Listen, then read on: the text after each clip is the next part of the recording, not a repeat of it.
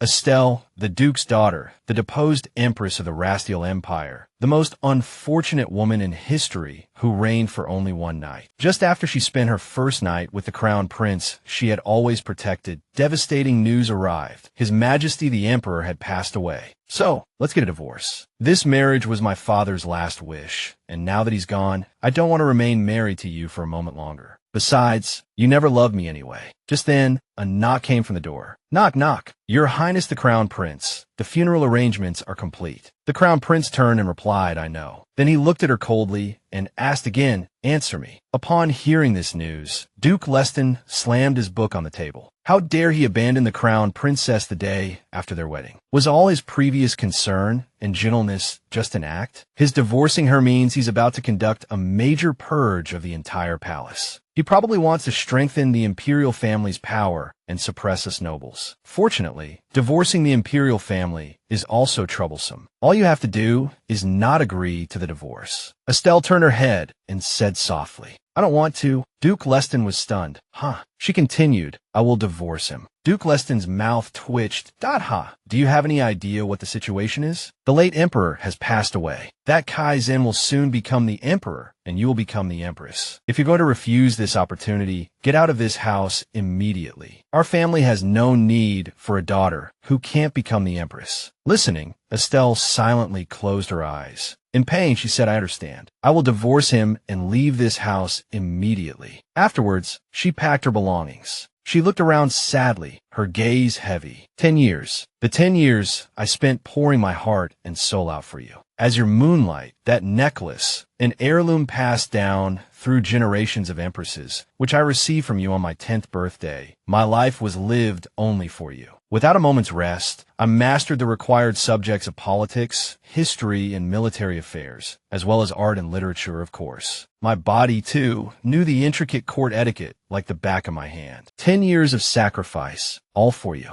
just so you would see me giving it my all. I never thought things would end this way. Even so, the one reason I lived for, the man who was my husband for only a day. Estelle took off and left the necklace behind, recalling that moment. She had said, yes, fine. I never loved you either. I lied as you wished and then left. I will not regret this decision. Absolutely not, no matter what happens. A short time later, Estelle was told by a doctor that she seemed to be pregnant. Then, 6 years later, an elderly woman called out, Mother, we're closing early today, so hurry on home. All right, I'll leave after I finish cleaning up here. Working at a bakery is harder than you'd think, isn't it? But ever since you came, Mother, business at our shop has gotten so much better. A child came running from a distance, shouting, Mom, look at me. I told you not to run. That's not important right now. I heard the royal knights have come to our village. They're wearing super cool armor. Hearing this, Estelle's expression darkened, and she quickly turned and ran. The woman watching her shouted, Mother. Estelle thought worriedly, how they find me so quickly? I was sure I'd hidden far enough away. She ran back, threw open the door, and called out for Jair. Hearing his mother's call, Jair sat up, rubbing his eyes, and called out, Mom. He blinked his red eyes, which were identical to Kaizen's. Estelle looked at them with concern, thinking, though I knew it was impossible to hide forever. Just then, a loud voice called from outside, Is anyone home? She hurried to her son's side. Jair, do you remember what Mom told you before?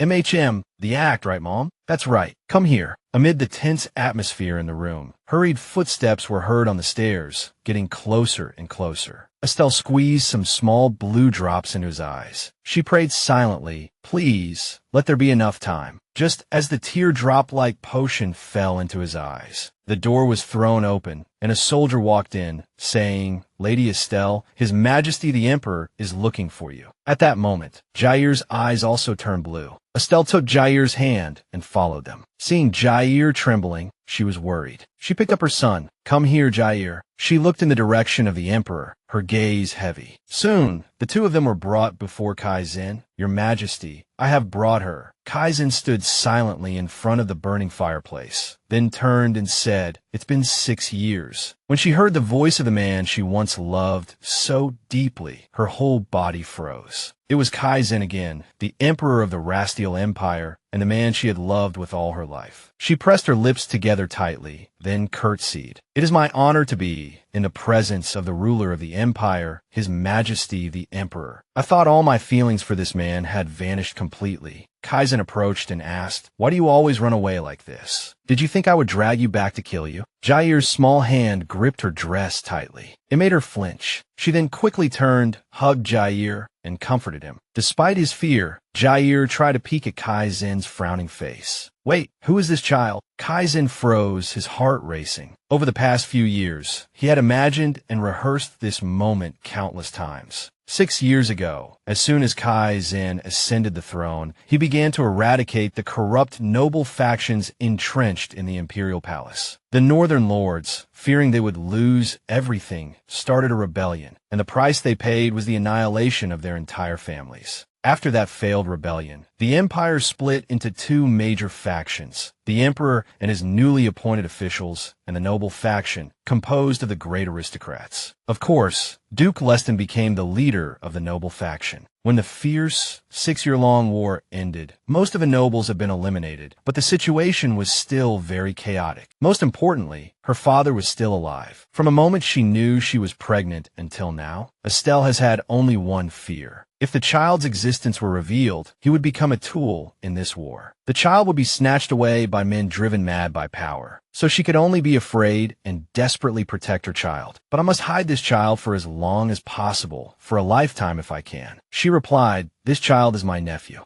Kaizen's eyes were fixed on the child. "Isn't the eldest son of the Leston family unmarried? Not my biological brother, but my uncle, Rick Moon. So this child is the son of my uncle's brother." He thought, if it's him, then he must be the only son of the Kryn family. He died in the Northern Civil War 6 months ago. So they took his illegitimate son, with a maid, as the heir. I remember that Estelle's maternal grandfather, Marquis C&B, directly sent the birth certificate and a bloodline verification document. So you're saying this child is the heir to your mother's family. If that's the case, he doesn't resemble you or anyone from your mother's side at all. Not only does he not look like you, but suddenly his gaze froze. Estelle swallowed nervously and said, "Please continue, Your Majesty." She thought, the potion I used on him earlier, the imperial bloodline, is very special. So, when you see this eye color, do you still have any doubts? After discovering I was pregnant, I went to my maternal family's home in the far north. Because my maternal grandfather's family was quite poor, without even a single servant, it was a suitable place to rely on and keep this secret. Moreover, my grandfather helped me forge Jair's identity. But even so, it wasn't enough. The biggest obstacle to hiding Jair's identity was his fiery red eyes, the proof of his imperial bloodline. As a child born with imperial blood, he would undoubtedly have the iconic fiery red eyes. So, my encounter with that young pharmacist in the eastern forest must have been fate. The girl who told me I was pregnant created strange medicines unknown to most in the Rastial Empire, in a place where herbal medicine couldn't be used. And that girl helped me create a medicine that changes eye color. She squeezed Jair's little finger tightly. Jair recognized his mother's signal, turned his head, and called out Annie. Hearing him call her that, Kaizen seemed somewhat convinced. She bent down and gently stroked Jair's hair. "What is it, Jair? It's all right, so don't be scared. Squeezing his little finger is our signal to start the act, so he can call me Annie when needed. We've practiced it thousands of times. Over time, I've done everything I can. Have I finally deceived you?" She asked. "You asked why she would be with the child in her maternal home, but you know well that my maternal grandfather and I only have each other, and this child is family. Since we have to make a living and have no help, I can't leave him alone with an old man." He continued, so much backbone. He said he would rather be tortured to death than reveal his granddaughter's whereabouts. Hearing this, she asked sharply with concern, "What did you do to my maternal grandfather?" "He is safe, so rest assured. The Marquis is in D-City. Although I was about to go mad because you and your grandfather fled separately, I couldn't be disrespectful to a past war hero." She thought, if it's D-City, that's the border between here and the capital. His gaze flickered to Jair. Then he said, "Now, let's talk in private." She grew worried. Kaizen's suspicion of Jair has lessened now. If so, he'll separate me immediately. A soldier stepped forward and knelt to reassure him. "Good boy. Could you wait in the next room for a bit?" Jair's teary eyes lit up. With a smile on his face, he replied, "Okay, Annie." Jair immediately followed the soldier. During this time, Estelle's gaze followed Jair's figure. When the door slammed shut, the two were seated at a table. Kaizen quietly watched Estelle's hands, which were trembling from the cold. He leisurely poured a cup of tea and said, "It's only early May, but it seems quite cold in the east, doesn't it?" Looking at the teacup, she thought, "This is the tea I used to love drinking in the imperial palace." Does he still remember? No way. He couldn't possibly remember. He said, "I'm looking for you because of the Empress Dowager. This means it's about her, the Empress Dowager." "Ah, I heard the news of her passing. You must be very sad." Kaizen lost his mother at a young age and grew up in her arms. She was the woman who inherited the Duchy of Milan, a great southern territory. My grandfather forced her to become queen because he wanted to reclaim that land for the imperial family. Even if it was by improper means, if she had refused, the land would have still belonged to the imperial family. But before she died, she left a will. For some reason, I feel the contents are strange. Strange contents? Kaizen looked at her and replied, "Yes. The will states that all matters related to the southern territories are invalid without the prior consent of Empress." Leston, that's the will she left. Estelle shot to her feet and asked why. Could it be? Noticing Kaizen's darkening expression, she swallowed nervously, sat down, and asked, "So, what do you need from me? Come back to the capital with me. I have already prepared a territory and a mansion for you in the capital. Transfer the southern territory to the imperial family." "I don't want to." Kaizen's fingers, which had been moving on the table, stopped. "You don't want to? Surely you know how important this land is." She remained silent. "Of course I know." With the noble faction watching like hawks, he wouldn't want to make a scene over the vast territory that controls the entire South. She replied, "It's not that I won't transfer it, but I have conditions." He paused and said, "Name them." "First, restore my maternal grandfather's allowance in exchange for the territory. Second, regarding the handling of the will, let my family and me return to the east." He rubbed his forehead. Why wouldn't a position in the capital be better than living a miserable life on a meager allowance? "My grandmother loved you very much. When you left the palace, she was sadder than anyone. That's why she wrote that condition in her will. But you're going to ignore that goodwill?" "No." "Then why?" "Your Majesty, I am the only princess of the empire, an empress who reigned for only a day, and even someone who has been cut off from her family. If I return to the capital, how much gossip will there be? I'm tired of that kind of thing.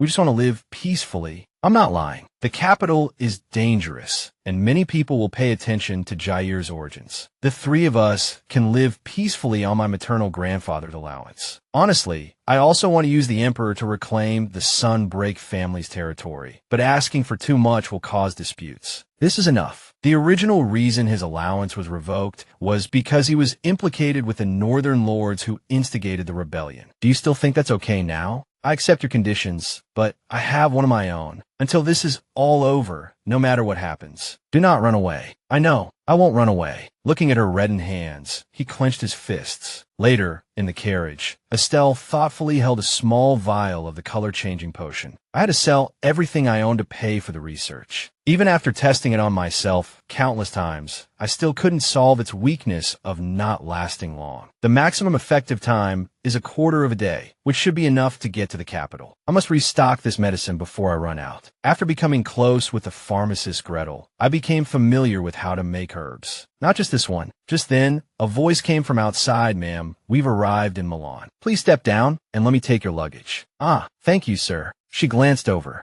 This uniform. Is this person the new captain of the guard?" She looked up and said in surprise, "Sir Lind, is that you?" "Lind, you remember me. How could I forget you? You've been protecting His Majesty for so long." Lind thought, back in the capital, I was just a nameless pawn. "It is my honor that you remember me." Kaizen suddenly appeared, interrupting their reunion. His voice was ice cold as he said, "That's enough small talk. Get inside." Linden hurriedly replied, "Yes, Your Majesty." He walked ahead, not forgetting to glance back at Estelle. Just then, the main gate opened. A girl rushed out from inside, shouting, "Your Majesty, you're finally here." The next second, she hugged Kaizen tightly. Her hand gripped Kaizen's arm as she glanced at Estelle. "Oh my, who might this be?" Caught off guard by the question, Estelle was a bit flustered, and the atmosphere turned awkward. Estelle paused, then chuckled and replied, "If it isn't Lady Marian. How has Duke Grillin been recently?" She was stunned and said, "You know my father?" "Of course. We've met at least once." Estelle thought it was probably at this lady's debutante ball. Before that, Duke Grillin had to greet everyone, yet no one remembered his face. And now, I hear he has become a pillar of the Emperor's faction. Someone came running from a distance, shouting, "My apologies for being late, Your Majesty. It's a pleasure to meet you, Lady Estelle. I am His Majesty's secretary, Earl Claude Bellion, at your service." Lady Marian frowned upon hearing Estelle's name and asked, "Estelle, are you that deposed Empress of a single day?" Just as the atmosphere stiffened, Jair appeared, bowing respectfully. "Greetings, my Lord Earl." Jair's action diffused the atmosphere with cuteness. Estelle smiled awkwardly and said, "How embarrassing." He was probably trying to imitate the etiquette his maternal grandfather taught him. Not at all. The young master is very polite. Kaizen also came forward and called out Belle. Belle took the hint and gestured happily. "This way, Lady Estelle. If you would, I would be honored to escort you personally." "All right, thank you. Let's go, Jair." "Yes, ma'am. Until we meet again, Lady Marian." She turned away, her face full of disgust. Jair whispered to Estelle, "She's just like a princess, isn't she, Mom?" From behind, Kaizen silently followed Estelle's steps. Marian turned and called out, "Emperor," and was immediately met with his cold gaze. He then walked away, leaving Marian to grit her teeth where she stood. Earl Bell continued, "Please forgive her. Lady Marian doesn't fully understand the situation yet. I'm fine, so you don't need to worry. I should be the one to apologize for making His Majesty's beloved uncomfortable." Claude Bellion looked at her blankly.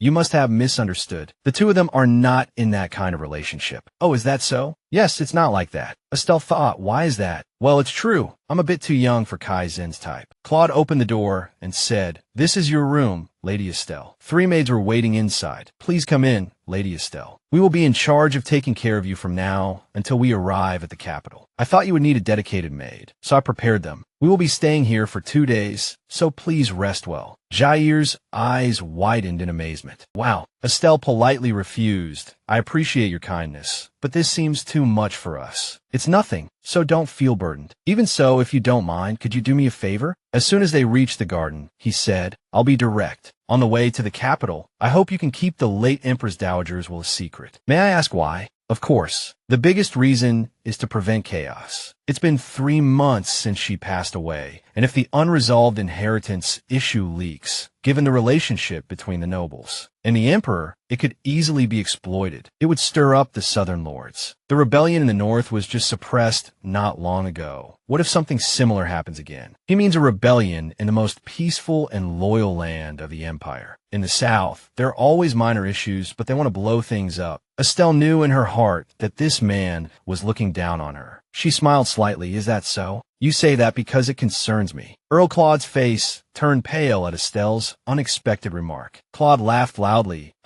I don't quite understand what you mean. If the Empress Dowager's will is revealed, everyone's attention will naturally focus on me. Coupled with public sympathy, the Emperor's image will inevitably be damaged. In this situation, Estelle appears pitiful. I know my father's greedy nature all too well. Claude was dumbfounded by her acting. At this level, she looks like a smart and pitiful young lady, doesn't she? While I can't show that I'm on guard, I also can't appear so easy to exploit. Claude then scratched his head.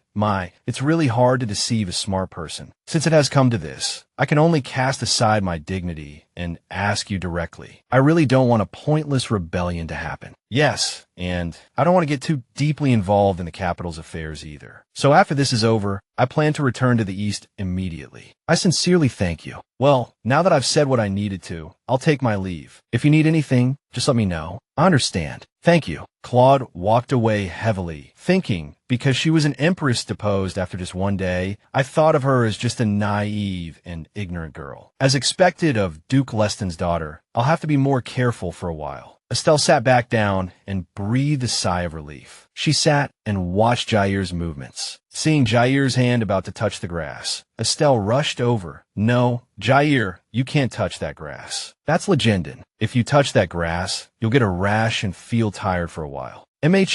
I'll be careful. The Emperor is visiting a small castle this time, so the management seems too lax. Jair looked up and asked his mom, is that Uncle the Emperor? Seeing her blank look, that grumpy uncle, Mom. Yes, that person is His Majesty the Emperor that I told you about before, right? the highest ranking person in this country. That's right. Also, Jair, you can't call me Mom yet. Not yet. Seeing Jair's disappointed expression, she let out a laugh. You have to keep up the act until we get home. You'll do a good job, right? That's right, Jair is doing better than I thought. Even at his age, mistakes or jokes can smooth over big things. Most importantly, no one could imagine I had a child with Kaizen, not even Kaizen himself. We were only husband and wife for one night. Kaizen even gave me contraceptive medicine that day. He didn't want to pressure me. At the time, I thought he was being considerate. Let's stop thinking about the past. Thinking about it won't change anything. I only found out much later that the medicine was ineffective. Are you tired, sweetie? I've had them prepare a bath for you, so go on in and wash up. MHM. As soon as Estelle entered the door, she heard whispers. Is that really the former Empress? Yeah, I heard she's an earl's daughter. Why is she showing up now? Is she trying to rekindle an old flame with His Majesty? With that kind of look? Estelle paused for a few seconds, then threw open the door, startling the maids. Lady, Estelle said as she walked in, I want to bathe the child right away. Is everything ready? Seeing their blank looks, she continued, it's not ready yet. No, that's not it. Seeing that she said nothing about their gossip just now, was she just going to let it go? As soon as she led Jair out of the room, Estelle said, Jair, wait here for a moment. I'll go get your change of clothes. Okay, MHM, I understand. She smiled at Jair and closed the door. She immediately turned around and said, did you really think I would just let it go? Go see the head maid right now. Repeat exactly what you just said and tell her to send new maids over. Lady, she raised her hand, signaling them to stop. Don't raise your voices. I didn't punish you immediately because I couldn't show that side of me in front of the child. I don't care what you say elsewhere, but I can't keep maids who speak ill of me where a child can hear. Leave immediately and relay my words to the head maid. I will confirm whether you're telling the truth, so don't try anything funny. The maids left quietly. A short while later, Estelle stood and took a deep breath. I have to slip in. Jair is still waiting. Just then, there was a knock on the door. It can't be the new maids already, can it? Are they here to beg for forgiveness? She sighed and said, come in. A person walked in with a smile. Pardon the intrusion, my lady. Following. Behind was a line of maids holding many gifts from jewelry to clothing. These are gifts from His Majesty for Lady Estelle. She widened her eyes in confusion. What is all this? She turned to see him looking at her with an intense smile. Estelle bowed slightly. I appreciate His Majesty's kindness, but these are all unnecessary things for me. Please have them returned. Yes, I said I cannot accept these things. But my lady, Estelle, His Majesty has invited you to tonight's banquet. These are for the party. She frowned. Having to face him didn't feel very comfortable. Why go to all this trouble? Sigh, what am I supposed to do with all this? All right then, scene change. Meanwhile, in Kaizen's room, as expected, Duke Leston has already started to make his move. He's always been careful, but it seems he's finally getting impatient. Yes, he probably thought his chance had come after Your Majesty left the capital. If that's the case, let's give him a little more time to dig his own grave. Duke Leston is the most difficult opponent, but also the most cunning, so he hasn't left us any openings until now. Kaizen was thinking about Estelle when a knock on the door startled him. It must be the chief aide. Come in. That's right. How did the task I assigned go? It is. Lady Estelle sent a message saying, I am honored, but I am unable to leave due to having to care for the child. I hope His Majesty will be generous and forgive my rudeness. Of course, I will not be attending the banquet either, so please take the items back. That's what he said. Cain was taken aback by Estelle's reason, and the chamberlain said with tears, Mother, your unfilial son will take his leave first. Clow thought with a pale face, His Majesty is actually sending a woman clothes and jewels. That man, who had remained chaste for 6 years and kept no woman by his side, asked with a grim face, Just for that reason? Clow and the chamberlain were on pins and needles. She said it was because the child was still young and needed someone to watch him while he ate. This was something a maid could handle, and she could have entrusted the child to someone she had just met today, but she didn't have time to explain the child's dietary habits in detail. A sudden silence fell over the air. Clow smiled awkwardly. His Majesty, Cain murmured. She can't leave the child alone, is that it? In that case, the two of them can come to the banquet together. Clow and the chamberlain exclaimed in unison. Gel, who was being wiped down by his mother, sneezed uneasily. At the banquet that night, Gel sat on a chair, fiddling with a teddy bear in his hands. Estelle turned to remind him, Gel, put Levin down when you eat. Yes. Gel listened to his mother and placed Levin beside him. Estelle glanced at Cain. I couldn't refuse the Emperor's invitation twice, so I attended. But what on earth is he thinking? Looking at the dishes on the table, Marion muttered to herself, "Oh my, the musk deer meat looks delicious." Marion said with a hearty laugh, "This reminds me of last year's hunting competition. If it was last year, wasn't Miss Marion chosen as the Queen of Autumn? That was truly the best hunting competition." Gel asked in a small voice, "What's the Queen of Autumn?" "That's because a hunting competition is held in the capital every autumn, and at the end, there's a tradition of choosing an unmarried lady to become the Queen of Autumn." It seems your nephew doesn't know about the hunting competition. "Yes, because we don't hold such competitions in the East," Marion said with a laugh. "How pitiful to have never seen a proper festival growing up. So unfortunate." Hearing her words, Estelle's movements paused, and she stared at Marion. Clow interjected,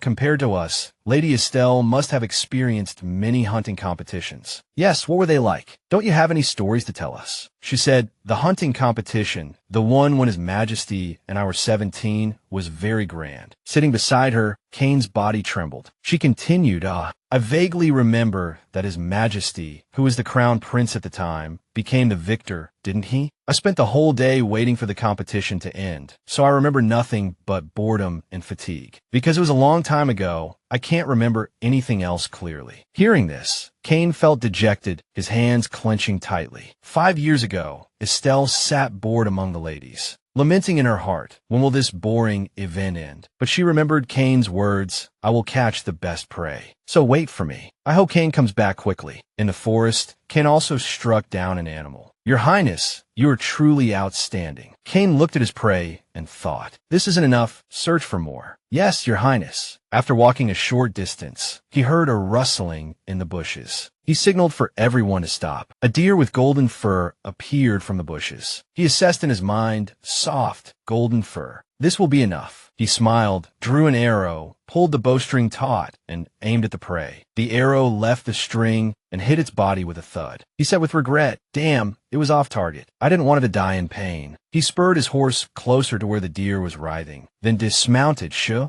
calm down. I promise I won't let you suffer anymore." As he said this, he drew his dagger. Just then, an arrow flew from a distance and hit the deer with a thud. He turned around angrily and asked, "What was that?" Someone said, "Oh my, Your Highness the Crown Prince, my apologies." He pressed his lips together, gritting his teeth inwardly. Duke Reston. Kane glanced unhappily at the prey on the ground. At this moment, a subordinate ran over and shouted, "Your Highness." Seeing the blood on him, the subordinate asked anxiously, "Good heavens, what happened?" Duke Reston was triumphant and didn't answer. Kane gritted his teeth and clicked his tongue. "It's nothing. I just happened to have my eye on the same prey as the Duke, so we had a little chat. Isn't that right?" Duke Reston replied with a smile, "Yes, Your Highness." He calculated inwardly. If a rebellion were to happen now, nothing good would come of it. I must still endure. The time is not yet right. Just then, the signal horn sounded beep beep. Someone said, "It has sounded. It's time to go back, Your Highness." "Then I will take my leave first." Kane had the highest merit and received the Emperor's reward. The Crown Prince brought back the most magnificent prey, and was awarded the honor of this year's victor. Afterward, he went to receive the flower wreath and walked towards Estelle. "Estelle, will you be my Queen of Autumn?"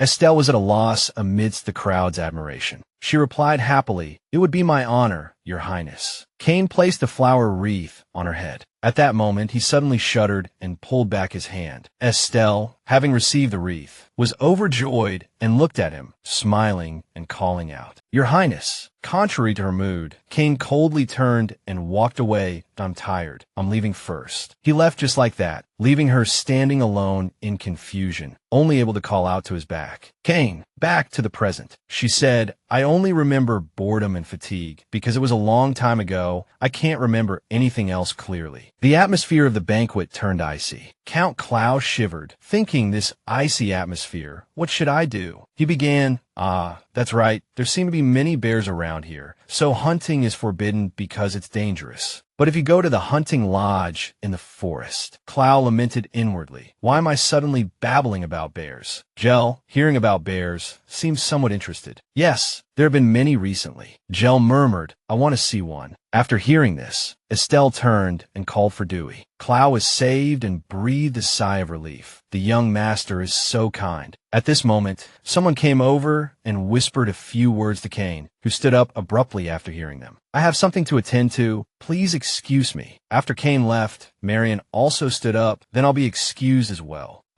If you bring a child to a place like this again, I hope you teach him manners beforehand. As expected, a child who grew up without parents can't hide it. Estelle realized inwardly that this wasn't an attack on Jell, but on herself, who grew up without a mother. She smiled sweetly. Miss Marion's parents seem to be very tolerant and gentle people. I'm so envious. Is this saying her parents doted on her too much, which is why she's so rude? Clow coughed violently after hearing this. Marion, red-faced with anger, asked her, what did you say? Estelle stood up abruptly and continued, and it seems you've forgotten? His Majesty also lost his mother at a young age. Thankfully, His Majesty has already left. After speaking, she turned and said in a low voice, Let's go, Jell. After saying this, the mother and son left leisurely. Marion cursed, clenched her fists, trembled all over, her brows furrowed and lips pressed tight. She remembered the previous instructions. Marion, during this inspection, you must capture His Majesty's heart. Don't let the Emperor notice that strange countrywoman. Do something. I must do something. I can't let that woman be so smug. Scene changes to the bedroom. Jell said, I left Levin in the dining hall. Oh dear, I completely forgot. It can't be helped. Mommy will go get it. You wait here. Okay. Yes, please hurry, Mommy. Estelle walked softly towards the dining hall. A short while later, oh, someone is still here this late. It's Kane. He was talking to someone. Estelle approached and recognized the person who was whispering. Kane, the person said, Count Heath asked me to pass on a message. The spider has fallen into the false web. Understand, continue to monitor the situation. He thought, although he was bought over at first and I didn't have high expectations, Count Heath has done better than I thought. After the person left, he heard a rustle behind him and thought, who's there? No one should be loitering here at this hour, right? He slowly walked towards the flickering light, his hand reaching for where Estelle was hiding. With a bang, Estelle was caught by Kane. He asked in surprise, Estelle, why are you here? Estelle bowed quickly. I'm sorry to have startled you. The child left his teddy bear at the banquet. I came to get it. I try not to make a sound, so please don't worry. His hand clenched tightly. Does she want to have nothing to do with me that badly? Is she afraid I'll interrogate her like a subordinate? Why would I do that? I'm simply maintaining the proper etiquette with His Majesty the Emperor. If you feel uncomfortable, then... He turned and cut her off. Enough. You don't need to apologize. Estelle looked at him blankly, thinking, coming for inspection right after leaving the banquet. Why is he doing these things he's never done before? Could it be that this man feels guilty towards me? Your Majesty, if you are being considerate of me on this trip, there's no need, because I no longer have any feelings of love or resentment for you now. Well, the child is waiting for me. I'll take my leave. Saying this, she walked past him lightly. He recalled the past. After winning the hunting competition, he offered that honorary wreath to Estelle. But in that instant, he suddenly stopped. When he saw the bloodstain on the wreath, he remembered the earlier scene with Duke Reston. Perhaps because he didn't want to involve her in this rebellion, he turned and left. That I'm tired. I'm heading back first. So that's why he left back then. Back in the present, he stood blankly, watching her walk briskly past him just like that. The next day, while checking her sewing box, Estelle found that the thread had been cut. Someone must have opened this. Inside the box were only simple preventative medicines and dried herbs. If they were just rummaging, I wouldn't mind, but what if they weren't stealing something, but putting something in? Thinking of this, she got up and left. A little later, we haven't departed today. Yes. As you can see, the weather isn't good. There might be a storm, so for safety, the departure has been postponed. Estelle looked at Jell with concern. We were only supposed to stay here for about a day. This is bad. I need to see my grandfather as soon as possible to do something. She replied, It can't be helped. I'm fine. However, may I write a letter to my grandfather who is in Dawn Castle? He must be worried about us. Of course, if you give me the letter, I'll send it right away. Thank you. Then please wait a moment. It will be ready soon. Thank you for your help. Although I know this is rude, may I see the contents of the letter? Because there's a rule that during an inspection like this, all letters sent outside must be verified. Estelle thought a lie. He used a believable excuse, but in reality, he just doesn't trust me. Did my acting last time not pass muster? Estelle glared at Clow, who smiled and asked, Is that all right, Mrs. Estelle? After hesitating for a moment, she smiled brightly that it's fine. Go ahead and look. Thank you for your understanding. Then I'll take the liberty. There was nothing special inside, just daily greetings, asking about his recent health. The letter read, "Is your headache any better? In this unfamiliar place, I'm still worried your condition will worsen. We are all fine. You don't need to worry too much. Please take care of yourself." After reading the letter, Clow asked, "Is the Marquis unwell?" "He hasn't been well recently, probably due to his age." "I see. I've finished checking. I'll give it to the messenger now." "Okay, thank you." Clow left with the letter. Estelle watched him go, thinking, others will only see it as a normal letter because I wrote it that way on purpose. But he's different. If it's him, he'll understand the deeper meaning in the letter so that the three of us can return safely. I can't let them see even the slightest crack. And now, there's another problem I need to solve. You came to see Linden. What is it, Miss Linden? Can you do me a favor? Back in the room, she asked, someone opened this box today. Right. The maid was startled to hear this, and oh, my lady, we are not allowed to open the belongings of those we serve without permission. Is that so? That's how it should be. I thought so. But someone opened this box, and they opened it twice. That's impossible. Linden said, I checked who entered and left Miss Estelle's room today, and it was only these three, no one else. Did you all hear that? Of the three of you, who do you suspect the most, my lady? The three of us did enter and leave this room, but it's hard to guess who the culprit is just based on that. That's right. With all due respect, if we wanted to steal something, we wouldn't open a box twice. Please believe us. Is that so? Normally, that would probably be the case. If the goal was theft, that would be it. But the culprit probably also knew that there was nothing worth stealing in this box. Even so, this morning, I deliberately left the drawer where this box was kept slightly open, because I was curious what the culprit would do if they knew I had taken out the box. In the process, I applied the juice of a lennon leaf to it. Lennon is just a rare weed that grows in the forest, but if its juice comes into contact with human skin, a red rash will appear. The lock on this box is very delicate and can only be opened by hand. Did you all hear that? If you did, show me your hands. The maids held out their hands for her to observe, until the last one, who kept her fist clenched at a, show me your hand while I'm still being polite. The maid with red marks all over her hand opened it, trembling. She fell to her knees that I'm sorry, my lady. Who ordered you to do this? Tell me now. She hesitated to speak. Estelle asked again, you opened it, so you probably know it's a medicine box. So if you're unlucky, this won't end easily and could be considered an attempted poisoning. The maid was terrified to hear this. Poisoning? Estelle called for Linden. The maid burst into tears that I'll talk now. The one who told me to do it was... Then Marion was called in. This is clearly a frame-up. It's unbelievable. The captured maid confessed that Miss Marion gave her money. She pressed her lips together upon hearing this. Linden added, Miss Marion's maid also confessed to giving money to the other maid. Can we so easily believe the words of a maid? She must have bribed the maid to frame me. Miss Marion, what reason would I have to frame you? Kane remained silent about this. She asked with a cold face, then why are you carrying such a suspicious box? Your Majesty, everything I did was for your safety. The guards by His Majesty's side always carry a box full of medicines and herbs. She must have ulterior motives. So you admit to going through her things. And, strangely, since when were you in charge of this city's security? I was just worried. The soldiers whispered, this sounds strange. Indeed, there aren't many apothecaries in the Empire. Estelle raised her hand and called out, Your Majesty, please give me a chance to prove myself. Kane nodded in agreement. Estelle continued, Miss Marion, you seem to have a younger sibling as well, don't you? Marion's eyes widened as she retorted. What? The nanny employed at your residence always prepares emergency medicine for Miss Marion and your younger sibling, doesn't she? For example, cold medicine, diarrhea medicine,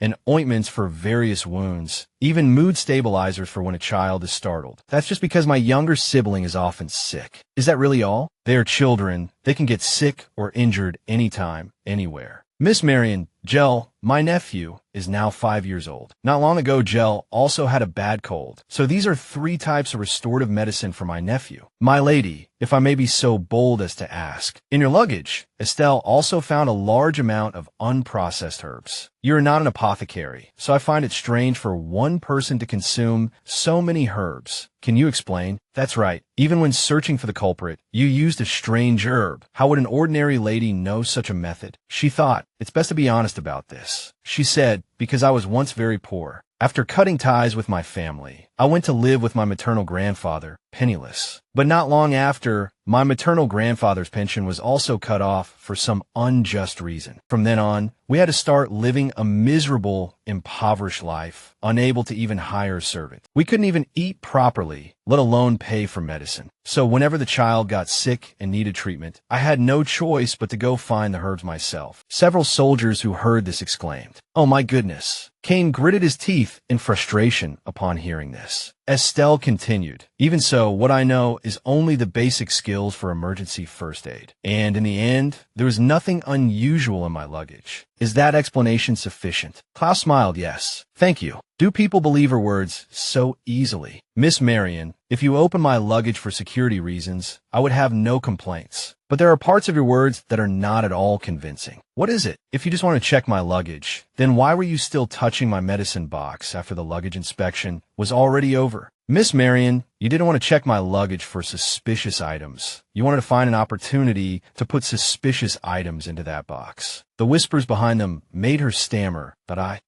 Marion fell to her knees. "No, I didn't mean to. It's all a misunderstanding," Estelle thought. The moment she didn't try to shift the blame to me and just admitted it, the situation was already decided. I didn't want to clash with the Grillin family, this rising power, but there's no other way now. Marion cried, "Your Majesty, please believe me." He frowned. "I don't want to hear any more. Marion Grillin will pay the price for offending the Emperor's guest. She will be confined in the prison on the west side of the city until a decision is made on her punishment." The West Prison? There's no need for a prison in this city, so it must be old and abandoned. Marion screamed as she was dragged away. "Your Majesty." Estelle watched with a hint of sympathy. Suddenly, Kane approached and called out to Estelle, "I feel guilty for getting you involved in this. I'm sorry." She looked at him for a moment, then smiled that it's all right. "Compared to when I was the crown princess, this is nothing at all. And I'll take my leave. Since I was appointed crown princess at the age of 10, I've experienced all sorts of assassination attempts. Compared to that, this was just a small skirmish. But I don't want to face such dangers again. I'm too tired, and it's time to give Gel his medicine. I have to hurry before his eye color changes." Suddenly, Clow appeared and stopped her. He said, "You'd better be careful." "What are you talking about?" "You, Estelle, just now deliberately made an enemy of the Grillin family. The eldest daughter of that family, as you know, is that kind of person, but the second daughter is not. The second daughter, Miss Florin, is currently the most promising candidate for Empress. In the Empire, Miss Florin has just recently come of age. Marquis Grillin has put in a lot of effort to place that young lady on the Empress's throne. So she's only 20 now. Is he planning to have the sisters compete for the position of Empress? Politics is that kind of place. Honestly, he hasn't changed at all. Thank you for your concern, but I won't have any involvement with that young lady. Because once the issue of the will is resolved, I will never see those people again. Please allow me to take my leave." Clow thought, does she really not have any lingering attachment to the Empress's position? And so, Clow began to visit Estelle frequently after that. She forced a smile. "Why is this man here?" She tried to shoo him away. "Oh my, it's gotten so late. Have I kept a busy man like you for too long?" "No, I'm fine. Even that Marian woman who used to pester and criticize me is gone, and His Majesty went hunting again today, so I have a lot of free time."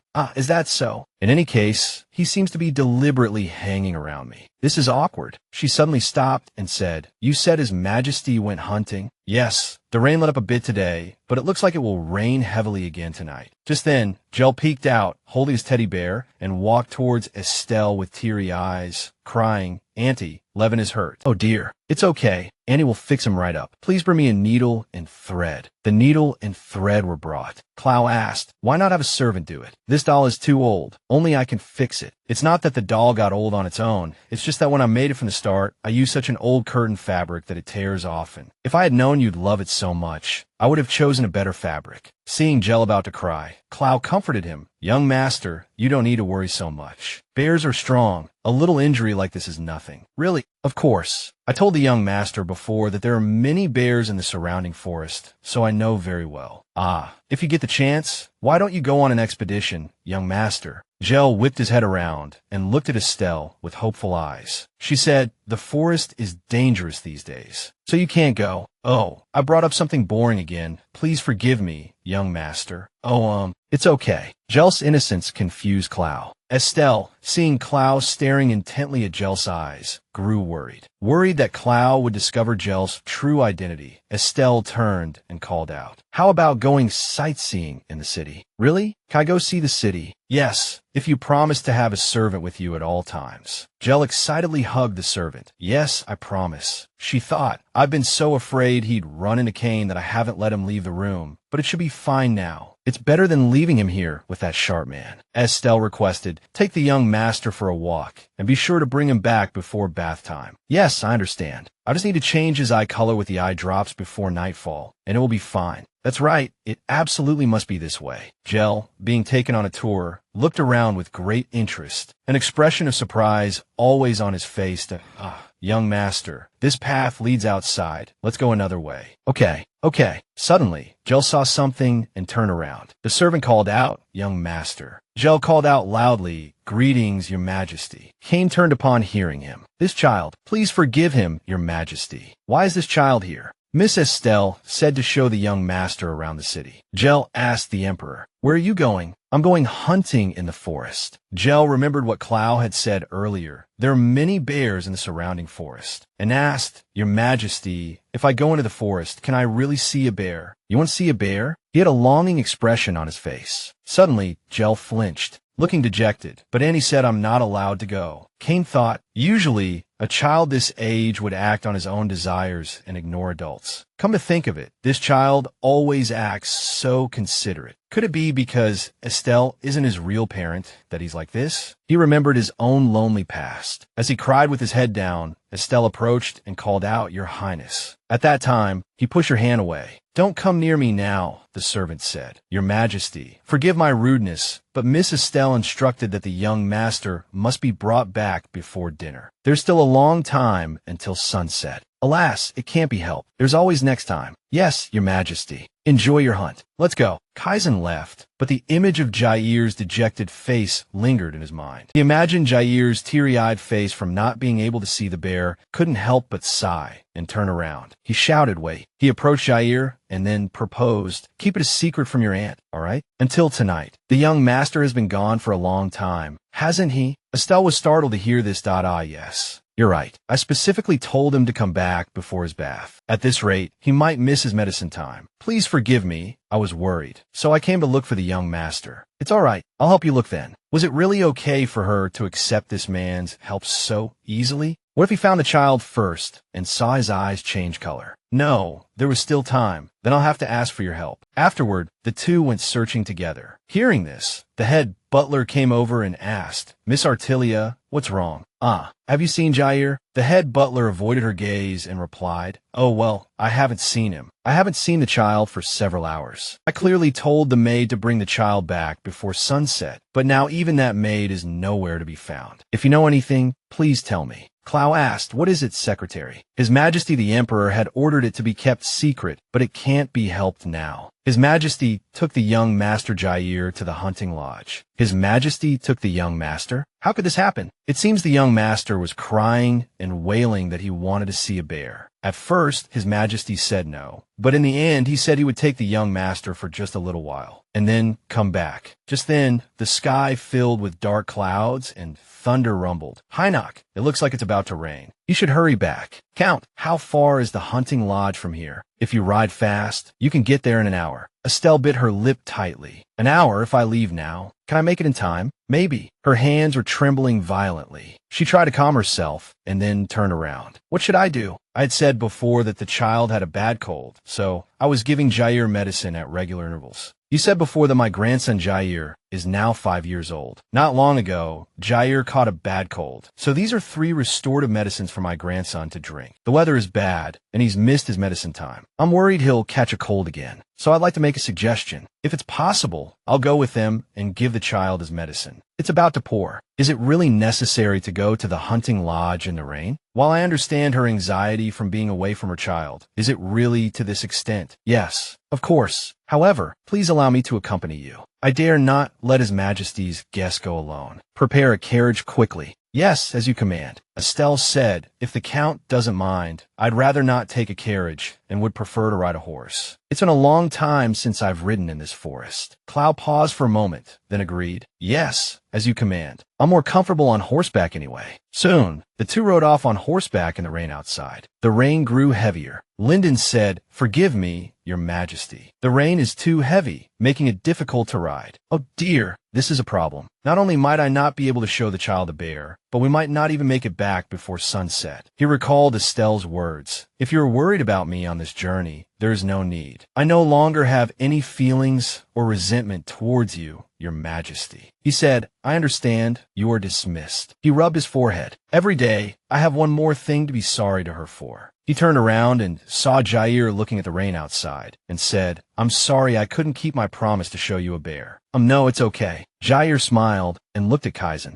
But I can show you a bear here. There are bears here too? Of course. There's one here. The bear is right here. In front of Jair was a large bear. The bear with a scar on its face stood motionless with its mouth wide open. Jair broke out in a cold sweat. Is this a real bear? Yes. Is this your first time seeing a real bear? Jair nodded, thinking, so this is a real bear, cold and hard. Your majesty, why isn't the bear moving? Of course it's not moving. Why? Because it's dead. Jair was shocked to hear the bear was dead. Why? Why did it die? Faced with Jair's question, Kaizen froze, breaking out in a cold sweat. He stammered, cause. Because Jair's sparkling eyes made him unable to say anything. It was his brief glory from the past. He had killed that bear. Kaizen dodged the question and quickly changed the subject.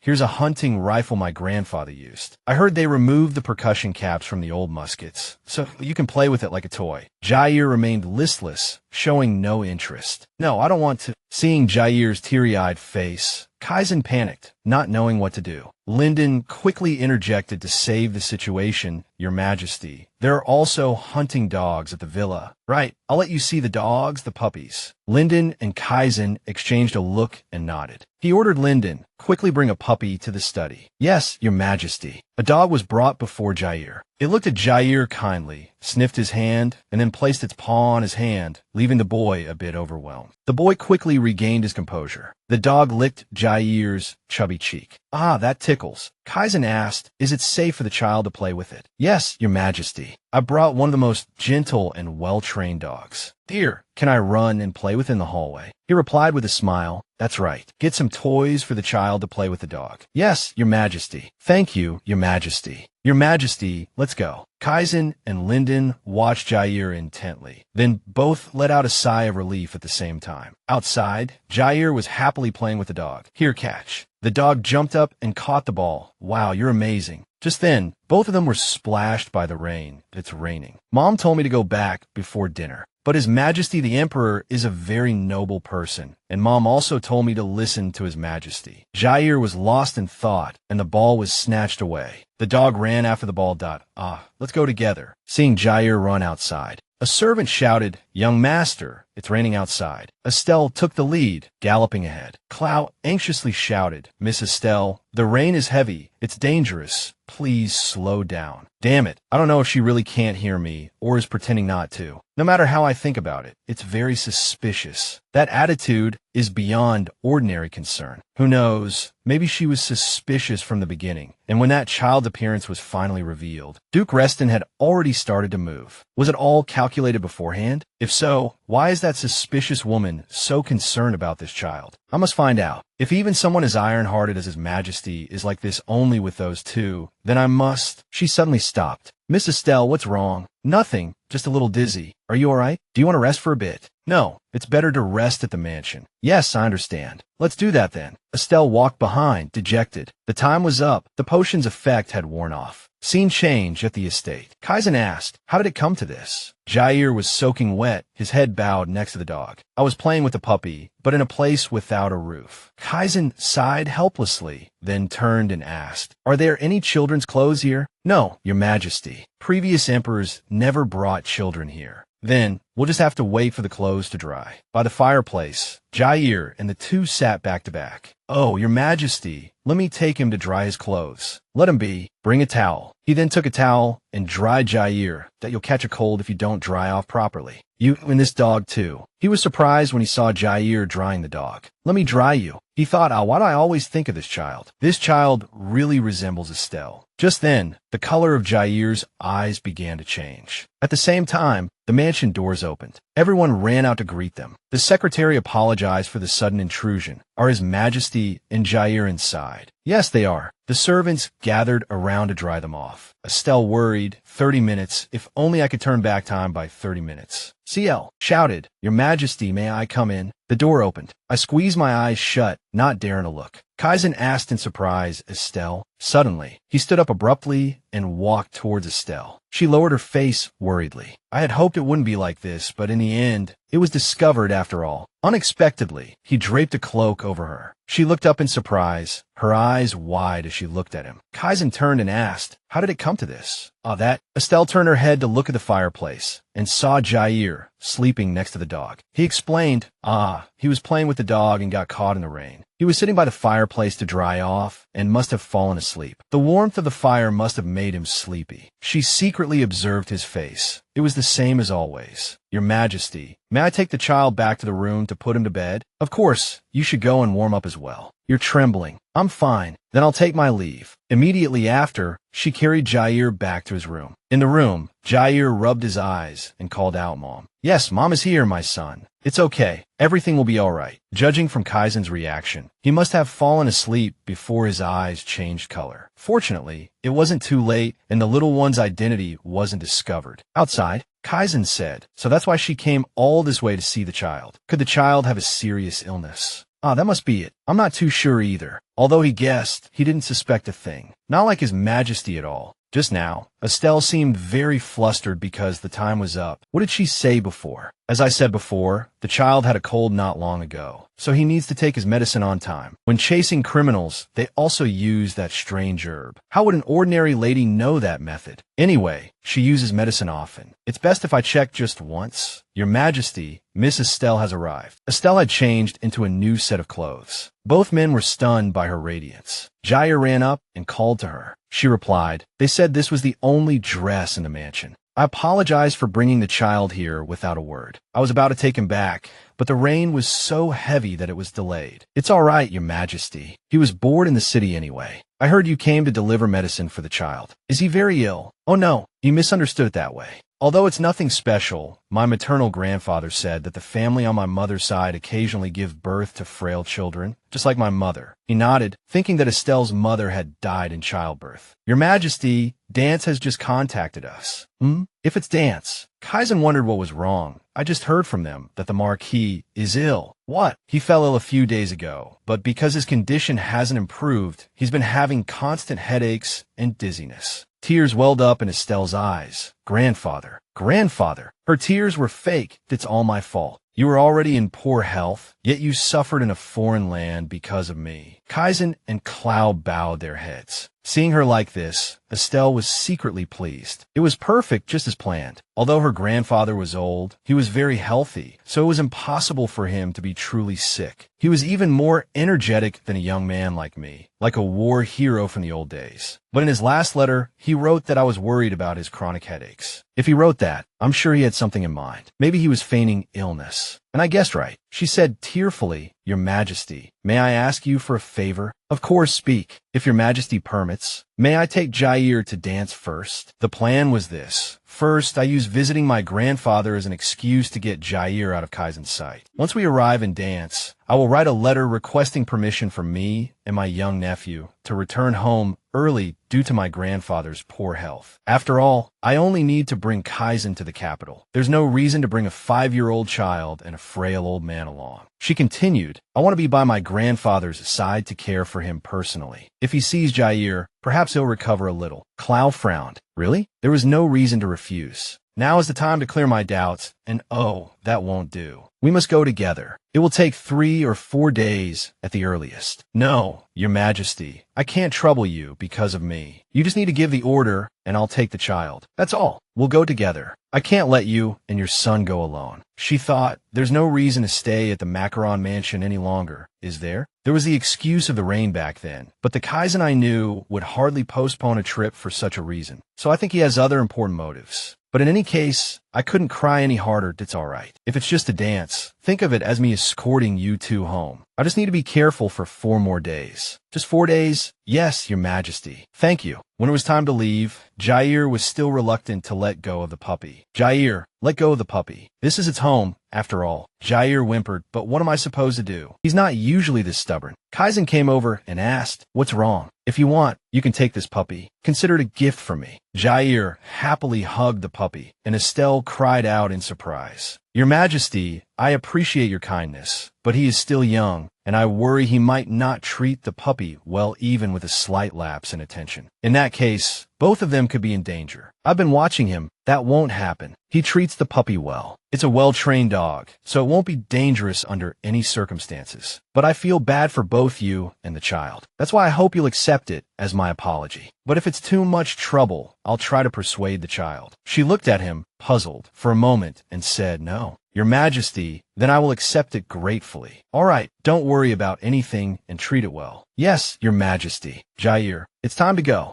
Let's get in the carriage. Yes, thank you. Your Majesty, your name is now Bleelan. Bleelan? Why did you name it that? Because its fur color is indeed. Blin means fist in the East. Ah, I momentarily forgot the most important thing. There's a problem that needs to be solved immediately. I'm running out of the potion that changes my eye color. The journey is longer than I thought, and I don't have time to make more. In any case, if I can't find the ingredients to make the potion at the inn this time, it will be very dangerous. Soon, everyone arrived at the inn. Clow watched her silently, lost in thought. Estelle led the way to the room. He was excited. Wow, Mom, look, I can see the village. Jair, you need to be careful. Estelle looked out the window at a desolate little village. Estelle frowned. This village was originally infected with a Nini fever. This epidemic in the northeastern part of the continent is highly contagious. Its hallmark feature is the withering of the Nanking cherry trees. That's right, these are peach blossoms. Why would the Emperor stay in a plague-ridden area? Could it be that no one knows yet? If not now, a servant would come in, bow, and say, ma'am, I'm here to inform you that the bath is ready. Would you like to bathe now?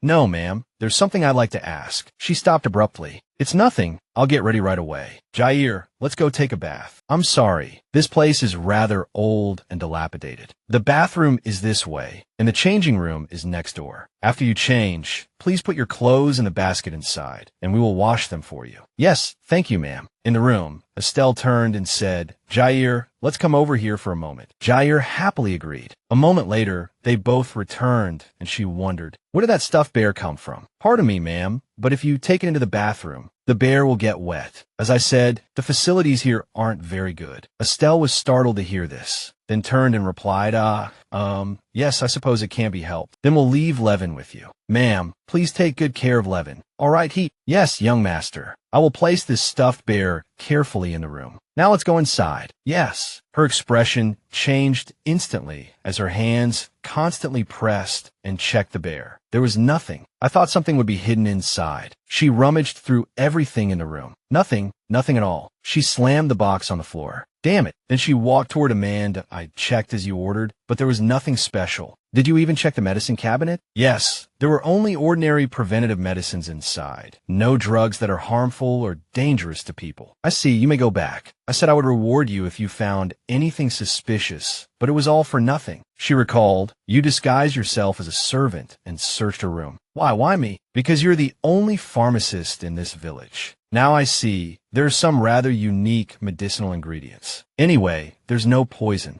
so it should be fine. Just now in the bathroom, I took out the medicine hidden in my hair. That was a close call. When I approached that servant, I smelled a familiar scent of herbs. The fingertips were dark green. All of these were not characteristics of a servant working in a castle, but of someone who deals with herbs daily. If she's a pharmacist, then the suspicion about the plague would also be cleared up. Sinus fever, though deadly, is an easily curable disease if medicine is taken in time. Since there's a pharmacist in the village, the plague shouldn't have spread, no matter how backward this place is. Right? And the person who could bring me a pharmacist at this time. This blatant trick cannot be overlooked. Jair, since you're taking a bath, Mom will put in your eye drops, okay? Saying so, she put drops in Jair's eyes. Good boy, my son is so patient. Mom, if I don't use the eye drops, will my eyes turn red again? Yes, but you can't tell anyone, okay? Do you understand? Why can't I say? Are red eyes bad? Estelle paused at Jair's question. The Emperor's eyes are red too. Why can't I have red eyes? For a moment, Estelle couldn't answer Jair's question. He had never asked this before. Meeting Kaizen had influenced him. Jair lowered his face dejectedly. Can I know? Estelle said softly. Jair, do you remember the story I read to you about the farmer and the magic gem? I remember. The gem the farmer found was very precious, and if others found out, it would disappear. That's right, because it's so special and precious. It must be hidden carefully. Your eyes are the same. They are very special and precious, so you can't let others see them or tell anyone about them. Then will the Emperor be okay? Of course, because the Emperor is very strong and has a high status. However, we are ordinary people like the farmer in the fairy tale, and we have no choice but to hide them. I see, so I can't tell anyone about my eyes. Do you understand? Yes, I will absolutely not tell anyone. Such a good boy, my son. She thought, one day I will tell you the truth, but now is not the time. When you're a little older and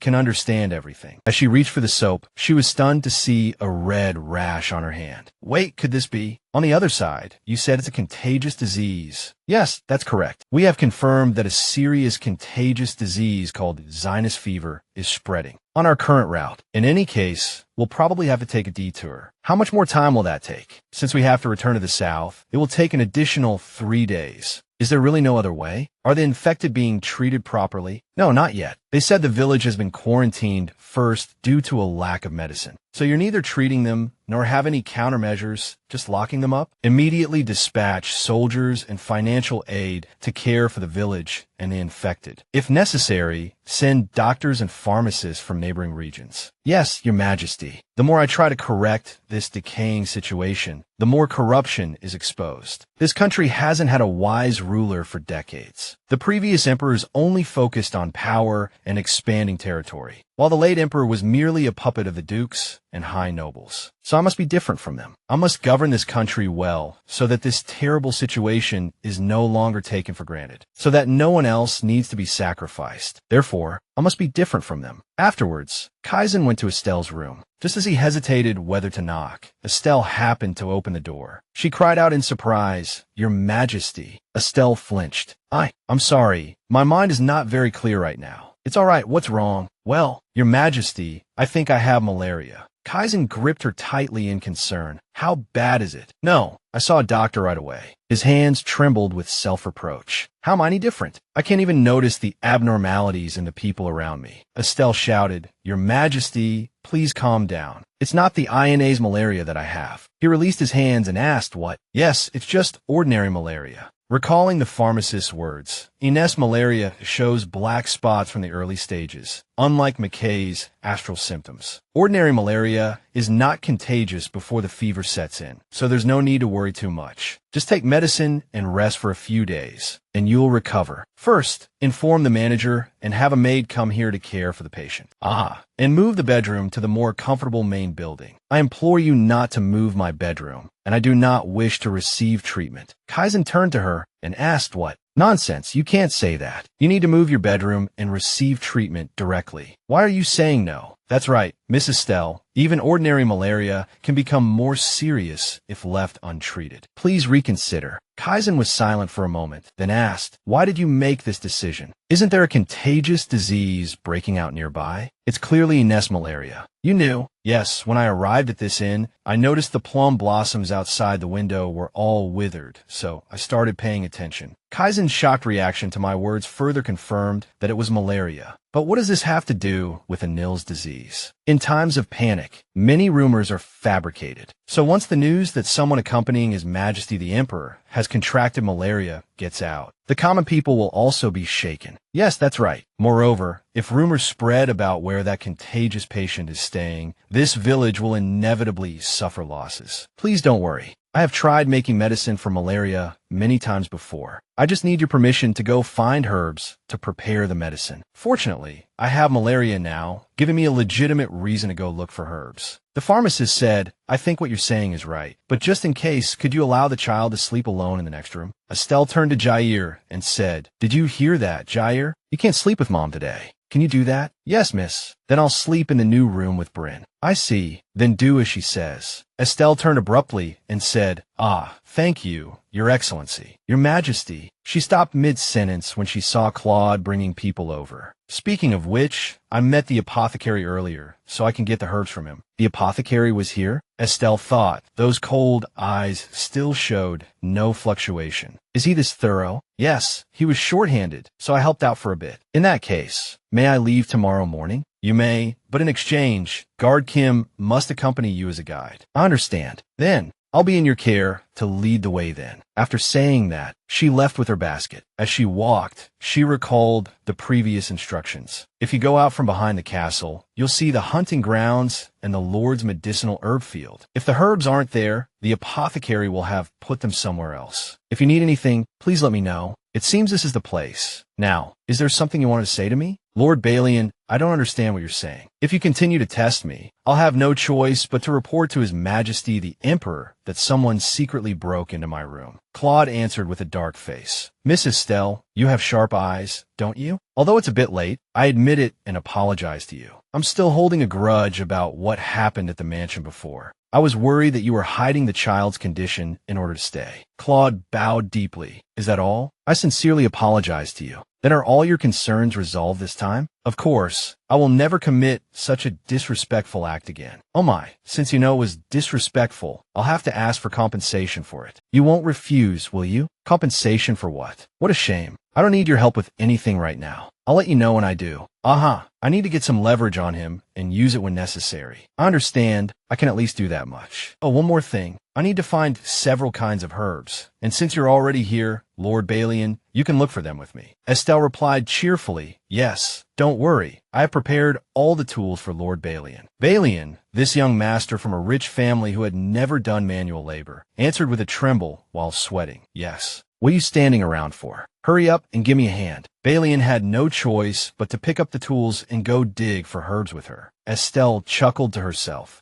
Just as I expected. I don't have to worry about him anymore. While he's distracted, I need to hurry and find the herbs I need. She began to search for her own herbs. As she was searching, she suddenly heard a rustling sound behind her. Turning around, she saw Cain, who had appeared there at some point. She turned and called out, Your Majesty, what are you doing here? I came to help you because the forest is dangerous, but this place is only a few minutes from a castle. Still, it's dangerous for one person. Lord Balian is with me too. Do you think that kid can be of any help in an emergency? Estelle thought, Of course, this is trouble. If Cain is here, I won't be able to search for herbs freely. Suddenly, Cain held out a bouquet of flowers. Take this. What is this? I asked the royal physician about an herb that is good for malaria. On my way here, I saw a similar-looking flower blooming, a white one. Thank you, Your Majesty. But these are just ordinary flowers, not medicinal herbs. Cain froze. Is that so? She thought, does he genuinely want to help me? Then I'll just have to distract him by making him pick herbs, just like I did with Balian. She said, but it's also very similar to the herb I need, only the stem is shorter than this, and it has fewer flowers. Can you help me look for it? Of course. Following her instructions, Cain also rummaged around for a while. Estelle, is it this one? No, it's not. The petals are smaller than that. Oh, I see. Just then, Cain poked his head out of the bushes again. How about this one?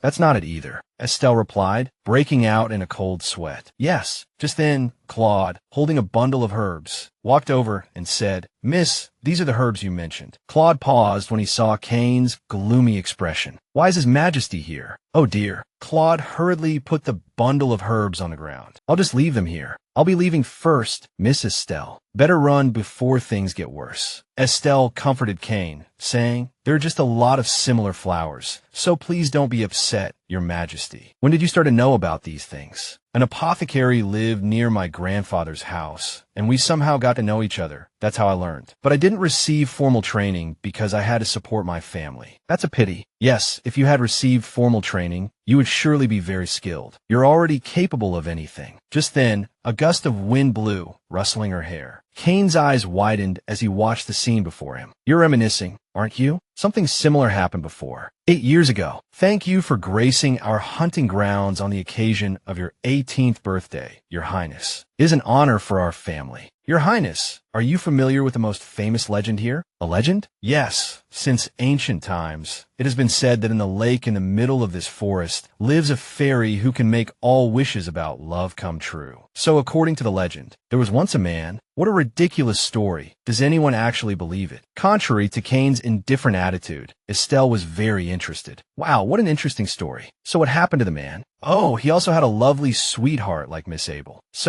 The scene changes to Cain hunting. After Cain shot down a rabbit, he spurred his horse towards where the prey had fallen. The horse neighed violently as he realized he was on a sheet of ice. The ice cracked all around. "Damn it, how is this possible?" A second later, he fell into the lake. Just then, Estelle noticed and pulled him ashore. As she pulled him up, Cain coughed violently. "Your Highness, thank heavens." Before she could finish, the ice beneath her feet cracked. With a splash, Estelle fell straight in. He shouted, "Cain!" That night, Cain carried Estelle back to the mansion in a panic. "Doctor, call a doctor." Miss Estelle, the young lady has a fever." A servant complained. Why did the young lady go to the lake alone? In this weather, Cain recalled what had happened earlier. A long-told story said that in the Lotus Lake deep in this forest, a fairy would grant your wishes for love. Who would listen to such a wish? He looked at Estelle tossing and turning in bed and clenched his fists. "Your Highness, it's late. You should rest." "I know. I'll come again tomorrow." "Estelle." The next morning, as a weary Cain returned, he heard a voice from inside. "What? Why are you only telling me now that His Highness was here? Get me ready at once." "You can't, Your Grace. You haven't fully recovered." "But how can I let him see me in this sorry state?" "Your Grace." Cain stood outside the door and witnessed this scene. Estelle twitched and coughed violently. "Your Majesty, why don't you go in?" Cain turned and left. "We're going hunting." "What? But you said you weren't going hunting today." "I've changed my mind." He left with a heavy heart. Back in the present, Cain took off his cloak and draped it over her. "Your Majesty, wear this. You're not well. Thank you for your concern." Estelle suddenly stood up and walked away. Cain quickly grabbed her hand. He shouted, "Estelle, I found the herb." "Ah, this is indeed the herb I've been looking for." He proudly handed her the flower. "That's great." Claude's voice rang out. "Your Majesty, Miss Estelle, it seems it's time to go back. Have you found all the herbs you need?" She caressed the flower in her hand. "All right, let's go back." Back in the room, she stared blankly and asked, "What is all this?" His Majesty ordered the bedroom to be redecorated. "This isn't redecorating, it's a complete overhaul." "Ani, my room has changed too."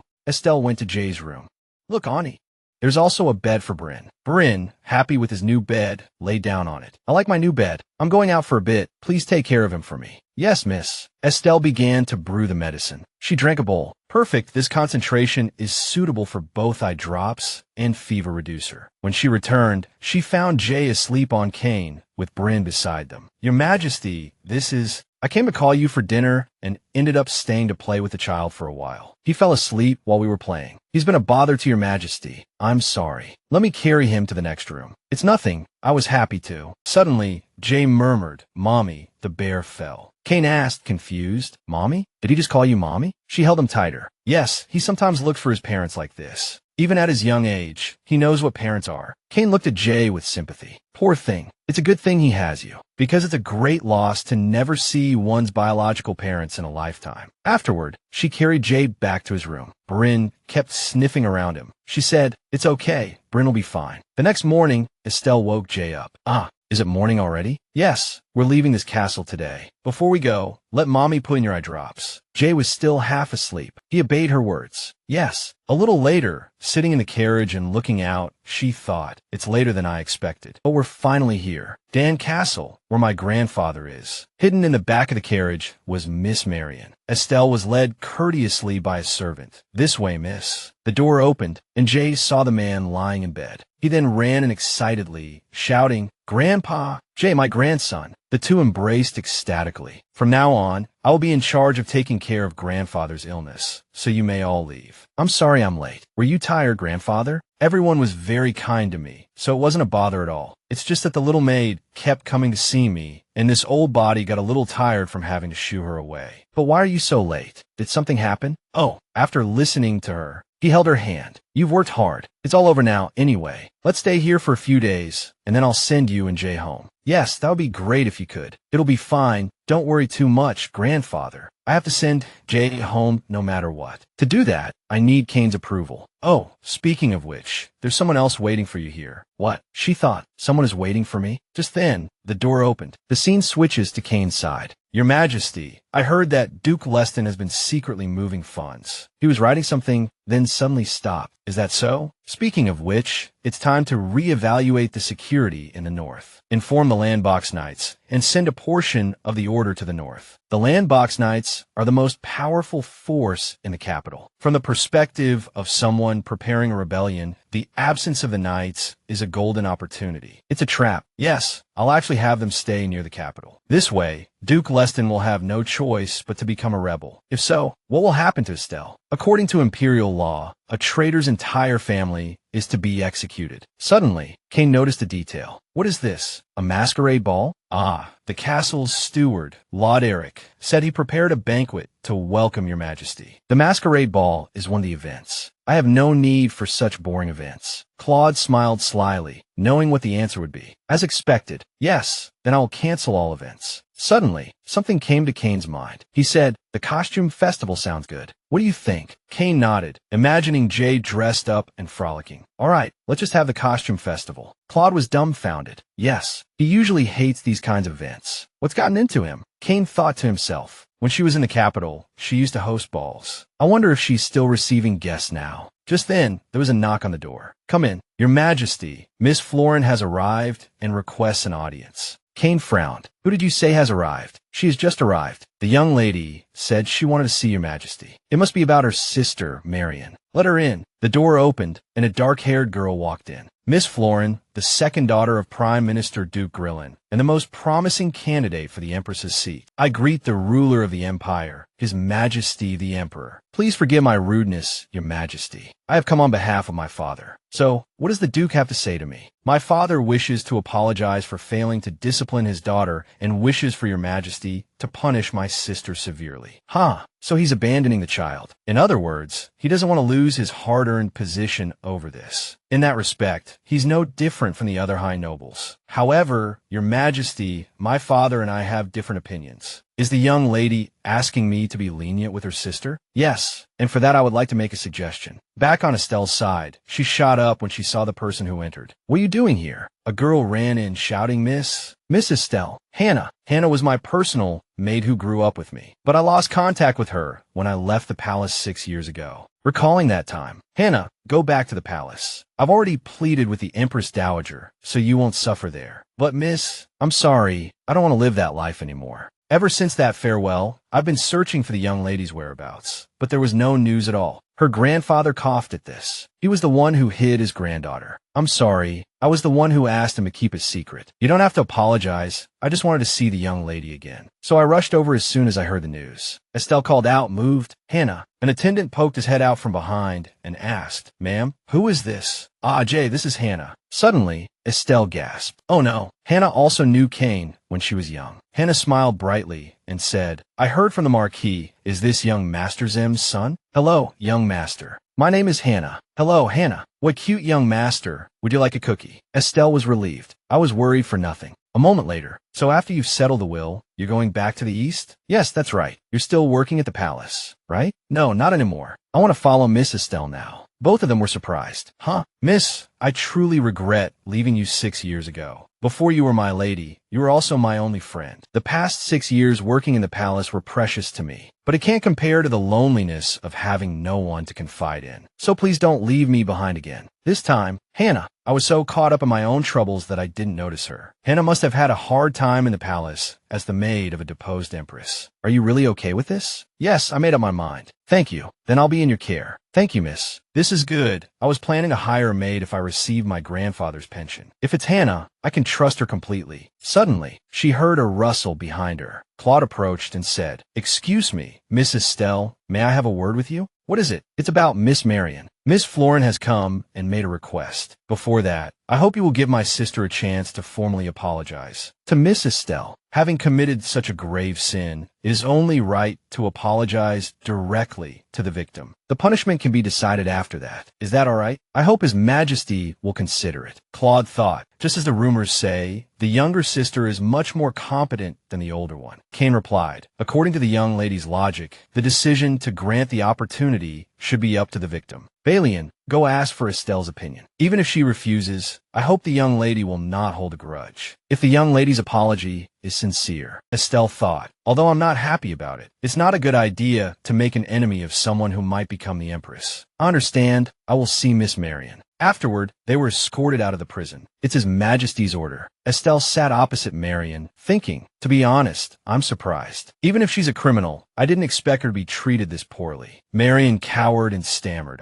She pressed her lips together tightly, then suddenly burst out, "Is saying sorry enough? Are you satisfied, Miss Marion?" Estelle raised her hand to stop her. "Lord Linden, isn't Miss Marion here to plead for mercy?" "Plead for what?" "It is His Majesty who decides my punishment, not you, miss. I was just—" Yes, that's right. I was just a little harsh." "Yes, very harsh. Accusing someone of attempted murder. Just a small slip-up that cost me and my family our lives." I didn't expect." "Is that so? That's why you're so shameless. I only came here for your sister's sake. But if you continue with this attitude, I'll have no choice but to disregard all of Miss Florin's efforts. Do you have anything else to say?" Marion clasped her hands tightly. I continued, "Lord Linden, please escort Miss Marion out." Marion struggled. "No, how dare a deposed Empress?" Suddenly, the door was thrown open and Kane walked in, asking, "What's going on? Why haven't you taken the criminal away yet?" "Yes, Your Majesty. Your Majesty." Marion tried to run to Kane, shouting. Kane looked at her with an icy gaze. Seeing his attitude, Estelle thought, it seems he heard everything.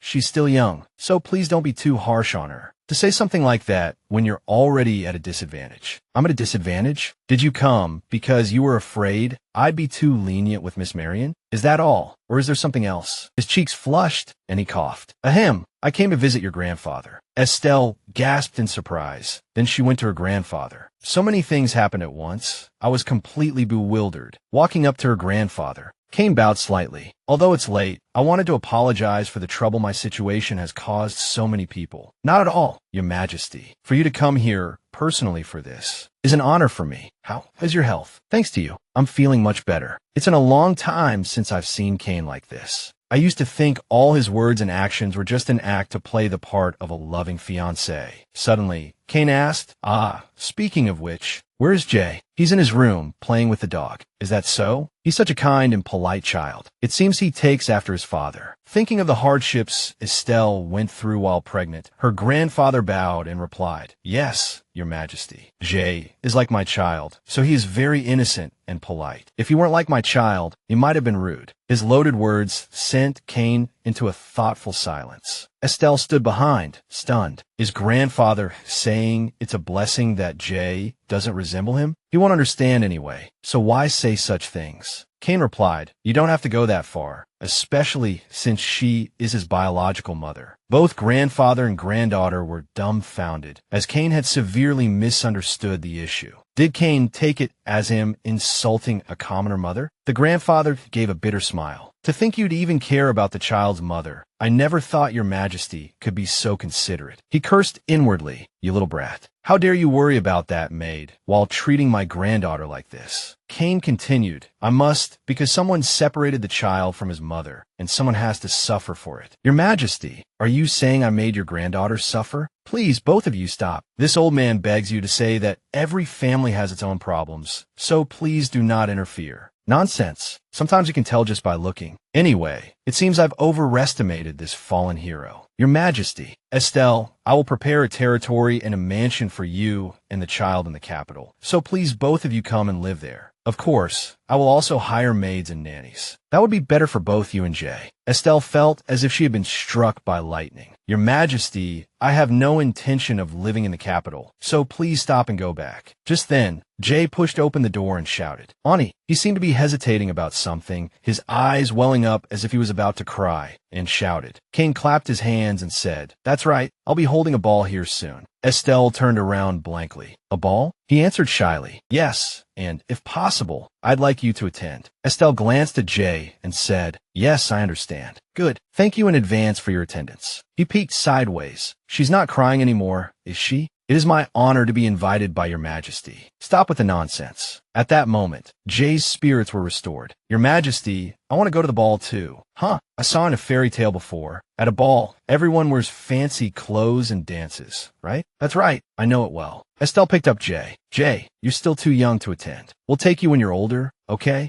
Kane was talking about Jay's age, but he suddenly stopped when he saw Estelle shaking her head repeatedly. He turned his face away and continued. Is it not enough? If you insist on attending the ball, I will arrange a private place for you. Really? Of course. But I really want to go to the ball. Then, Your Majesty, may I see the garden? I wanted to go there, but the servant said, I need your permission. All right, you may go as you please. Estelle, you'll go with him, right? Ah, yes, Your Majesty. Let's go, Jay. A moment later, Jay was being shown around. The little boy was curious about everything around him. Seeing a nearby house, Jay asked, Ani, what's that strange house over there? Ah, that's not a house. It's a pavilion. But what's a pavilion for? It was originally for viewing the lotus pond, but now it's used as a showroom. Do you want to go see it? I do. Upon getting closer, the door was locked. It seems the manager isn't here. Next time, then. Jay looked inside regretfully. What a shame. But what are those plates inside for? Those plates are displayed for people to admire because they are rare items. You must never touch or play with them. Understand? Yes, I understand. After that, Jay was taken to a large garden. Estelle smiled as she saw Jay enjoying the flowers. When we get home, I'll build a garden just like this in your garden too. Really? Yes, I promise. We'll also build a small lotus pond and raise fish. Jay was so happy he rushed over and hugged her. Kane walked over and said, If you like the flowers, I will personally send someone to deliver them to you. Is it really necessary to transport them all the way from here to the east? It's fine. If I need anything, I will be sure to tell your Majesty first. Then please grant your approval. Of course. She looked at him and thought, the timing is about right. The ball is the chance. At the ball, where there are many people, I will ask to send Ani home. After the tour, she took Jay back. You're back. Yes, grandfather. Grandfather, why did you say such strange things to His Majesty? He misunderstood anyway. He just sees me as a senile old man. Just let him think that. He was surprised when he saw the look in her eyes. Isn't it better that he misunderstands like that? That way the story of us kicking his mother out of the house, that's more believable. You're not wrong, but I'm sorry for you and Jair. I'm willing to endure the humiliation. This is all my fault. He recalled images of the past, of his only 2 children and his grandson. Rana's already left me, and now I only have you and Jair. Don't you still have Frisia? Frisia? That child hasn't even contacted me once. But so what? I know his father won't let him contact me. But the problem is Frisia is too obedient. Estelle recalled the past. When she was in a hurry to leave, Frisia had grabbed her arm and pulled her back. Where do you think you're going? Stop this nonsense and go ask Father for forgiveness. At that moment, she decisively shook off his hand and left in a hurry. Recalling those things, she said, That's undeniable. By the way, why did His Majesty suddenly come to visit me? I've never seen him be so polite. I'm sure he has no other intentions. He's always been a reasonable person. Huh? Are you trying to get me to side with that boy? What are you talking about, taking sides? Anyway, we have a good opportunity because of this. The ball is a place where all eyes are watching, so His Majesty won't be able to refuse my request. Are you all right? She recalled what Duke Leston had said. Since when did the Leston family need a daughter who isn't an empress? Not only that, but a deposed empress. I'm fine. Please forgive me for not being able to help you.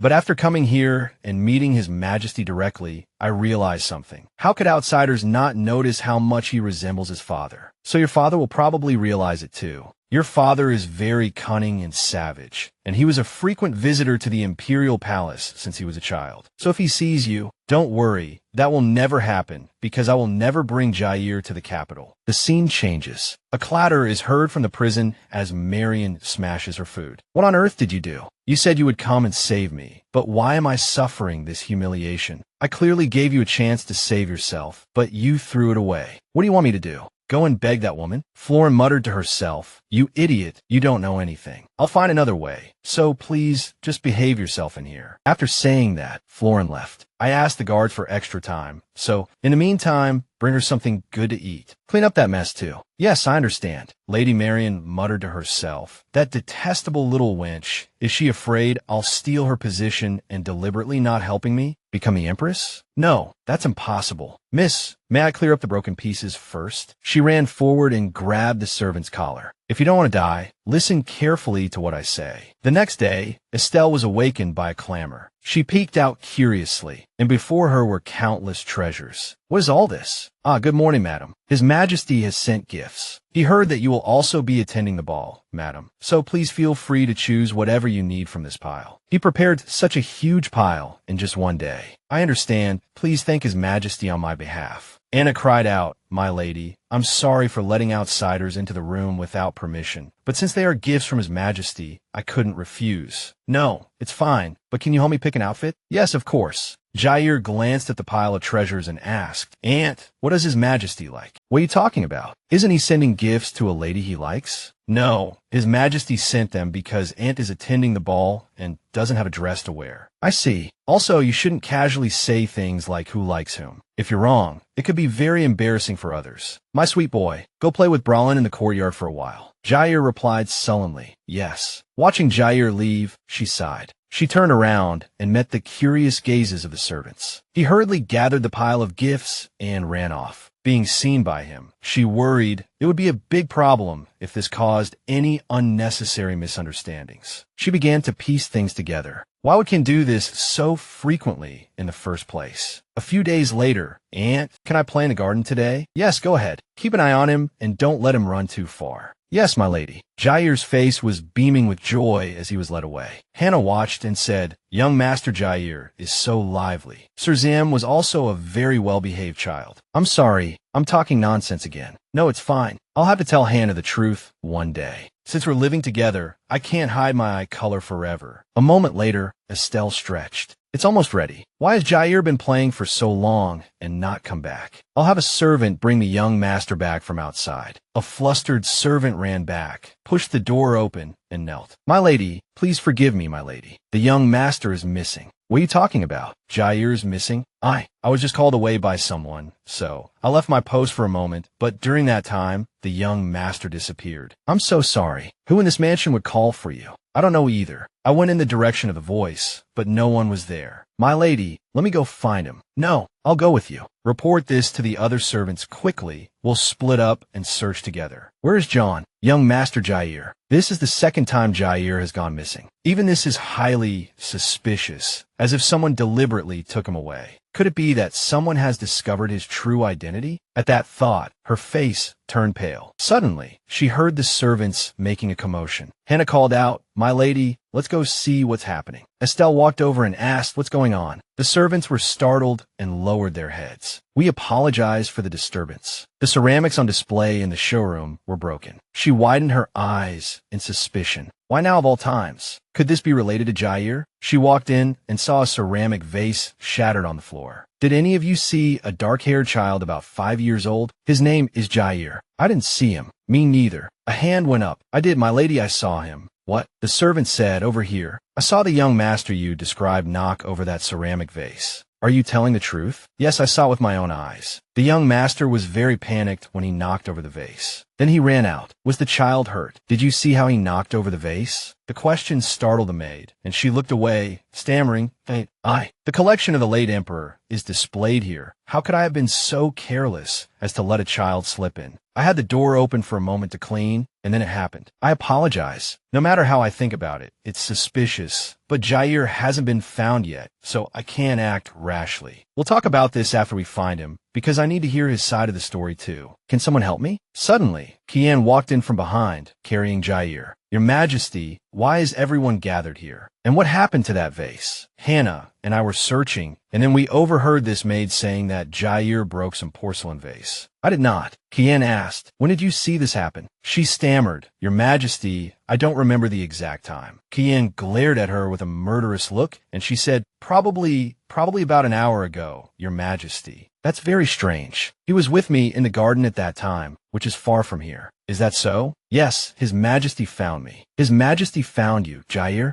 Can you tell your aunt exactly what you told me? Yes, Your Majesty. Jair began to recount everything. Jair was playing with the dog, and then he looked around and couldn't see the maid anywhere. Where did that big sister go? Brolin, did you see that lady here just now? Mother said I have to stay with her. Suddenly, a maid approached and asked, Young master, what are you doing? Who are you? Lady Estelle sent me. There are delicious snacks over there. Would you like to come with me to have some? Snacks? Just then, Brolin suddenly stood up and growled warily. Oh my, what's wrong with this dog? Jair thought to himself, come to think of it, I don't know this lady. He remembered his mother's words, that many strangers would be coming and going during this time, so he shouldn't follow strangers on his own. Okay, I'm sorry, miss, but Mother said not to follow strangers. It's all right, young master. I'm not a bad person. Brolin barked more fiercely. Jair became wary too. The maid frowned impatiently and reached out to grab him. Come here. Brolin leaped up and bit her hand. Then they both ran. Jair ran for his life, tears streaming down his face. I have to run, but where should I run? Where on earth is this place? Suddenly, Brolin turned in another direction and ran ahead. Where are you going, Brolin? And so, Jair followed Brolin. It's so scary, Mother. As they ran, they bumped into Kian. He called out, Jair. Hearing the familiar voice, Jair stopped. Your Majesty. Even Brolin's face showed delight. Jair hugged Kian's leg and burst into tears. You, why are you here all alone? Your Majesty, a stranger tried to kidnap me. Hearing this, Kian's expression darkened. Tell me exactly what happened. So Brolin brought me here. You came looking for me. How clever. Kian held Jair in his arms. It's all right now. Don't worry anymore. Jair, who was being comforted, had his nose and eyes swollen from crying. Then he hugged Kian tightly and sobbed, Wah. It's all right now. By my side, there's nothing more to be afraid of. No one would dare to kidnap you. After crying out all his fear, Jair's eyes were swollen. Are you done crying?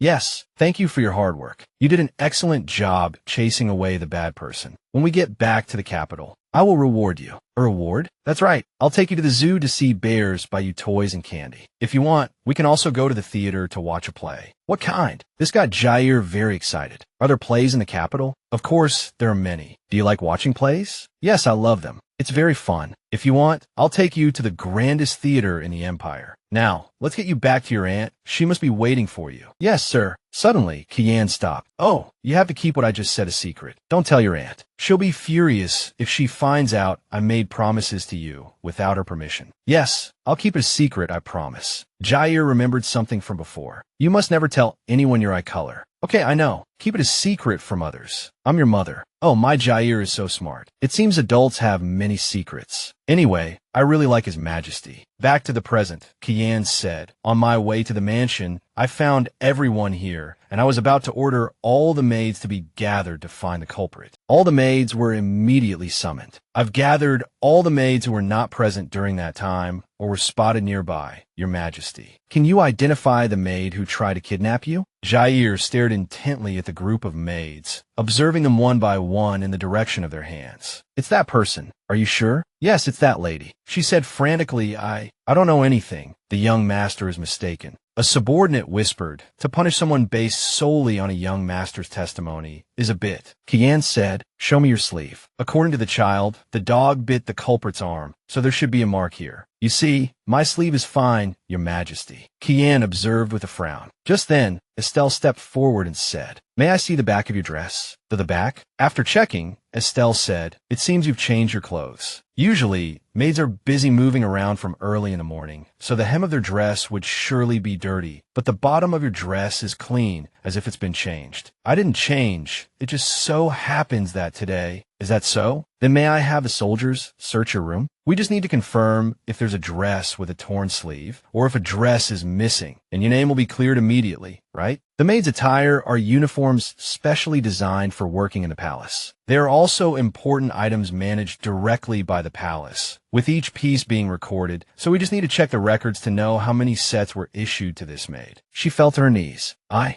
was wrong. Speak. Why did you kidnap the child? It was because he broke the ceramic vase, and I wanted to cover it up. That's why I did it, Your Majesty. Please forgive me. Since she begged me, I had no choice. Kaizen said sternly. Lock them both up in prison. I was wrong. Your Majesty, I was wrong. Hannah said, Aunt, my lady, everything is fine. I'll head home first. I'll follow shortly. Yes. When only the two of them were left, Estelle bowed and said, Thank you. Your Majesty, it's nothing. You should go rest too. Don't worry about the rest. He must have been terrified, so comfort him well. Yes, thank you for your concern. I'll take my leave then. Her expression suddenly turned cold. If it weren't for Kaizen, things wouldn't have been resolved so quickly. Not only was I framed for breaking the vase, but Jair could have faced something much worse. It was because he broke the ceramic vase, and I wanted to cover it up. That's why I did it, Your Majesty. Estelle returned with a heavy heart. The execution was clumsy, but their stories are consistent.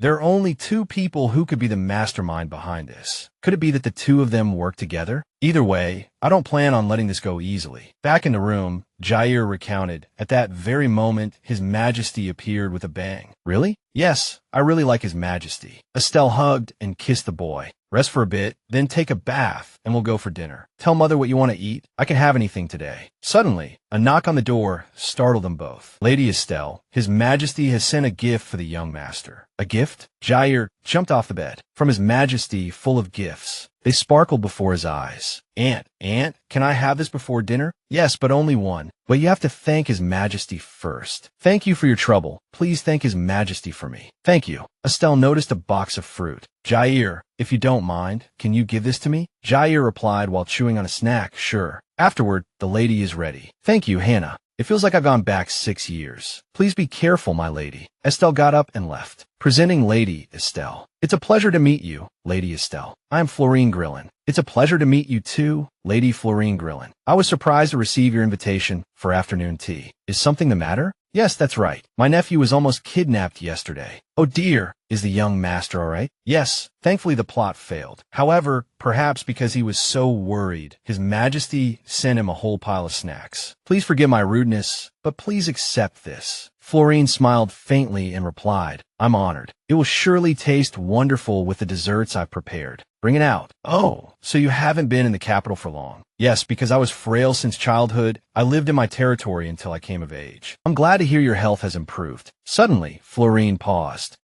Lady Estelle, I'm very sorry about what happened last time. I thought my sister had truly repented. It's all right. I'm fine. Is Lady Florine all right? Yes. Well, it's because of me that your sister was imprisoned. In any case, my sister brought that upon herself. Perhaps my sister hated seeing His Majesty being so kind to Lady Estelle. My sister has always been fond of His Majesty. Lady Florine, you don't mind me, do you? Does Lady Estelle have any intention of returning to the position of Empress? How could I? I don't want to, nor do I have the ability. In that case, there's no need for us to be enemies. Isn't that so? On the contrary, I prefer it this way, because the one who has caught His Majesty's eye is none other than Lady Estelle. So, in short, you're relieved that I'm not a rival, right? I used to have a doll that looked just like this when I was a child. But if you really thought that, you wouldn't have come all this way to probe. Florine's gaze sharpened. Estelle thought, so this is her true face. Although Lady Estelle doesn't want to be and cannot be the Empress, nothing in this world can be predicted. 6 years ago, who would have thought I would be sitting in this position? So I just came to confirm the relationship between Lady Estelle and His Majesty. Oh, of course, I sincerely wanted to apologize to you, my lady. I have admired you for a long time. You flatter me. I'm being sincere. You may not remember, but we have met before. In any case, you'll know when you see it for yourself. His Majesty has no feelings for me, so can you rest assured now?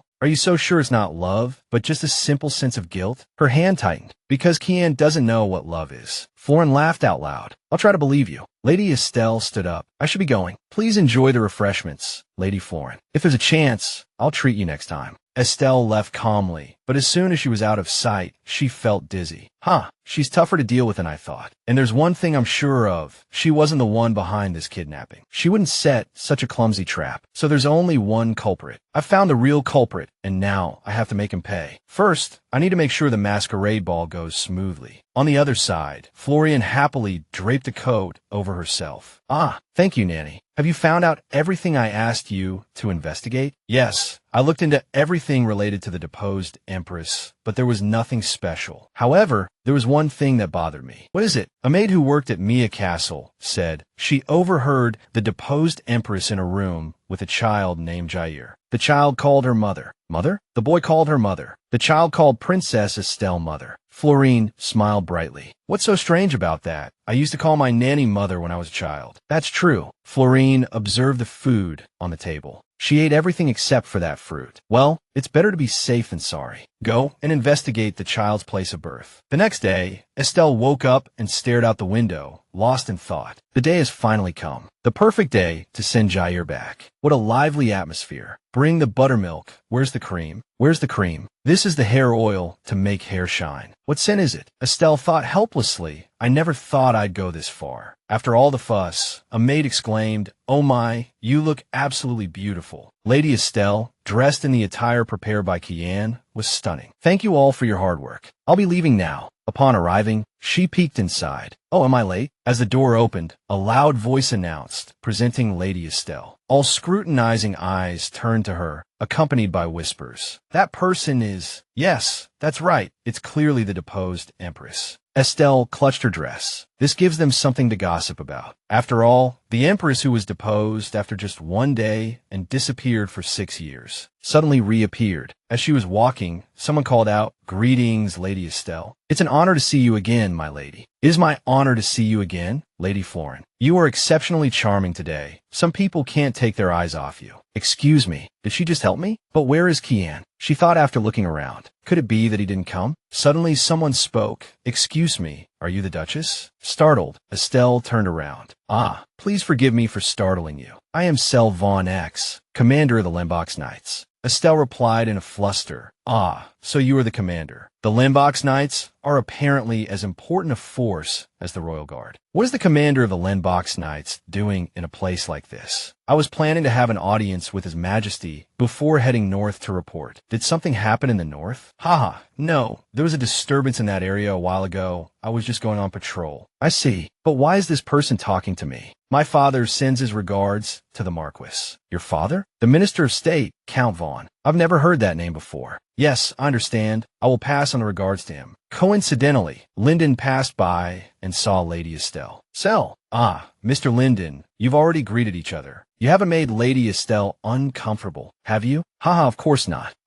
Mr. Lyndon, where is His Majesty? Well, His Majesty is upstairs. Estelle looked up and met Kian's gaze. He was looking down. Lyndon said, I should probably excuse myself and find my dance partner. The music started and everyone paired up to dance. Sel spoke up. Lady Estelle, if you do not have a partner, may I have the honor of this first dance? Why is this person asking me to dance? Sir Sel withdrew his hand. Did I make you uncomfortable? No, it's just that I wasn't planning on dancing, so... Suddenly, Kian approached from behind. She turned in surprise and exclaimed, Your Majesty. Kian extended his hand without hesitation. Lady Estelle, may I have this first dance? This move by Kian caused a stir. At the party, Estelle froze for a moment, then replied, Thank you, Your Majesty, but I do not wish to dance. I haven't attended a ball in so long. I'm afraid I'll make a mistake dancing with you. It's all right. Please excuse me. She thought, I hate this situation. Kian continued, Even if I beg you, you still won't agree? Kian looked pitiful in the eyes of the crowd. Estelle had no choice. She sighed and extended her hand. Very well. As soon as he got Estelle's consent, he gently placed a hand on her waist. There was a time when she buried herself in dance practice every day to become graceful and beautiful. She practiced every gesture and movement to perfection, even until her feet bled, all for this man. After a twirl, Kian praised, You dance very well. Only then did she realize, I see. This is the first time Kian has danced with me. He never attended evening parties because he hated them. And everything I did was just to hear that one phrase. The two danced a waltz perfectly until the melody ended and applause erupted. Estelle leaned against him as if in relief. He whispered, Estelle. Estelle thought, I can't waver. I must do it now, at this moment when all eyes are on me. Estelle knelt down. Your Majesty, please have mercy. Her shoulders trembled, her lips were pressed tight, and her voice trembled strangely. It's all right. This will only make me seem more sincere, she said. As your Majesty knows, my grandfather, the Marquis of Lorraine, traveled a long way for my sake, which has left him frail. Although his health is gradually stabilizing thanks to your Majesty's concern, my heart aches whenever I think that this is all my fault. Murmurs began to spread. It seems the Marquis is in poor health. Oh dear, he is old. She was in tears. So I implore you, please allow my grandfather and my nephew to return home first. I implore you, your Majesty. All right, that's enough. I thought you were going to ask for something major. The Duchess is so pitiful. His Majesty will surely agree, right? Kian's face darkened as he muttered no. Estelle looked up and said, pardon me? We will discuss this later. This unexpected answer stunned her. She did not give up. But your Majesty, leaving my grandfather aside for a moment, Jair had a fever not long ago and needs care. He interrupted, that's right, they're both unwell, so there's no need for them to travel far now. We'll talk after the party is over. Your Majesty, he raised his voice. That's enough. This is an order. Since we reunited, has Kaizen ever given me an order? Kaizen turned and said, the party is over. With that, he left, leaving Estelle standing there motionless. The door slowly closed, and a noisy crowd around her comforted her. Duchess, please don't be too heartbroken. That's right. The Marquis will get well soon. Ah, thank you all for your concern. Then, she listlessly turned to go back. I thought he would surely accept. It wasn't just me. Everyone present at the time thought so too. But why? And why did he have such a pained expression? Suddenly, she heard a rustling sound. She turned her head and walked towards the Judas tree. As she was admiring its beauty, Kaizen appeared. He approached and called out, Estelle, let's talk. So that's why he came. What does your Majesty mean by this? Are you saying you attended the ball to get my approval, aren't you? Is that not allowed? Kaizen became agitated. Is it that important to take your grandfather and nephew home? Then, may I ask your Majesty, why are you so insistent on bringing them all the way to the capital? You could have just told me directly, I don't like the ball, please send them home. Huh, if I had said that, would you have agreed? At least I wouldn't feel like I've trampled on someone's sincerity like this. Like this. Haha, for that reason, you rejected my request? Your Majesty, and I know, it's more than that. His outstretched hand froze. Rather, if they weren't here, you would leave again. You wouldn't stay in the capital. You'd leave immediately, and I would never see you again. Yes, I want you to stay by my side. What did I just hear? His Majesty wants me to stay by his side? I don't want to. I don't want to go back, especially not to your Majesty's side. I absolutely do not want to go back. 6 years ago, when I heard the words, I want a divorce from your lips, I wanted to die, but I couldn't, because if I died, you would become a cold-blooded man who killed his wife on their wedding night. So I endured all the humiliation and left alone, because even though I was foolish, I had once truly loved you. But that doesn't mean I wasn't hurt. She said, Your Majesty, there are some things in this world that can never be undone. She turned around. If you have nothing else to say, then I will take my leave. Kaizen stood there, lost in thought. I know your hurt expression, even though I don't remember anything about you. That face has remained in the Reston ducal house. What about the Emperor? There are rumors that he went to the Black Iron Fortress. I thought he would hesitate in that village if we spread the news that we were preparing a rebellion. I didn't expect him to move faster than I anticipated. I already knew Duke Say was a spy. I just needed to lure him into spreading false information to the Emperor. Although the Emperor thinks he has set a trap by emptying the capital, the palace is no different from a fortress for him. So, if we want to defeat the Emperor, we must lure him out of the palace and see who falls into whose trap. Wait at Dent's fortress and launch a surprise attack at the first opportunity. But, sir, the princess is with the Emperor. He sneered. Ah, her. Don't worry about that little thing. To realize my dream of becoming regent,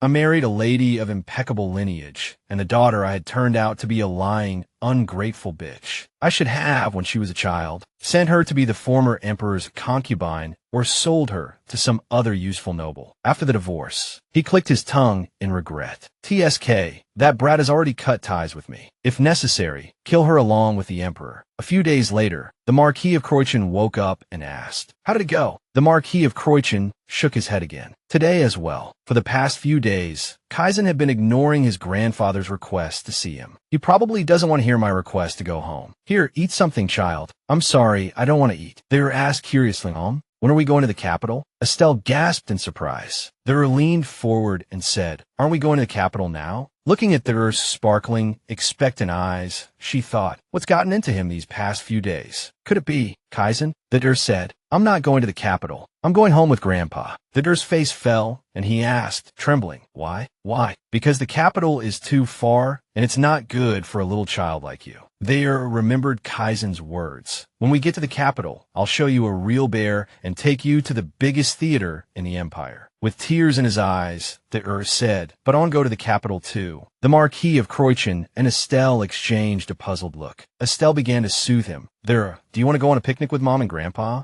Today? A picnic? Are we going to play in the woods?" "Yes, what do you think, Grandpa?" "Mom will go make some snacks, and the heir can get ready here with Grandpa." The heir sat obediently in his chair and replied, "Let's go, Grandpa." Although the nearby forest is the Emperor's designated hunting ground, just a walk should be fine. It's secluded, and it'll be easier to gather herbs. Please inform His Majesty that I would like to take the child to the nearby forest and hope for his permission. "Yes, my lady." She frowned as she left. Is he going to refuse even this? Hearing the news, Count Lo asked, "Where to?" Lady Estelle wishes to ask for permission to go for a walk in the northern forest. "Oh no, that won't do. His Majesty is hunting there." Anyway, Velian was annoyed. Did His Majesty go on a picnic? Who does he think I'm enduring all this hardship for? Since the banquet, His Majesty has been working nonstop. Does she know how much I've suffered because of it? Even today, I had to talk my head off to finally get His Majesty to go out. No, although I have no intention of playing matchmaker. At this rate, His Majesty's feelings will only deepen. It's human nature to want what you can't have. It's better to create an opportunity for them to talk to each other. Velian said, "Tell her to go." "Yes, I'll permit them to have a picnic. Just don't let them know His Majesty is also there." After receiving approval, the family of 3 was overjoyed. Soon, they arrived at the picnic spot. What lovely weather. A frog jumped out, catching the heir's curiosity. "It's a frog. Oh my, don't run too far.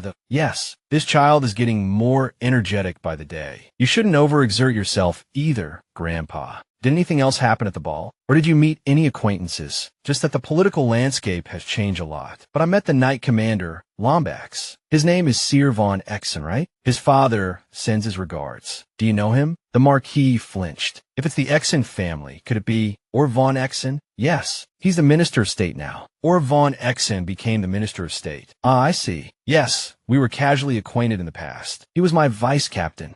It seems there's more to it than that. Estelle was about to say something when she called out, "Grandpa." The little one. "Oh, right? Didn't you say you were going to look for herbs? I'll watch there. You go look." "Ah, yes." "All right then." Suddenly, a heavy rain began to pour, and Kaizen's party scrambled to prepare a shelter. "Your Majesty, it seems the rain is getting heavier." Kaizen looked around for a moment, then said, "Very well, go help the troops." Thunder and lightning rumbled incessantly. Just then, he heard a rustling in the nearby bushes. Kaizen turned to look, reaching for his bow. He was sure it wasn't an animal's trail. Just as he drew the bowstring taut, a subordinate shouted, "Your Majesty." Kaizen put a hand to his lips, signaling for silence. Shoo! The moment he was about to release the arrow, he caught a glimpse of Estelle's hair. Soaked to the bone, Estelle peeked out from under the bushes. Surprised, Kaizen lowered his bow and rushed towards her. "Estelle, why are you here?" He tossed her basket aside. I should be asking you that. Why are you? Have you been hunting here all day? Then what was that about approving our picnic? Picnic? What picnic? Both realized it was Velian's trick. Suddenly, she remembered something and said urgently, "We have to find the heir and Grandpa. I was wandering alone in the forest and got lost. The two of them have nowhere to shelter from the rain." He turned and ordered everyone, "Find those two immediately. But Your Majesty, we can't leave you and the princess alone." He snapped, "Go now." "Wait, I want to go too." Kaizen retorted, "No, this forest is more complex than you think. Didn't you just get lost? But listen to me." She turned away sullenly. When have you ever truly listened to me, Your Majesty? As soon as the words were out, she quickly covered her mouth. My big mouth. He lowered his voice and said, I'm sorry, I was wrong. What happened at the banquet was my selfishness. I've been wanting to apologize to you, but I didn't even have the courage to face you. You don't have to apologize. You are the master of this empire, so everything always has to go your way. I didn't say it to hear that. Then what? You refused to see me this morning, and now you're suddenly apologizing. How can I believe you? He lowered his head. Yes, I was too stubborn. I'm sorry. If it's not too late, it's fine for the two of them to go home. Do you mean it? Kaizen nodded in agreement. Thank you. Her face lit up. Now can you send someone? Suddenly, he heard a rustling sound behind him. His eyes sharpened, and he carefully pulled her into his arms, bringing them face to face. He whispered, Get down. Estelle obediently crouched, and he immediately swung his sword at what was behind her. With a thud, the sword pierced someone, followed by a wretched scream. A few seconds later, they were surrounded by a group of masked men. Assassins. Kaizen instructed Estelle, Stay right behind me. The group stared at Kaizen and shouted, Kill him. The sound of clashing swords echoed through the forest. Clang, clang. Kaizen took them down one by one. Estelle remained safely shielded behind him. Another man lunged at Kaizen, but he quickly cut him down with a single stroke. Kaizen was now exhausted and panting. He clutched his head, feeling dizzy, and turned to say, It's all right. He stopped mid-sentence, seeing someone behind her aiming for Estelle. Kaizen rushed towards her, shouting, Estelle! With a thud, she collapsed. A few seconds later, she opened her eyes to see Kaizen struggling against an assassin. The assassin's sword struck Kaizen's shoulder, drawing blood. Worried about what to do, Estelle saw a knife on the ground. Just as she turned to grab it, she heard a piercing scream. She looked back in alarm, shouting, Your Majesty! Kaizen was on his knees, while the attacker lay dead. His throat slit. Your Majesty, are you all right? Kaizen was struggling to press down on the bleeding wound. Estelle worried about the wound. I'm fine, don't worry. How could this happen so suddenly? Most of the forces that could cause trouble have already been eliminated. She saw the person lying on the ground, and her eyes widened. I know that person. I used to see him following. Kaizen grabbed her hand and pulled her away. We need to find the heir and the marquis first. He lifted her onto the horse. Who knows if they're also surrounded by assassins? Hearing this, Estelle's heart sank and pounded, and her whole body trembled. But she was worried about both Kaizen's injury and the safety of her grandfather and son. Kaizen said, We have to go. The more Estelle hesitated, the more danger they were in. The blood from his arm flowed more heavily. She bit her lip as tears streamed down her face. Immediately, the two rode off. Sitting behind him, she thought, Why? Why on earth is he going to such lengths? Is it out of a belated sense of atonement? If not, then, she recalled his earlier words, I had hoped you would stay by my side. She held him tightly. After a while, someone shouted, Your Majesty. It was Kaizen's subordinates returning. He said there was an assassination attempt, and it's unknown if there are any remnants, so they must find the whereabouts of the Marquis and the child as soon as possible. The two of them are with our subordinates. Allow us to lead the way. A moment later, the group arrived at the location. There, Grandpa. Estelle ran over and hugged them tightly. There, are you okay? Are you all right, Grandpa? Teor Sobid. Sobi. Bad men came. We encountered assassins on our side, too. Fortunately, our subordinates arrived in time and dealt with the assassins. Kaizen slowly walked towards Estelle. He sat down and looked at the heir. Are you okay? They sniffled, looking at the wound on Kaizen's shoulder. But, Your Majesty, this little scratch is nothing, so don't worry, okay? Kaizen was startled when he got blood on the heir's face.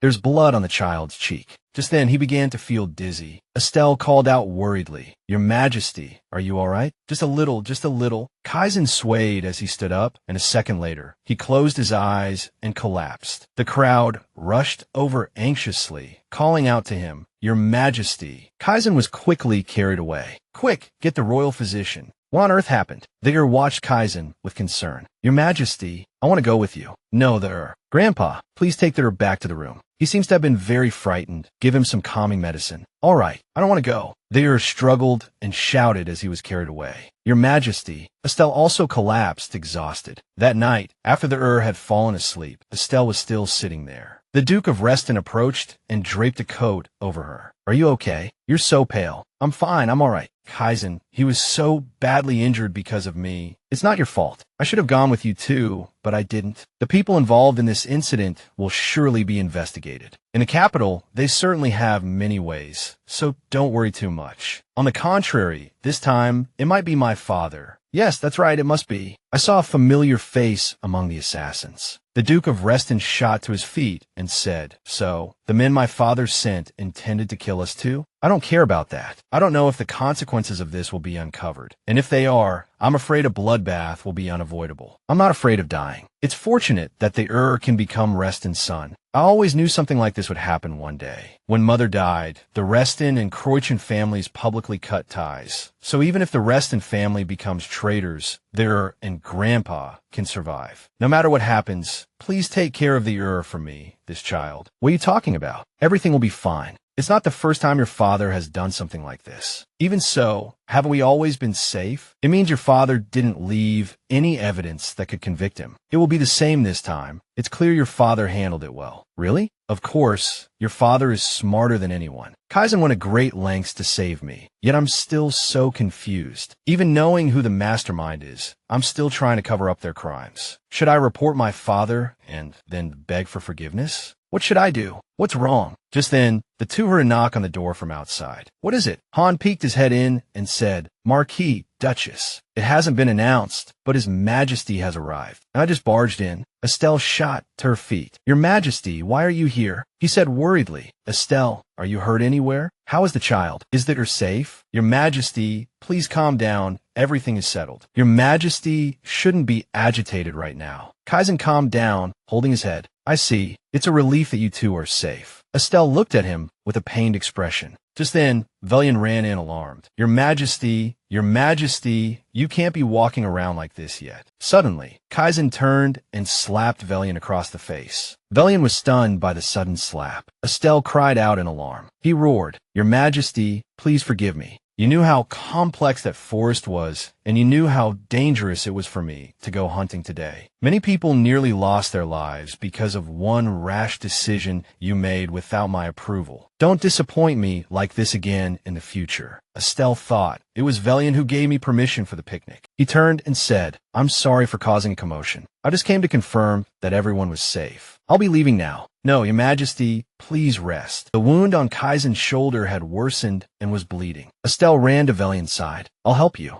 Velian refused. "It's all right. I don't need help. I'll see you later." Velian went outside to meet Kaizen. "Your Majesty, I have confirmed the identity of the assassins. Leave it. Now is not the time for me to ask to die. For you." Afterwards, in the carriage, Estelle thought, Kaizen's condition has improved, and at the same time, I must go to the capital to testify for the investigation. Under heavy protection, after 10 days of nonstop travel, I finally arrived in the capital. "Welcome, sir and miss. This is the residence where you will be staying during your time in the capital." The Marquis and Estelle were shocked by its luxury. "Isn't this a bit much?" "Yeah." Suddenly, they rushed inside. Inside were gifts prepared by Kaizen. "Ah, young master, this is a gift from His Majesty for you." They shouted excitedly, "Your Majesty." The heir happily hugged the puppy. "Wow, look." Estelle smiled. He hadn't seen Kaizen since that day and had been bored. In the following days, the heir was engrossed in the gifts from Kaizen, while the Marquis of Croichan comfortably practiced his swordsmanship. Everything was going so smoothly until, "My lady, a guest is waiting for you on the first floor." Estelle went downstairs, thinking, someone is looking for me in the capital too? Who could it be? When she saw the person, she froze. "Fritz!" He looked at her and called out. She recalled their previous encounter. "Why did you agree to the divorce without father's permission? Don't be foolish. Go and beg father for forgiveness." Her lips tightened and she said, "Go home. I don't want to see your face." "I'm sorry, Estelle, I was wrong. Can we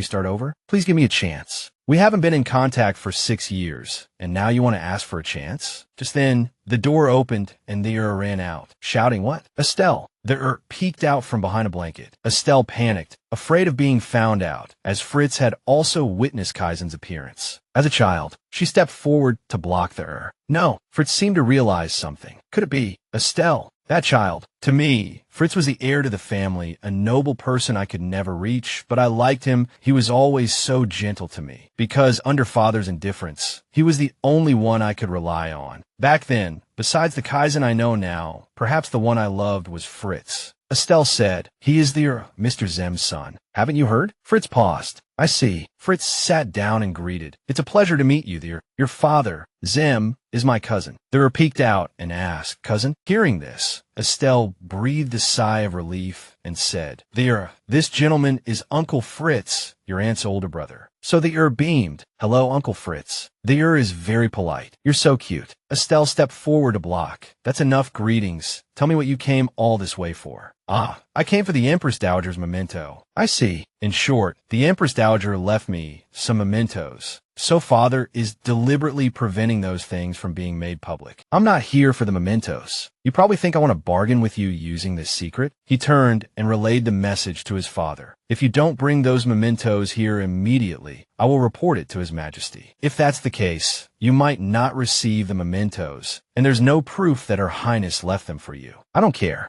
Rather than letting those mementos fall into father's hands, it's better to give them to His Majesty, the Empress Dowager's grandson. So that's what you want. Then I'll go say hello to him and come back. How long do you plan to stay in the capital?" "I'm going back in 2 days." "Can't you stay a few more days?" Mother's ball is coming up. Around this time, every year, Mother would host a ball at the ducal estate. After Mother's death, it wasn't held for many years, but after my social debut, the position was returned to me. While I was away, you were the one hosting the ball. That's right, I was directly in charge. According to imperial custom, a man without a public office must host the ball. However, he did it to maintain the ball. Do you really regret it? I'm sorry. I have to leave in 2 days, so I can't attend the ball. All right. Is there any other way? If you need any help, just contact me. Yes, I will if needed. Thank you. During a meeting, His Majesty arrived. Kaizen took his seat, and the Marquis knelt, saying, "Your Majesty, I have disturbed you and deserve to die. That child has been a trouble to our family since she was young." He was referring to Marianne. Kaizen glared, thinking, I can't keep her by my side. I always feel uneasy, and now he's blaming all the problems on his own child. Either way, she's a threat. Stop with the jokes and excuses. According to the laws of the palace, Lady Marianne, who dared to set a trap for the Emperor's guest, will be sent to a convent on an island. Your Majesty, please have mercy. Kaizen turned and left coldly. Fortunately, the instigated maid died suddenly, so due to insufficient evidence, the proper punishment could not be given. What a brilliant way to cover up a crime. The crux of the problem is that Lady Marianne is Kreutchen's daughter. The Marquis of Kreutchen is an important member of the new nobility. If their hair is cut recklessly, the remaining strands will be completely ruined. What a mess. Velian said, Your Majesty, to announce the will, you must move to the Great Hall. Very well. When I received the will, I was in a great hurry. I had to reclaim the southern territories at all costs and couldn't give the nobles time to pry. Isn't this strange? The great Empress Dowager has been dead for 2 months, and since then, there's been no news about taking over the southern territories. Forgive me, Your Majesty, we have not yet found the princess. While struggling with this problem, he received the news. I have brought the princess back. If the empire were more stable than it is now, then her family would not have ended up like this, and she would not have had to go through these things. As long as she is not involved with me, she can be happy. Scene change. In prayer. Great Empress Dowager, these are your favorite white acacia flowers. I'm late, I'm sorry. Oh, my lady, Estelle. High Priest, it's been a long time. Goodness, you must have had a hard time these past few months. Lady Estelle, the great Empress Dowager, was very worried about Lady Estelle before she passed away. She instructed me on many things. The Southern Territory originally belonged to me, but I have never personally taken it over in my life. So I want to grant this untouched land to you. That's what she said, so she instructed you that way. Yes, because you were forced to marry into the royal family at such a young age. Lady Estelle, you are an intelligent person. I believe you will wisely accept the terms written in the will. Let's go inside. The acceptance ceremony for the letter of attorney will be held inside. Yes. The door opened, and Estelle slowly walked in, all eyes following her steps. She walked to her place and looked up at Kane. Now, I will begin drafting the power of attorney for the Empress Dowager's will. Your Grace, please sign the authorization document. Estelle picked up the pen. It had taken so long to get to this point, but all that was needed to inherit the territory was to sign a piece of paper. The document's content was to transfer all rights of the will to the Emperor. Cain, does your Grace truly have no conditions? You accept handing over all privileges regarding the authorization to His Majesty. At this, Estelle paused and immediately received a reminder. Your Grace, you are an intelligent person, and I trust you will wisely accept the terms written in the will. Your Majesty, please forgive my rudeness, but may I state one condition? As soon as she spoke, the surroundings grew noisy. 6 years ago, I left without any conditions. Just for Cain. If I do this, what's the difference from back then? With the southern territory left by the Empress Dowager, possessing this land means one can control many things and adjust the wavering scales of power. I could have done this from the very beginning. But Cain looked at her for a moment, then answered, Speak. The Batten Mansion, where the Empress Dowager was born and raised, I hear it is currently abandoned and has no master. Yes, if your Majesty permits, I would like to build an academy there. An academy? Yes, in memory of the Empress Dowager. I wish to establish a charitable academy so that the poor can also receive an education. Estelle thought, I'm sorry, Empress Dowager, but for me, what I must protect is more important than the power before me. So, I will use the opportunity you've given me to make a concession to His Majesty. Everyone present began to murmur. Cain looked at her and smiled. Just like that, he picked up the document and signed it. The seal was stamped. With that, the power of attorney procedure was complete. After the formalities were done, Cain came to Estelle and asked, Estelle, are you returning to the east now? Yes, if possible. I will depart first thing tomorrow morning. I won't ask you to stay here. This isn't a place where I belong either. Yes, I'm sorry. Why are you apologizing? Cain replied with a smile. For everything. Because of me, you had to travel all this way, and for not asking for your opinion on this matter, and for that day 6 years ago. If I were to list all the things I'm sorry for, it would be endless. It seems I'm always doing things I should apologize for, even if you don't forgive me. It's all right. Estelle, please, live happily in a place where I am not. The you right now is very much like the warm boy I once loved. In the 10 years you spent with me, if even a small part of that time was sincere, then I can now move forward with confidence. Thank you, Your Majesty. Just then, someone called out, Lady Estelle, it is an honor to meet you. Estelle thought, isn't he one of the witnesses from the cathedral earlier?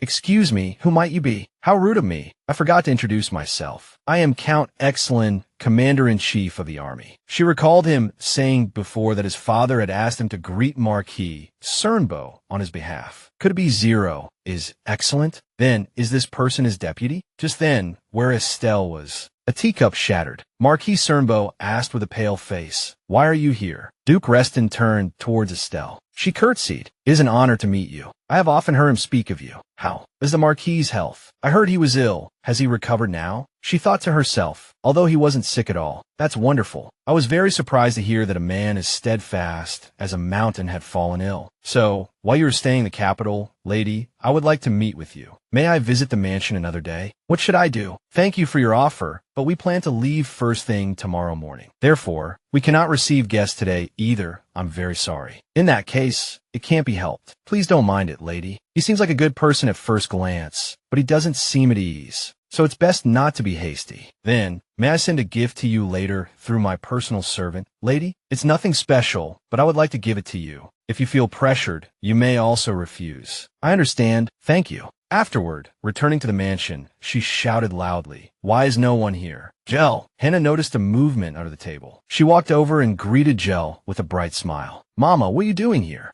I'm playing hide and seek with Grandpa. This is my castle. This is the castle wall. And these are the soldiers defending the castle. Do you like living in a castle? Yes, I like it very much. Because the garden is big and there are lots of fun things to do. Suddenly, Jell became sullen. But we have to leave tomorrow, right? That's what Grandpa said. Besides, Jell's matter has been resolved. The investigation related to the assassination plot also ended simply, as if there was no danger. Now all that's left is to go back. Yeah, are you sad about it? No, don't worry, Mama. Even so, I like her home the best. Hearing this, Estelle let out a relieved chuckle. She hugged Jel tightly. My lovely baby, you'll be just like before. Now we just need to live happily together. But why is Grandpa so late? Let's go find him first. Suddenly, Jel sat down with a thud. Oh no, a bad guest is coming to the mansion. Grandpa said, I have to hide until the bad guest leaves. Estelle frowned. Realizing something, she said as she ran, Wait, Jel, wait here for Mama. If the bad guest has searched all the way to the capital, could it be? She ran upstairs and threw open the door. Duke Reston stood inside, turning to say, Have you forgotten all your manners living in the countryside? I heard you signed the will as His Majesty demanded. Did you? You have no pride. If it were me, I would have killed myself out of shame. Marquis Cernbo gritted his teeth in anger, but she stopped him.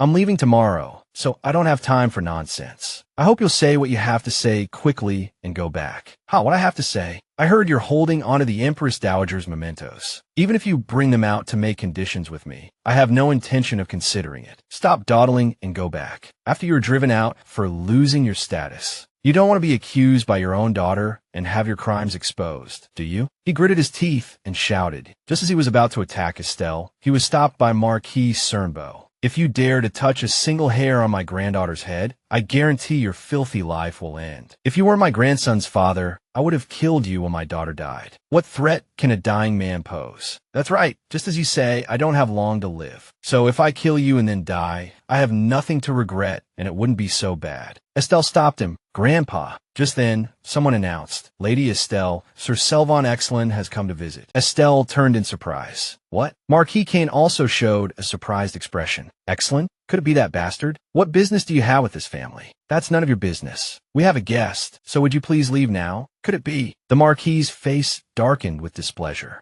Duke Reston felt a chill and approached, saying, Well, it's impossible. So you have that kind of ambition too, huh? Just take all those little trinkets the Empress Dowager left behind. Try to live well in some corner of the countryside with a dying old man. If you come back later begging me that you were wrong, perhaps I'll forgive you. That's how a father-daughter relationship is. With that, he walked out, slamming the door. Don't be angry, father. More importantly, Jel is waiting for us alone in the hall. He stopped. You go over there. I'll go see Selvon. Selvon, it's been a long time. Lady Estelle. Estelle saw something and tilted her head curiously, asking, That? I was just taking a look. Oh my, it seems father left his mementos in this room. I'm sorry. This isn't something to show a guest. Well, I'm glad to see this painting after so long. You know this painting? Selvon replied. Yes, when I was a knight aspirant. I saw it. It was my duty to patrol that area, and I saw Estelle painting this picture. I see. This painting was done for the Empress Dowager when she was unwell. To be honest, it shows no particular talent, but to think he cherished and kept it. This is a gift my father asked me to give to Count Escher. Yes, it's a book about the Eastern Empire. It will be helpful when you return to live in the East. Please accept it. Oh my, the book is encrusted with gold and jewels all around. He sent a book instead of money or jewels, so I wouldn't return it. He must know I'm in a difficult situation and wants to help me. Selvon is very grateful. Please be sure to convey my thanks to the Count on my behalf. I'm glad my mission was completed successfully. But weren't you on your way north from Danshu province? Selvon hurriedly defended himself. Well, that's true, but Estelle thought, could it be that he had no choice but to return because of the assassination attempt? What should I do? What an inconsiderate question. Suddenly, Jel burst in, shouting. Seeing Estelle standing with a stranger, Jel suddenly hesitated. The boy's face fell as he asked, Who is this? Greetings to you, young master. I am Selvon Excelin, and I hold the position of captain of the Ranger Knights. A knight? You're a knight, sir? So cool. Do knights like candy? He said there's going to be a thank you party. Do you want to come along? I'm sorry, but Sir Selvon has to leave soon. We have to pack now if we want to leave tomorrow. You're leaving tomorrow? Yes, we're leaving early tomorrow morning. That's a shame. Today is the day the night market opens. Jel said excitedly, A night market? Yes, it's the anniversary of His Majesty's accession. So a night market is held regularly to pray for a prosperous life for the people. Since people from all over the empire participate, there's a lot to see. If you're lucky, you might even see a theater troupe. Hearing about a theater troupe, Jel eagerly tugged at Estelle, his chubby cheeks pleading. Aunt Estelle. Estelle sighed in annoyance. It can't be helped. Jell was about to run to Selvon, but suddenly stopped, remembering Kane's words. If you want, I can take you to the largest theater in the Empire. I promised to see a play with His Majesty. Thinking of this, he changed his mind. No, I'm not going anymore. Why the sudden change? Estelle pouted and trembled, saying, Jell shouted, if I can't go with His Majesty, I'm not going at all. As a result, that night, Kane had to hide his identity in a cloak, while Estelle walked happily beside him. Estelle was frustrated. How did things turn out this way? Recalling what happened earlier, after failing to persuade Jell by all means, Marquis Cernbo sighed and said, it's their last time seeing each other, isn't it? Shouldn't we let him say goodbye? Remembering how worried Jell was when Kane was injured, his eyes were filled with concern. Back in the present, Jell whispered to Kane, Your Majesty, I kept my promise to you a secret. I kept it well, right? Kane was stunned for a moment, then burst out laughing. Very commendable. Just then, someone bumped into Estelle while passing by. Kane quickly wrapped an arm around her shoulder. It's crowded here. Estelle looked up at Kane's sneaky appearance, and then giggled. Jell looked over and saw a puppet show. Jell immediately ran towards it. Jell, wait, I'm coming too. Kane ran over and picked Jell up. You have to be careful, little one. Jell, on Kane's shoulders, waved his hands. Miss Bell said, the young master is really obedient to His Majesty. Estelle was taken aback and replied, yes. Let's go too. I'm uneasy leaving them alone. Lady Estelle, why don't you buy something to eat on the way? A vendor behind them heard and shouted, yeah, have your lover buy you something nice. Selvon blushed and explained, it's not like that. If you're uncomfortable with me, I can go buy it myself. How can that be? Wait, I think it should be fine. Meanwhile, Joe was watching the puppet show. You shall die. Ugh. The throne is mine now. Kane glanced at Jell's happy expression and thought, isn't this content a bit difficult for a child to understand? Suddenly, Kane's expression changed. Even though I knew who was behind the assassination attempt, I chose to forgive them for only one reason. If I exposed that person, Estelle would also become a traitor. Originally, I wanted to publicly convict and execute Duke Reston, as that was the only way to eliminate future troubles. In any case, for the past 6 years, Estelle's whereabouts have been formally unknown, so she might have been spared punishment by not being found. But now the situation has changed. The only way now, Kane was lost in thought, drawn to Estelle. She approached with a bag full of food. Eat this. Thank you. Jell took the food and began to chew heartily. Eat slowly. From behind, Selvon shouted, struggling with a pile of food. Lady Estelle. She turned around in a hurry. Why did you buy so much? Suddenly, his eyes widened as he saw the maid convulsing on the ground. Everyone rushed over in a panic. Selvon said urgently, I'll have the doctors gather at the mansion. I'm counting on you. The carriage hurried back. In Kane's arms, Jell was gasping for breath. Estelle's heart ached with worry. Kane's call startled her. Estelle, where did Jell's snack come from? He collapsed right after eating something. It was from a nearby shop, but it was just ordinary bread. I saw other children eating it too. Then what on earth happened? Does the child have any food-related illnesses? No, those things. She flinched. Rintu. I had a high fever as a child from accidentally eating Rintu, right? It's a fruit that only grows near the capital, and it becomes rarer the farther one is from the Empire. Jell has never eaten this fruit until now. She lowered her head. I'm not sure. It's just a suspicion. I can't reveal this. I'm the only one in the family with this constitution. If someone with a relative's title has the same constitution as me, it would obviously arouse suspicion. Arriving at the mansion, the door was thrown open. Your Grace, Lady Estelle. Hannah, Jell has collapsed with a high fever. Please prepare wet towels for us. Your Grace, the doctor has arrived. After the examination, the doctor said it doesn't seem to be any particular illness. The problem might be with the food. The young master seems to have collapsed after eating it. Have you investigated? Yes. There were no harmful ingredients in the desserts or drinks. There was nothing suspicious, not even the vendor. However, I have ordered that all ingredients from the food be written down to check if there was anything the young master had never eaten before. Seeing the name Rintu, her lips pressed together tightly. Yes, there is. Rintu is a fruit Jell has never eaten. That's probably the cause. I wonder if anyone in the family is allergic to Rintu. Is there family history? At these words, Estelle's heart pounded. Just as Estelle was at a loss for how to answer, Duke Cernbo stepped forward and said, It seems my wife had such a condition. She would get a fever after eating that fruit. But strangely, none of the other children in the family have this constitution, not even my late grandson. It's entirely possible, as genetic diseases can skip generations. My maternal grandmother passed away early, and no one remembers her for sure. So even if I lie like that, no one will be able to tell. Afterward, the doctor left, instructing that the young master would get better soon if he took the medicine I prescribed. But first, he must stabilize for 2 weeks after the fever breaks, as he is so young that after effects could remain. Yes, thank you. She thought of Kane and turned to look, but he wasn't there. Only Gel was left on the bed. That night, Hannah brought some food. Lady Estelle, I prepared some hot tea and some light food for you.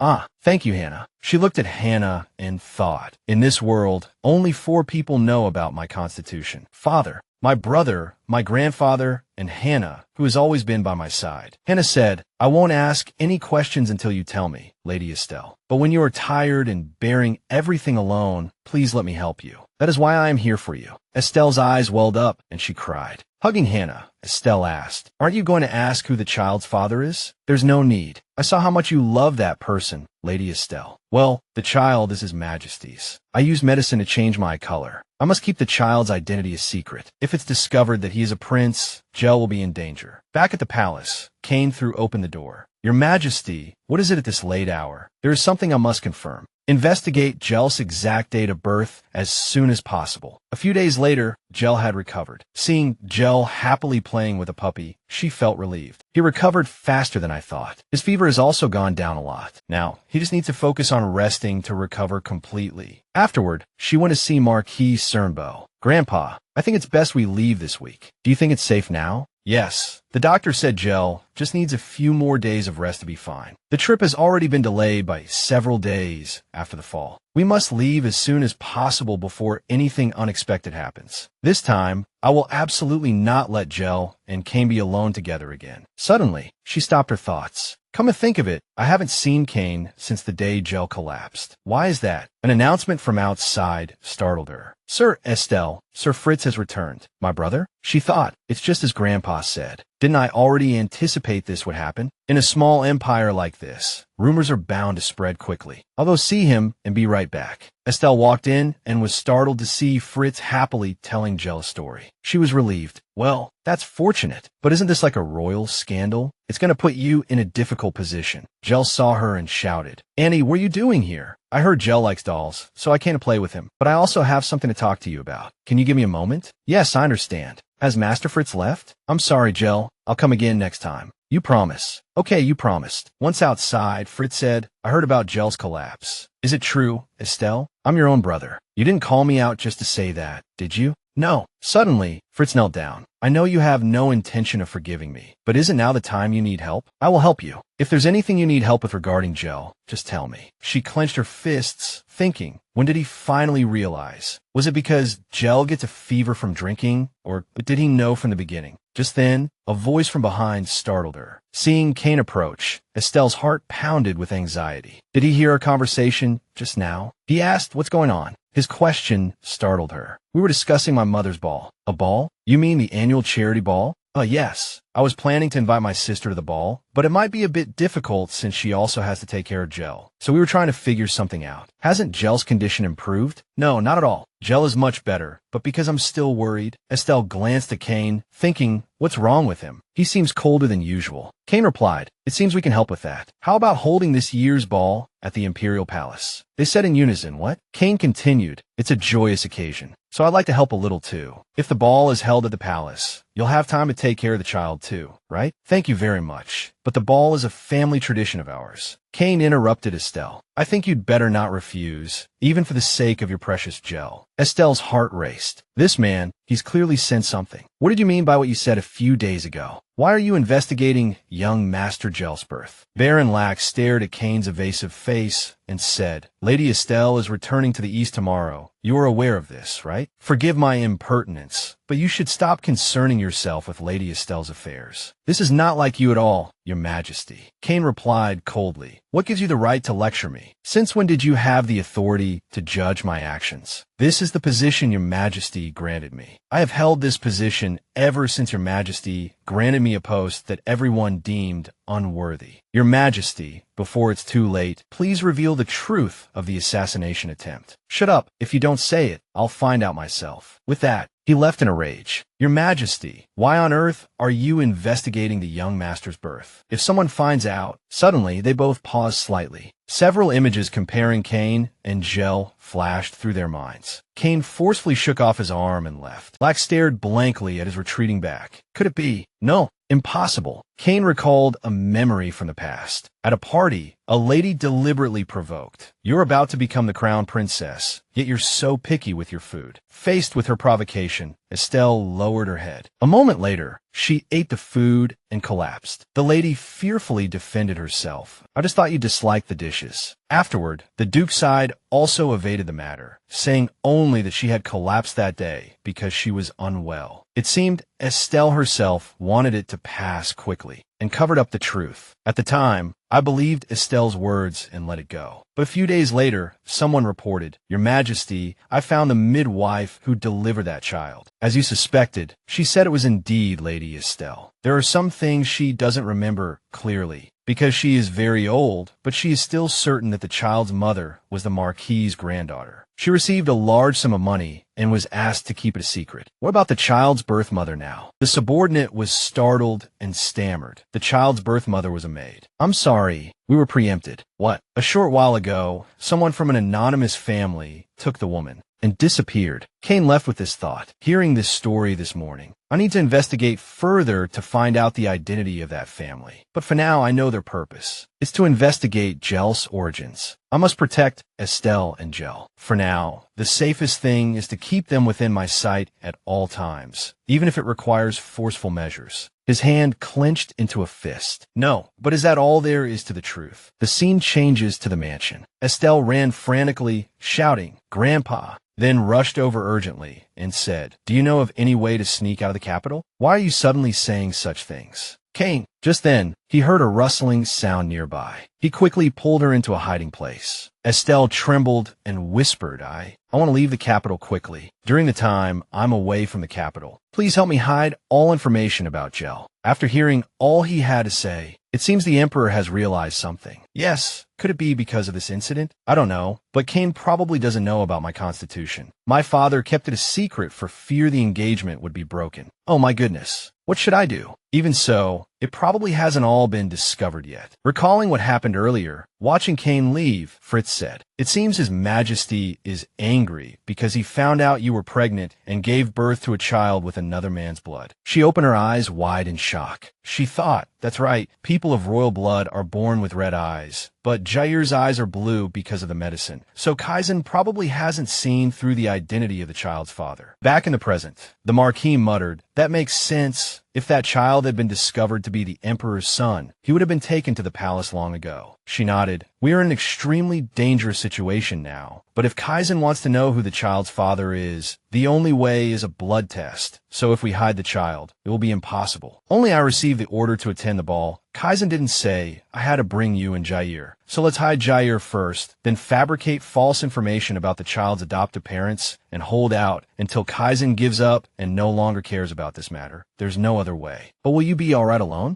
She fell silent. I don't know why Kaizen found out the truth about Jair's birth, and I can't predict what will happen in the future. She replied, Yes, as long as Jair isn't taken away, I can endure anything. In Jair's room, everyone was busy cleaning, but why are we suddenly moving rooms? It seems to be the young master's request. It's probably because he saw the bird's nest outside the window. Jair likes to see the nest up close. In a nearby room, Estelle said, Sir, I'm all ready. We're going on a picnic tomorrow morning. You must come along. Don't come back. Just hide near the city gate. Hannah will secretly bring Jair to you at night until he is settled. Only Hannah and I can go in. So even if we both disappear, no one will notice. The door opened and Jair rushed in, saying, Annie, there's a little bird in the Rankova garden. She smiled at Jair, then sat down and hugged him tightly. She nuzzled his neck, making him call out in confusion. Tomorrow, you and Grandpa are leaving here to go back to our home. Yes, but Mom can't go with you. Hearing this, Jair stumbled back, sobbing, Why can't Mom come with us? Because Mom has important work to do in the capital. Is it very important? Yes. is indeed very important. Although he was sad, Jair still replied, I understand. Then she hugged him tightly and whispered, then you must come quickly. Okay, my little baby. The next day, everyone got into the carriage to go on a picnic. Jair looked at his grandfather and waved goodbye. Marquis Krenbach also waved back. After a while, Jair was fascinated by the fish, and he sat happily by the lake with Hannah, feeding them. Watching this peaceful scene, Estelle breathed a sigh of relief. Suddenly, a voice rang out, oh my goodness. Estelle was startled, and the food basket in her hands fell. What bad luck of all places. I never thought I'd run into this lady here.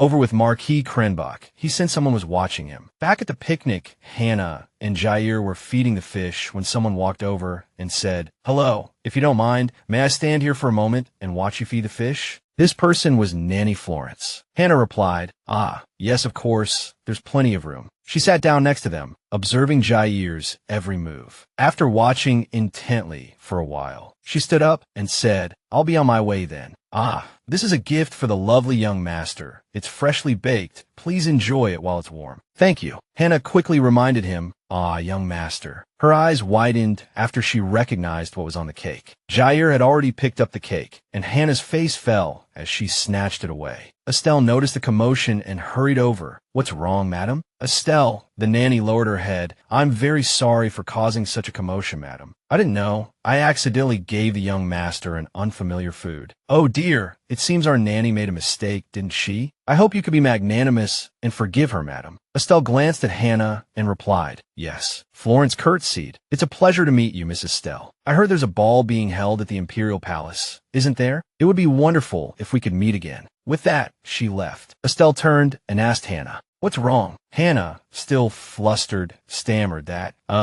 recalling the scene where she frantically threw away the cake. Hannah said, I'm sorry, Miss Estelle. I shouldn't have been so agitated. I already felt something was suspicious, but why would they do this? The scene of their last encounter flashed through Estelle's mind, and she worried. Could it be? Florence left with a satisfied smile, seeming very sure of something. Florence was the mysterious person Kaizen mentioned when talking to his men before. After understanding the situation, she said that the child might be useful. That night, Hannah asked worriedly, are we going to be okay? There's nothing for it. We must be careful. Jair hugged his mother, sobbing, Mom, it's okay, I'll go to Grandpa, and you'll come for me eventually. Hannah carried him away. Bryn watched them worriedly. Estelle comforted, no, Bryn, let's stay here and pray for Jair's safety. As soon as Hannah left the house, someone started following her. Realizing she was being followed, Hannah quickened her pace, and a hand reached out to her. Then with a thud, Hannah fell to the ground, holding Jair. She turned around and saw Marquis Krenbach tapping a wooden stick. He said, that was a close call. Someone was following you this morning, so I came to get you. Tisk, it's that Duke who's been following. So that person was one of Duke Leston's men? Yes, this method is also familiar, so it's easy to tell. I can't carry Jair anymore. I'm so sad. Hannah handed Jair to the Marquis. Marquis, please be careful. It seems many people have discovered the young master's identity. I know. You be careful too. I hope you can take care of my granddaughter.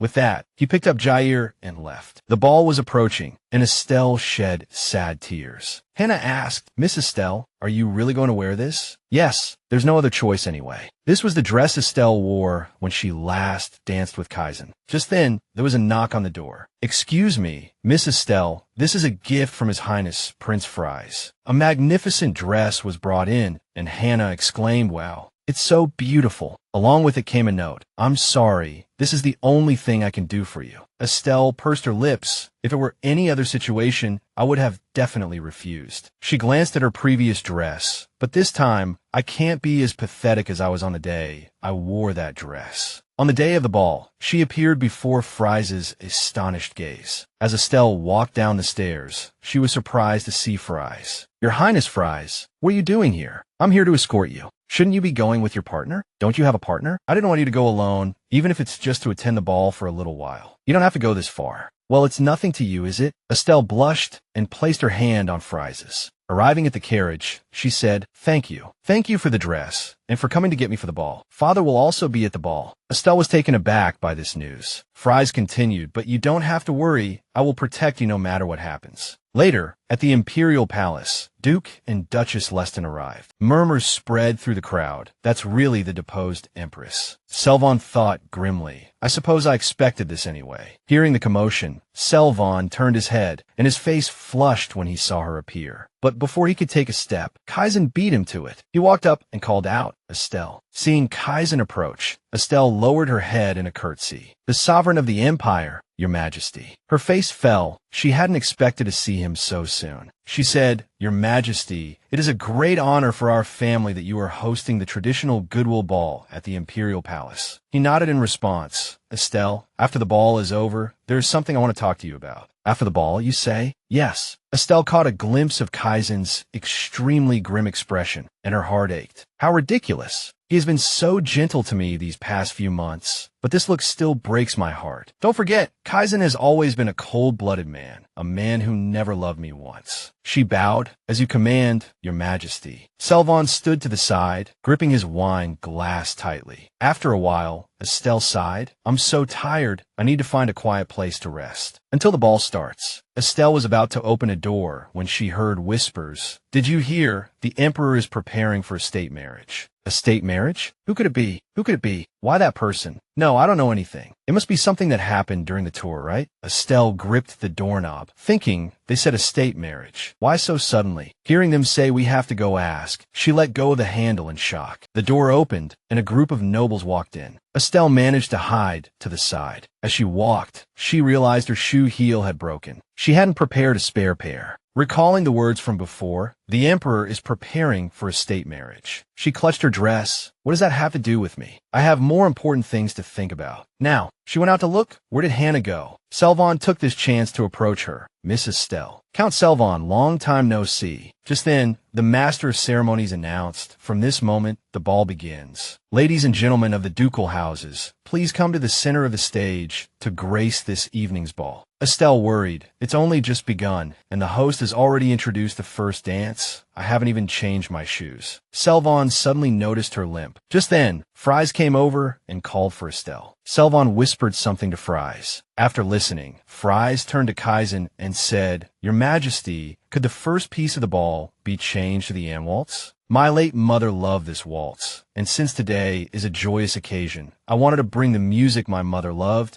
and it would be even more meaningful if this piece could be played for the first dance. Kaizen replied, if the host so desires. Furthermore, I may not be able to fully perform my duties as host, as I have injured my ankle. Therefore, I would like to entrust this task to Count Selvon during the first dance. Estelle called out to him. Selvon stepped forward and said, Duke, this is unprecedented. Fries chuckled. Please take care of it. Kaizen stood above, his hands clenched tightly, looking down with a dark expression, and said, I grant it. The music began, and Selvon turned shyly to Estelle. Princess, please place your foot on mine. I will support you. Estelle thought, it's difficult for me to move my leg now. So he changed the music to the inversion so we can stand close and support each other. Estelle whispered, I'm sorry, sir. What should I do? It must be heavy. Not at all. Then I won't be polite. Suddenly, Selvon wrapped his arm around her waist and lifted her up, surprising everyone. Then he gently set her down again. Estelle laughed with delight, and Fries, standing nearby, smiled as he watched the two of them. With Estelle's foot on Selvon's, Selvon danced with ease at every step. When the music ended, there was a thunderous applause. Estelle whispered shyly, Thank you very much, sir. Could you lead me out of the hall like this? Of course. Seeing Estelle and Selvon leave together, Kaizen's expression darkened. Standing in a hidden corner, Duke Leston sneered. What a scene. Now then, once outside, Selvon said, There are no events scheduled in the garden today, so no one will come here. I see. Thank you, sir. Selvon suddenly sat down. Is the princess's ankle injured? No, it's just that the heel of my shoe broke. You don't have to worry. Since you danced with a broken shoe, your ankle might be hurt. Let me check if you're injured. Selvon gently took off her shoe to check her foot. She said shyly, I'm glad you helped me out of that predicament. I will definitely repay you. There's no need for repayment for something like that. As it happens, I have a wish I'd like to ask of the princess. Would the princess be willing to hear it? Kaizen walked out onto the balcony, his hands clenching again. The thought of Estelle and Selvon dancing together unsettled him. He thought grimly, after this dance is over, I have something to say to Estelle. I found out about Jair's birth, and I heard she disappeared with a servant. Someone is watching her, along with Jair. So during that time, you will need my protection. That's right. You should have told me the truth from the beginning, but instead, I did some useless things because I thought you had another man. I know I have no right to be curious about this, but I can't stop thinking. Who on earth is he? What did you meet? What happened? Did you stay with that man and raise your child? What kind of life did you live for the past 6 years? I thought it was a time I could never touch. No, your majesty just doesn't want to face his own choices. Thinking of those words, he was jolted awake. This is not the time to be reminiscing about these things. Just then, he heard whispers. Did you hear? They say the emperor is preparing for a royal wedding. A royal wedding? There's only one person capable of spreading such baseless rumors. Estelle. Did you think that just because I'm married an empress, I would stop caring about Estelle? Before I go to see Estelle, perhaps I should take care of a few more things. Isn't that right? Suddenly, his gaze froze. What is that? Outside the door, a person was limping towards us, followed by Lyndon's shock. Hey, what does Estelle want over there? Yes, Miss Estelle. Of course, if it's within my power, I will do it, Selvon said with a smile. What I want is, I hope the lady does not leave. Estelle paused. Please stay in the capital a little longer, miss. It is my wish to be by your side. Estelle propped herself up. I'm sorry, Sir Selvon. Her foot slipped, and she stumbled towards Selvon. With a thud, Estelle fell on top of Selvon. Suddenly, murmurs erupted as many nobles appeared there. Oh my, how shameful, Estelle thought. He just said no one would come to the garden. Before that, Klaus had whispered something to Selvon. Estelle stood up. I'm terribly sorry. Sir Selvon, yes, perhaps I am the one who put you in this embarrassing situation. The rumors showed no sign of stopping. How could she do such a thing at a ball commemorating her own mother? What a despicable act. This situation has become a laughingstock, hasn't it? Standing behind the nobles, Florence thought, maybe I don't need to do anything myself after all. Just then, Kaizen walked over and asked, what's going on? The usual clamor suddenly fell silent. While Kaizen was still confused, a loud voice came from behind. Your Majesty, I have urgent news to report. Marquis Krenbach, seriously injured, was helped forward. Estelle ran over, breathless. Grandpa. His hand rose, trembling. I'm sorry, child. He gripped Estelle's shoulder tightly.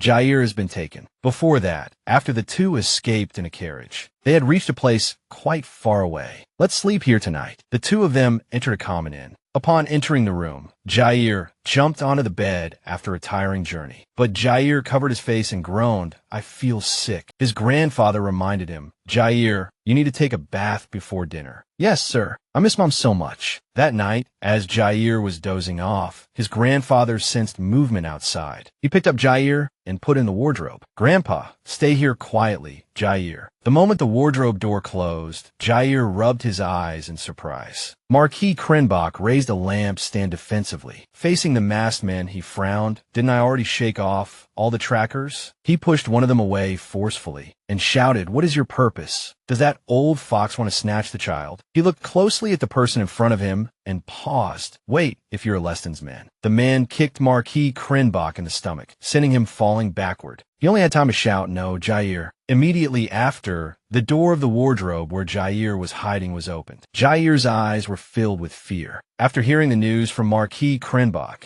Estelle collapsed to the ground, thinking, who could it be? What is their purpose? Florence spoke up to guide public opinion. Who would do such a thing? What's the benefit of kidnapping a child? The young master really resembles the Duchess. So kind and lovely. It was a young master who was kidnapped? The Duchess's son? Oh my miss, what disrespectful things are you saying? That child is clearly the son of Viscount Richtmund, although he doesn't look like Richtmund at all. Is he really the Viscount's illegitimate son? As the truth gradually unraveled, Estelle's face turned pale. Haha, this might be a misunderstanding. At first I also thought he was the biological son of Duchess Estelle. Kaizen ordered, mobilize the army immediately for a search. Seeing everyone gradually disperse, Florence bit her lip, thinking, damn it, if I just let this go, everyone will soon forget the commotion from earlier. She continued, unfortunately, this is a regrettable incident. Hearing this, Kaizen gritted his teeth, and the whispers started again. Ha! His Highness is truly amazing. Are you saying the princess is that beautiful? All she could think was, Jair has been taken. Once doubt is deeply engraved, it can never be erased. I don't know where this tide of curiosity will lead. Is this the end? Rather than losing control, it's better to sacrifice one thing. A single prey will surely attract the hunter's attention. I am the daughter of the Duke Leston family, the deposed Empress of the Rastial Empire, the unfortunate woman who held the Empress's position for only one night, and now a common woman who gave birth to the child child of an unknown man. She said, that's right. Just as she said this, Duke Leston interrupted. Jair is the son of the Emperor of the Empire. She turned her head to look at him in shock. Father, he is the son of His Majesty the Emperor. Kaizen was stunned. His lips moved as he said, Impossible. Father, how can you be a descendant of the Emperor? What nonsense are you spouting? Oh, my poor daughter. I can fully understand your feelings of having to hide the child's identity. You were afraid. An empress deposed after just one day, now giving birth to the emperor's child. Who would believe it? Even if you told the truth, you would be accused of fraud and trying to seize power. Just like now. Her father worried. How did father know about Jair's birth? Could it be that father was the one who kidnapped Jair? Then what if Jair's eyes are found to have changed color? Kaizen interrupted. Silence. Duke Leston, your words are baseless. According to what you're saying, he is truly my descendant. If he has royal blood, how do you explain the royal family's method of identification? Duke Leston sneered. It's the eye color, and that can be changed, you see. Hearing this, Estelle collapsed to the ground again. People murmured, is this possible? I've never heard of such a thing. Where did this joke come from? Kaizen shouted, for now, ensuring the child's safety is the top priority. Clarifying the truth can come later. Everyone gasped. According to the Emperor's words, isn't he implicitly admitting the child is his? Klaus interjected, wait, this isn't a problem that can be finished after finding out the truth. If what the Duke says is true, then hasn't the Leston family committed the crime of concealing the whereabouts of a royal? If it's a lie, they must return the identity of the royal descendant and face strict charges against the royal family. Kaizen was silent for a moment, then ordered, Linden, lock up everyone involved in this matter, and do not let them out of your sight until the Duke's statement is verified. Yes, Your Majesty, Marquis Krenbach said with difficulty. He walked past her and whispered, I'm sorry. Now you need to protect yourself. Selvon, immediately summon the Rinbach Knights. Yes, Your Majesty. From this moment on, we will begin the search for the child. I know Your Majesty is protecting me by monitoring me. As long as the child might be a missing royal, the most valuable target is me, the child's mother. But if I'm caught like this, there's no way to protect Jair. She shouted, Your Majesty, then ran to Fries. Please help me find out what my father is planning. We absolutely cannot let everything go according to my father's will. Fries pulled his hand back. I'm sorry, I'm very sorry. Sitting in the carriage, Estelle cried her heart out. How much effort I put into protecting Jair, only to have this happen. What will I do if the child isn't safe? What if Jair, the stolen royal, what if I never see my son Jair again? After returning home, Fries asked, Father, what do you really want? TSK, keep your voice down. There are guards outside. Jair is the Emperor's son. How can the child's eye color change? How could you make up those lies? And what about those liars? Isn't it better to let them look down on a fallen slut who slept with a knight and gave birth to a child of unknown origin? Even if you are our father, if you dare to insult my sister. Sound of something shattering. You idiot. Haven't you figured out yet? The Emperor is truly in love with Estelle. This means this is our chance to get a real royal grandson. A real royal grandson. If Jair is really of royal blood, then nothing could be better. But if he's not, he should be eliminated before he becomes evidence that could be our downfall. At this moment, in a carriage, Jair was trapped in a sack. Back at her residence, she was dejected, and the servants were extremely worried after hearing the news. She didn't sleep all night, her face pale. Just then, Hannah came in to report, Princess Estelle, His Majesty the Emperor has arrived. Estelle knelt and cried out, Your Majesty. Calm down, Estelle. I heard you didn't sleep all night. I know you're panicked, but you must take care of your health. I don't care about myself, Your Majesty. In comparison, I know nothing is more important than finding Jair. I'm not saying I don't understand your feelings. The advance party has already set out. I also intend to lead the rest in the search. So before I leave, I want to see you. Kaizen sat quietly in a chair and said, Doesn't Your Majesty ask what mistake I made? If I hadn't secretly abandoned the child, this wouldn't have happened, and the ball Your Majesty prepared for my family has also ruined everything. He replied, I won't ask. I didn't believe her from the start anyway. She remembered his earlier words, Jair is Your Majesty's son, and thought, isn't there something else Your Majesty wants to ask? For example, is Jair really my son? Kaizen asked, I have a question for you. Do you want the entire continent to know that he is my son? You once said, there are some things in this world that can never be the same again. That's right. What I did to you can never go back to how it was, even if it means you will never trust me again. I won't resent it, but I will still take responsibility for the actions I committed before. Calling it atonement is a bit ridiculous, isn't it? He held out his hand and said, let's see what you want. Whichever side you choose, I will not ask why for the rest of my life. So do whatever you want. Estelle hesitated. Can I really say it? If I tell your majesty the truth now, will you really protect my son for his entire life? My child, with your majesty. Think slowly, decide slowly until I return. If you have other wishes, you can interrupt me. Your majesty, if my request is out of line, will your majesty hear me out? Whatever you want, take it. It's what you deserve. That night, Estelle was waiting for news of Jair. A mysterious person appeared and threw something, shattering the glass in Estelle's room. Astelle paniqued. Who is it? Amidst the mess, Estelle saw a letter tied to a stone. Is this a letter? Just then, the door was thrown open. Princess, are you all right? Estelle hid the letter. I'm fine. It seems someone threw a stone as a prank. She averted her gaze, wondering what was going on, and had a premonition that the person might be Friss. A few hours earlier, while dining with the Duke, Friss thought, it's strange, Father is so relaxed. If Father really intended to get rid of Jair, he should have already sent assassins to that place. Why hasn't there been any action yet? Friss stood up and said, I don't have much of an appetite. I'm going back to my room. After returning to his room, Friss observed his surroundings, thinking, not even tea has been served. Under such tight surveillance, can I really get a message out? Perhaps the plan now isn't to deal with the child, but after finding his whereabouts. No.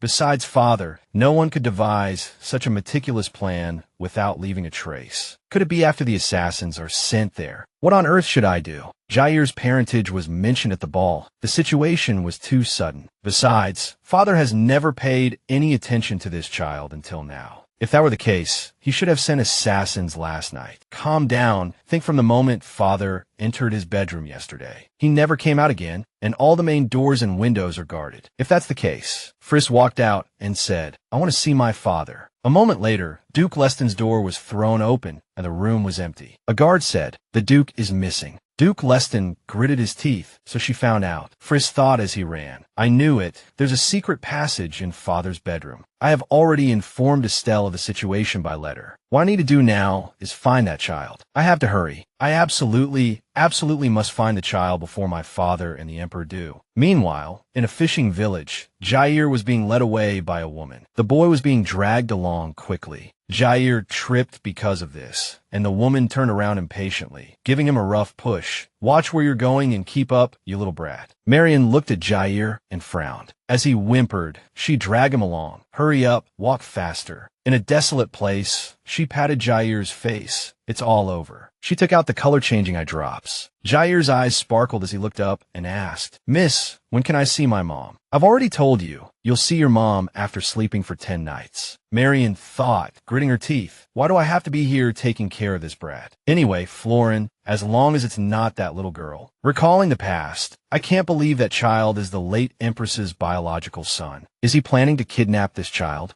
and then use him as a hostage? Therefore, I want you to help me figure out a way to transfer the person to me. I will arrange for people to replace and protect the convent. Don't disappoint our family again this time. Marion muttered, I'm going to lose my mind. Even if that woman is a thorn in my side, if she dared to cause this much trouble, she wouldn't get away with just being confined to a convent. But Marion remembered the words of the Marquis of Grillon. I'm so disappointed in you, sister. You should be grateful you're only receiving this level of punishment. After that, some people came to see Marion. The sack containing Jair has been delivered. Our mission here is complete. There might be a risk of leaks, so please don't contact us again. Just go directly to the designated location. After saying that, they left. Jair was kicking frantically inside the sack. Marion walked over and untied it. Jair's red eyes flashed, scaring her so much she fell to the ground. How? How did it turn out like this? Those were clearly red eyes. Jair looked at her and called out, Your Highness. Back to the present. In a noisy restaurant in the fishing village, Marion sat dejectedly while Jair gnawed on some bread. Jair said to Marion, Your Highness, You should eat some too. Marian asked in surprise. What? All right, you eat, child. And I told you not to call me that. Jair asked with a blank look. Should I call you miss then? That's not right either. Marian glanced at Jair, seeing his sullen look. I don't know why, but it's fortunate that this child likes me. Thanks to that, I can justify my actions. At that time, she had said, I will take you to your mother. In those eyes, the color-changing potion hidden in the teddy bear. Even that child knew, and the truth about the eye color was never revealed to the outside world. I'm not sure of the specific reason,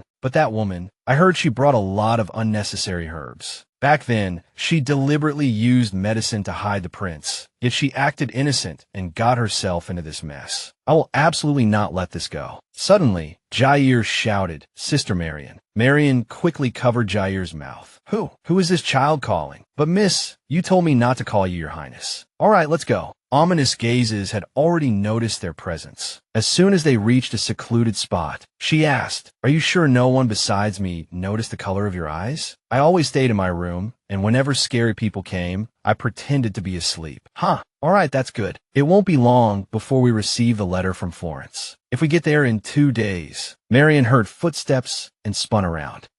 Excuse me, miss, may I ask you something? I'm sorry, I'm not from around here either, so I probably can't help you. Oh, is that so? What a pity. That sinister man shouted, Miss Marian. The fleeing Marian was startled and quickened her pace, pulling Jair along with her. Who is he? Who sent him? He knows who I am. Now that my identity is exposed, what's the point of running? Just then, someone blocked Marian's path from the front. Then he looked around anxiously. In an instant, Jair was grabbed by the man. Marian shouted worriedly, The child. It's strange. If he came for the child, this action is too rough. The two sides faced off tensely. Suddenly, someone from behind threw a cloth and rope, covering them and obscuring their vision. Accompanied by an urgent voice, Run. Marian rushed forward and grabbed Jair. The man turned back angrily and asked, Who was that? Jair ran into Marian's arms. She looked up and saw Leston fighting them, and she thought, Young Master Leston. Leston urged, Run. Marian came to her senses, quickly picked up Jair, and ran.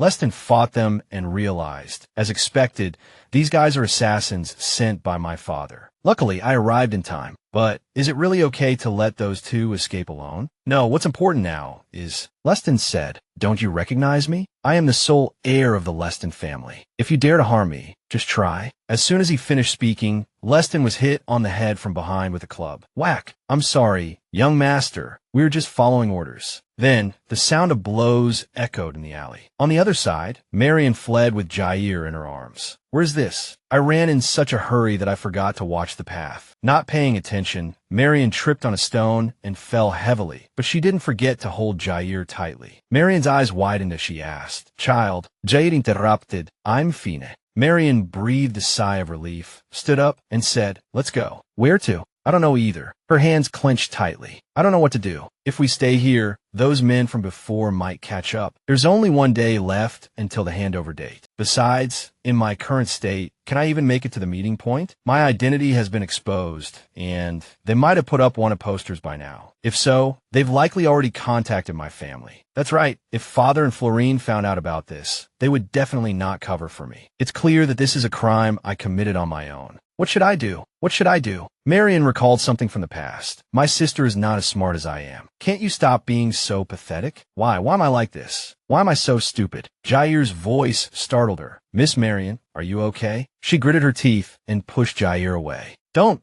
call me that, child. Even if you don't call me that. Suddenly, she broke down and started sobbing. Jair said softly, I'm sorry. After a while, she said, You're so lucky to be loved by your family. Lacking nothing. An expression of wanting to speak but hesitating appeared on Jair's face. Marian asked, What is it? What's with that expression? Do you want to argue about something? Jair patted her. Yes, it's a secret. Then Jair whispered, Sometimes I really want to go out and play by myself. I want to make friends with lots of people too, like other children. Also, I wish I had dad too. Marian seemed to empathize with Jair. Then she jerked her head away, then stood up and said, Get up. Let's go. I've decided where we're going. We're taking you to your mother. This time, I'll definitely take you to your mother. Marion thought, the kidnapping plan has gotten too big. It's better to return the child before things get serious. I'll find the young master of the ducal house I saw earlier, return the child to him, and then I'll escape. Just as she was thinking this, Marion heard a rustling sound nearby. Marion turned and whispered, Jair, get behind me. Then she pulled Jair and ran. The village. I have to run to the village. Suddenly, an arrow flew by and stuck in the ground near Marion's feet. Then another arrow flew by, making her panic. In the mansion where Estelle lived, the teacup in Estelle's hand suddenly dropped and shattered. Clang! Estelle, are you all right? Ah, I'm fine. I'm not hurt anywhere. She glanced at her hand, wondering why the cup handle had suddenly broken. The Marquis of Krenbox said, I heard Frisk disappeared from the garrison gate. I hope there's still time. Grandfather, actually, there's something I want to tell you. If he succeeds in finding the child, if it's no longer possible to hide Jair's identity, I plan to become the Empress again. The Marquis of Krenbox stood up abruptly. Child, that matter. I'm sorry, Grandfather, but I've made up my mind. That is the best way for me to protect Jair, a child who holds the status of His Majesty's prince. Back in the fishing village, Frisk stirred and woke up, thinking, did I pass out? How long has it been? That child, did he escape safely? Frisk stood up, and a sharp pain shot through his ankle. What did those guys do to my leg? Frisk's foot was beaten red and swollen by them. Frisk thought worriedly, like this, I won't be able to go save the child. Nearby, a figure appeared, observing Frisk from the shadows. The scene shifts to near the coast. Marion held Jair tightly, hiding under a tree. Nearby, assassins sent by Duke Leston were searching. Marion thought worriedly, I'm at my limit. I can't run anymore. The sound of a sword being drawn was heard.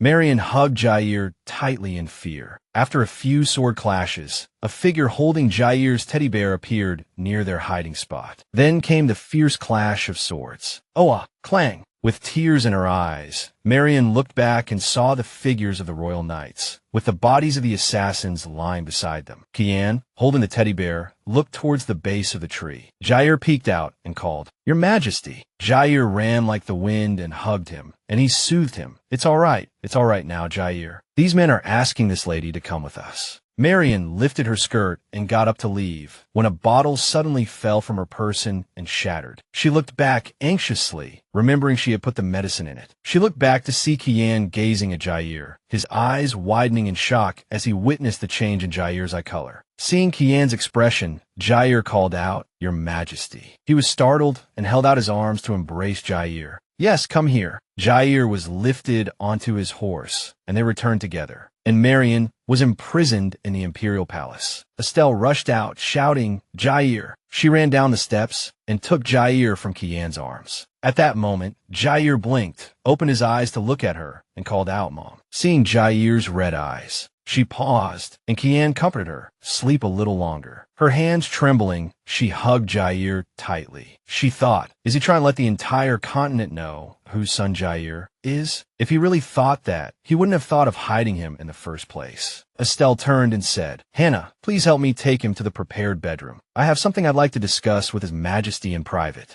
Your Majesty, do you still think you will grant me any wish? Of course, the king said jokingly. She lowered her head, even the request to marry you again. I do not desire love, nor do I wish to be an ideal partner for you. What I want is the position of Empress. You mean, you want to be Jair's legal guardian? Yes, is that not possible? Child. He shook his head. How could it not be? With that, he knelt down. Holy Palestine, that position was originally yours, only to be unjustly taken away 6 years ago. So if you want it, that position is forever yours. Be my Empress. Estelle pursed her lips, worried if this decision was truly the right one. To be his wife again, to trust His Majesty one more time. Even if this is the wrong choice, this time will be different. I will not let things repeat themselves. The next morning, as Jair was sleeping, Brawlin came over and licked his cheek. Seeing Jair open his eyes, Brawlin yipped happily. Jair sat up and hugged Brawlin tightly. Seeing this, Estelle asked, You're awake? Jair turned his head and called out to his mother. Then he rushed over and hugged her tightly. Mom. Suddenly, Jair stopped and covered his mouth. Estelle smiled and said, Jair, you don't have to call me anything else now. You can call me Mom in front of others now. So, this play is over. Recalling her previous instructions, from now on, we're going to put on a play. And in this play, what will you call me? She smiled and said, That's right, the play is over. Jair's eyes widened with joy, and he hugged Estelle tightly, shouting, Mom. let's get up and get ready now. There's a place we both need to go. Huh, where are we going? Jair, listen carefully. She began to explain everything to Jair, then changed him into a magnificent outfit. Come, let's go inside. The doors opened, and Kian was waiting in the temple. Jair carefully took one step at a time towards Kian. He sat down and opened his arms. Jair, come here. Seeing Jair hesitate, he continued, it's okay, don't be afraid. Afterward, Jair was held in Kian's arms as a small needle pricked his fingertip. Jair flinched slightly. A drop of blood fell into a glass, and it immediately shone with a brilliant golden light, stunning everyone present. An announcement was made. The bloodline confirmation ceremony is complete. This boy is indeed His Majesty's biological son. Amidst the whispers and murmurs, he turned and declared, therefore, there is no more room for dispute in this matter. Furthermore, I will register my son in the imperial family registry as a prince. Everyone was stunned by his declaration. Estelle Palmerston will be appointed as the Empress. Then, the Marquis said thoughtfully to his granddaughter, until then, you just need to take good care of Jair. I'm fine. I feel more at ease now that I've made this decision. I feel guilty that you have to enter the palace because of us. He has also decided to live with us for a while. He's afraid that if he's alone, someone might use him as my weakness. Miss Estelle, Lord Marquis, the palace carriage has arrived. Everyone moved their luggage into the carriage. The carriage clattered away. After arriving at the Empress's chambers, Estelle stood before a mirror and said, it still doesn't feel real. Someone beside her spoke up. My lady, allow me to assist you with the rest of the preparations. All right, I'll leave it to you. A moment later, at the ceremony venue, Kian was waiting. Estelle, in a splendid gown and holding a bouquet, walked towards Kian. He looked at her with affectionate eyes,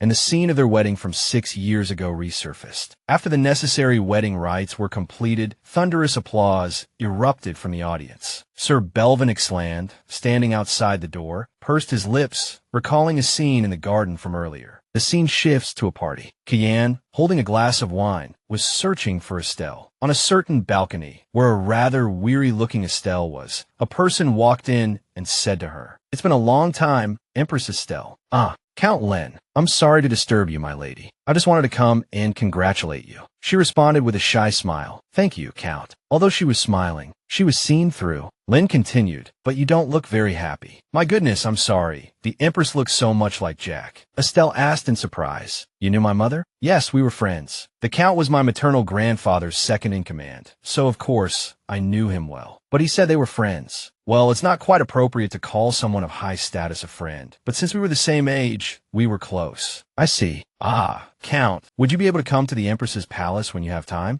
Would that be all right? Of course. Consider it a return for the gift you prepared for me before. Besides, I'd like to hear more about my mother. She thought, since Count Len is the Minister of Military Affairs who controls the army, there's no harm in building a good relationship with him. Perhaps I'll need a strong backer in the future. Len responded with a smile. Thank you. I will visit soon. Returning to her chambers after a long day, she soaked in the water, lost in thought. It feels like the wedding just ended, yet the divorce and leaving the palace feel like they happened yesterday. Let's get a divorce, Estelle. You never loved me anyway, did you? I don't want to put any more pressure on you. Your Highness, the Emperor has passed away. Suddenly, before dawn that day, the news of his death spread throughout the palace. If the Emperor hadn't passed away so suddenly, what would have happened? Was he really waiting to divorce me? If so, then why on that night? I still can't understand his heart. Our first night has finally arrived. The scene shifts elsewhere, where a book is thrown violently to the floor. Damn it! Count Cloud held his head in frustration, recalling, from this moment on, strip Count Cloud of his advisory position. Back in the bridal chamber, the two protagonists were approaching each other. There's no other way, although this is the second time. Today is still technically our honeymoon. It would cause gossip if the newlyweds weren't together. As Estelle sat on the bed, Kian called out, Estelle, can you come here for a moment? Sweating nervously, she looked back and asked, what is it? I'd like for us to leave a contract for this marriage. A contract? Does Your Majesty have conditions for me? Yes, and in return, if you have any conditions, please tell me as well. She thought, I thought this would be easy. Since I've already secured the position of Empress, it's only natural to accept conditions. Very well, I understand. Would you like to state your conditions first? First, regarding the term. The term of this marriage will be 3 years. After the term ends, if I request a divorce, I hope your majesty will grant it. This is the marriage of convenience you wished for. I have no intention of stopping you if that is what you wish. However, the divorce and Jair's status as a prince are two separate matters. In the worst-case scenario, you would leave the palace and leave Jair behind, wouldn't you? Yes, I understand. It would be better for Jair to remain in the palace. But I am the only one who can take Jair away under certain circumstances. I cannot be confined only to the position of Empress. I understand. Second, appoint my brother as the administrator of the Western region. You mean the position I took back from your father a few years ago? The Duke will not stand by if that position is given to a son he is not on good terms with. I will persuade my father that if he successfully inherits the ducal title, it would be best to be exempt from the administrator position. Kian paused and said, "Are you planning to pull your father down from his position as Duke? Wouldn't that be beneficial for your majesty? Next, there is nothing else. Those are all my conditions. Now please state yours." He put down his pen. "My condition is that now, from this moment on, my request is that you can make any request of me that I can help you with, even if we divorce again. I know this marriage is just a transaction based on need, so I want to make the most of this deal. It may seem unbelievable that I would support you unconditionally, which is why I wrote this contract. But this deal..." Elsewhere, a door was thrown open and someone ran in shouting, "Your Grace." The person turned and roared, "What are you doing here at this hour without permission?" I'm terribly sorry, but right now outside, the scene shifts to Estelle's room, where she wakes up the next morning, stretching. Looking at the necklace by the bed, she thought, "I fell asleep without realizing it." Last night, she had fallen asleep first. "I still have official duties to attend to, so I'll be leaving first. I think it's best to return this to you. This is the blue moonlight stone, a family heirloom passed down to the Empress for generations. I left it behind when I left the palace 6 years ago. For the second time, I'm sorry for forcing this marriage on you. Against your will. This is the second time, isn't it?" Hearing those words, I suddenly realized that I used to think he hadn't loved me for a single second. Perhaps. This man is not as expressive as I thought. But in the end, nothing happened on the first night of our honeymoon. So I guess it should be fine. She opened the door, and the sight that greeted her was Kian curled up on a long sofa. She was dumbfounded.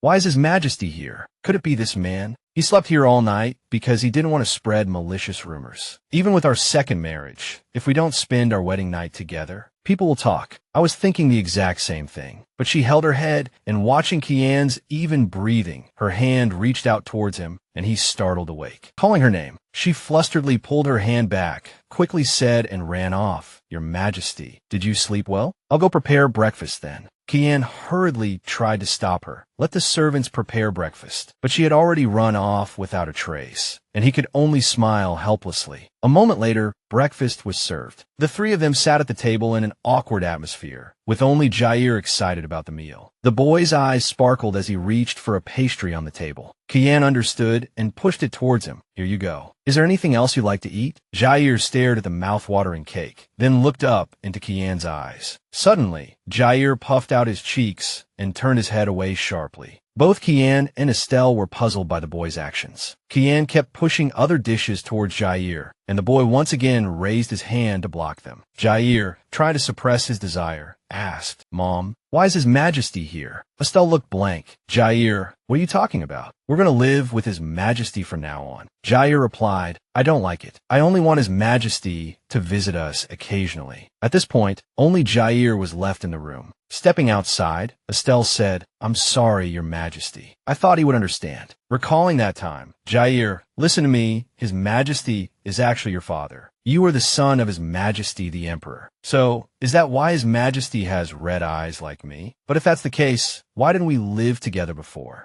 Estelle hesitated, then said, "That's because His Majesty didn't like living with us." "No, it's not like that. It's just that His Majesty has been very busy lately, and some dangerous things were happening, so he couldn't live with us. But isn't His Majesty the strongest person in the world? Even so, it wouldn't be that dangerous for him to come to our house. When you're older, I'll explain it to you in detail. Will my son be able to understand me?" "Yes." In the dining room, Hannah was trying hard to soothe Jair. Kian watched and said, "It's all right. Jair just needs time to adjust. All I have to do is wait for the child to open his heart." Kane left wearily, his legs starting to shake. Marquis Crane rushed forward and bowed. "Greetings, Your Majesty." The ruler of the empire. All right, there's no need for such formalities. As he spoke, Kane recalled Marquis Crane's previous scolding. If you weren't like a son to me, I wouldn't have stuck to formalities, but would have been rude. Remembering this, they both looked away awkwardly. Kane said, I wish to apologize for my past disrespect. I heard that you helped her a great deal while she was raising the child. I was completely unaware, so it's only natural that you are displeased with me. I sincerely wish to apologize again. Ah, no, Your Majesty, please don't do that. Marquis Crane frowned, thinking that even if he had to be amicable with the Emperor for the child's sake, he had no fondness for him. Just then, someone spoke. Ah, what are you all doing here? The two turned to see that the speaker was Duke Reston. Kane turned and asked, What business do you have at the palace? Your Majesty's words wound me. It's for my daughter's sake, of course.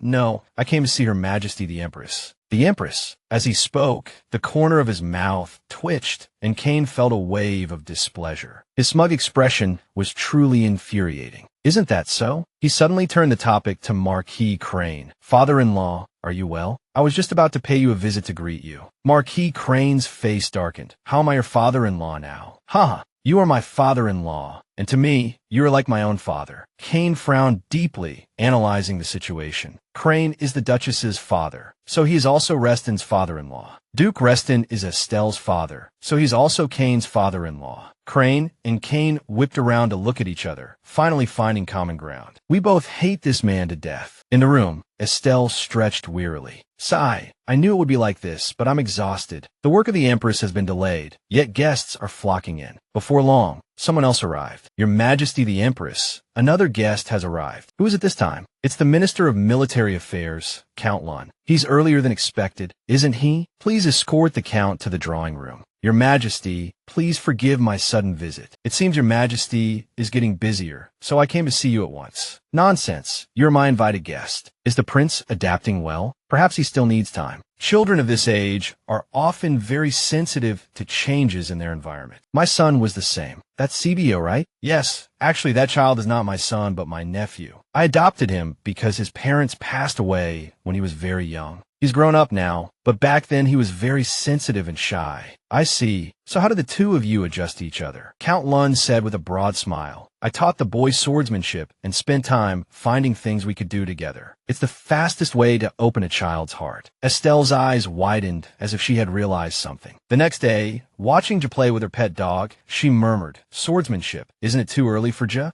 Other education can wait, but I think the earlier he learns swordsmanship, the better. Ja is a prince with poor stamina, and we don't know when or where he might encounter danger. He must be taught to protect himself. Recalling Count Lun's words, the prince mentioned he likes animals. So what about horseback riding? Ah, that's right. You would probably love that. I'm very sorry. I invited you here to repay you, but I ended up having you help me with my troubles. Not at all. Your Majesty can call on me anytime you need someone to talk to. Then, if you don't mind, I will take my leave. Suddenly, Estelle realized something. Looking closely, it seems the Count and I both have a somewhat pale complexion.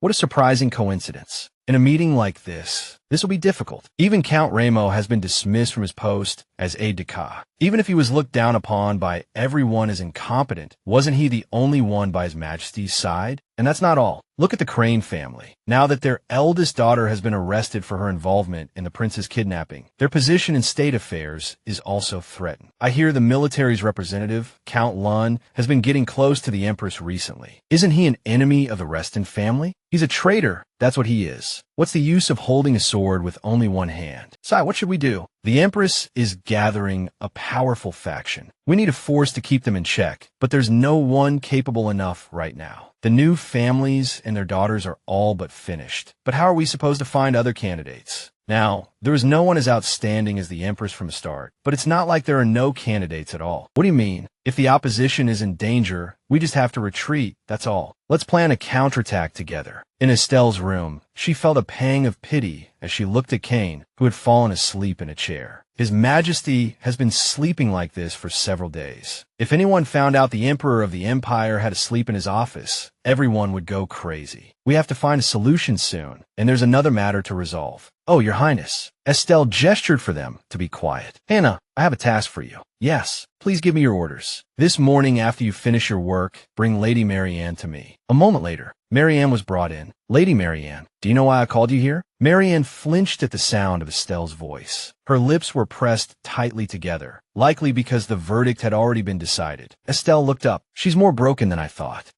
That's right. The Crane family has completely abandoned her. The kidnapping of Jo was also planned by the eldest daughter, and they said they would cast her out for the crime she committed. By herself. But that won't happen. Estelle said, yes, regarding Lady Marianne's punishment, we have reached a verdict. Hearing this, Marianne's brow furrowed with anxiety. Estelle continued, is to become a lady-in-waiting in the Empress's palace. Marianne looked up in surprise and retorted, a lady-in-waiting? What are you talking about? Are you mocking me right now? Is there something wrong? It's not uncommon for noble ladies to work in the Empress's palace. But in this situation, Estelle said with a stern expression, in that case, according to imperial law, shouldn't I have this lady's body tortured and then have her thrown out onto the streets? If that is your wish, then so be it. But I intend to give you a chance. Although you made a mistake, you ended up reflecting on your own and even protected the child. To be honest, if it weren't for you, we wouldn't have been so safe and sound. Marianne bit her lip, thinking lies. If he hadn't been kidnapped in the first place, there would have been no danger at all. Estelle continued, so I want to keep you by my side and give you a chance to reflect. Not everyone gets to work in the Empress's palace, and your status will still be guaranteed. Think about it carefully, and you'll understand this is the most lenient punishment. This is clearly a trap. That scheming woman is obviously plotting something. What, but? Marianne answered, trembling. Thank you for your mercy, Your Majesty. The Empress, meanwhile, in Joy's study, Marquis Crane was observing Ja,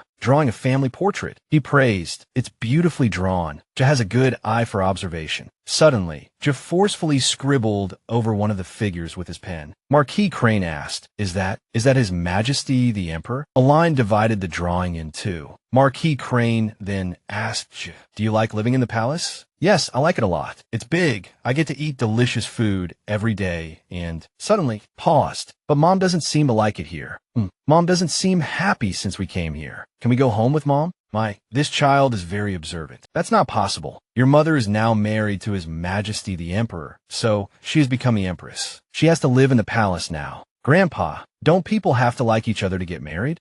Yes. Then why were Mom and His Majesty married before? But why do they act like that marriage didn't exist? What are you talking about? Mom and His Majesty said to pretend the previous marriage didn't happen, and then they got married again. Who told you that? A man who wasn't handsome. Marquis Crane cursed in his mind. That shameless bastard. Has he been coming here these past few days and telling the child all sorts of things? That happened before you were born. Because they had things to do, they were just temporarily separated. Is that so? Then did Mom like His Majesty in the past, too? Isn't marriage supposed to be for people who love each other? So Mom must have liked His Majesty before, right? Crane started to sweat. He really couldn't bring himself to lie. That's right, I used to like His Majesty very much. Seeing Jur's excited face, he recalled, Grandpa, please help me deliver this flower to His Highness the Crown Prince today, too. Although he didn't say anything, because His Majesty's earlobes turned as pink as the flower. I could tell that His Highness probably liked me too, right? Every letter was filled with happy stories about the Emperor. I thought everything would be fine. TSK. Crane sighed and clicked his tongue. If I had known things would turn out like this, I should have stopped the marriage from the beginning. If that's the case, why do you and Mom both hate His Majesty now? Crane froze at the question. Ja, why would you think that? It's not like that at all. How could your mother and I?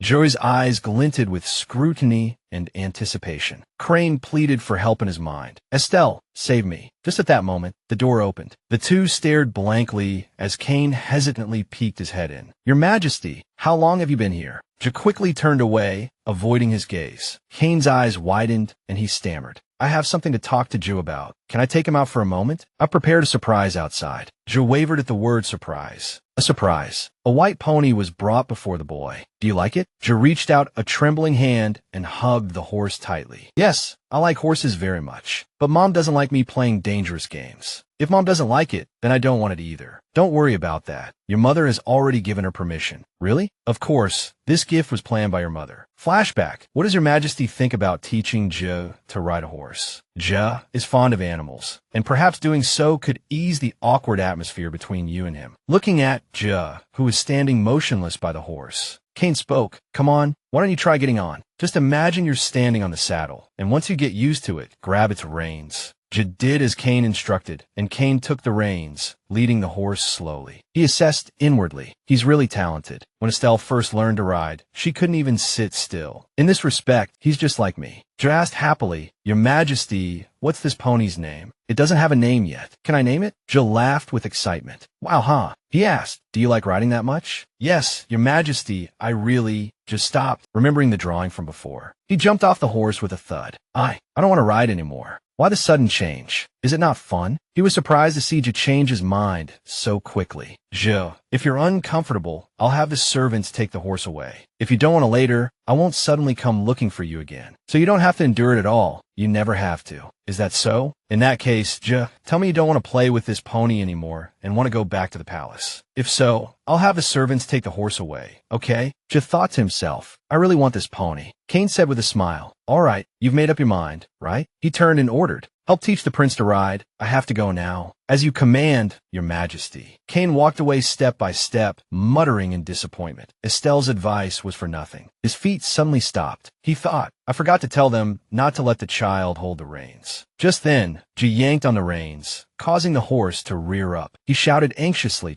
A look of panic crossed Jor's face. "Your Highness, please remain calm. Since it's a pony, if he doesn't pull the reins..." Jo wobbled and pulled hard on the reins, causing the horse to rear high and neigh wildly. Jo was thrown from the horse. Fortunately, Kane caught him just in time. "Are you hurt anywhere?" Jo replied, relieved. "That was fun." The subordinate returned with the horse, tearfully bowing and saying, "My crime deserves 10,000 deaths, Your Majesty." Just then, someone approached and called out with an uneasy expression, "Your Majesty." He said, "You must come with me." "What is it?" The man hesitated, looking around as others were present. "Sigh, I understand, let's go." Just as Kane took a step, she tugged on his robe. "Ah, Your Majesty, can we meet again later tonight?" He looked at his innocent face and chuckled. "Of course. See you later. Be careful, Your Majesty." A moment later, Kane asked grimly, "What on earth was so important that I had to be summoned here?" His fearsome expression made the subordinate break out in a cold sweat. He presented a letter. "We implore Your Majesty to grant an audience at your earliest convenience. A delegation from the Perron Kingdom." Kane snapped, "What is this? What the hell are they up to?" The Perron Kingdom was one of the Empire's neighboring regions last year. Because it was a reclusive country, there was only occasional trade, nothing major. Now, they're sending a delegation, as is their custom. He ordered, "Belion, gather and report to me all recent movements of the Perron Kingdom, big and small." Getting no response, he was taken aback. "All right, send word to Count Lun and tell him to proceed with caution. Have the other representatives begin preparations so we can respond to the delegation appropriately." "Yes, Your Majesty." He recalled Belion's words. "Your Majesty, are you really going to refuse me? Please reconsider. You are just being blinded and cannot judge things correctly." Now, he thought, am I really losing my judgment?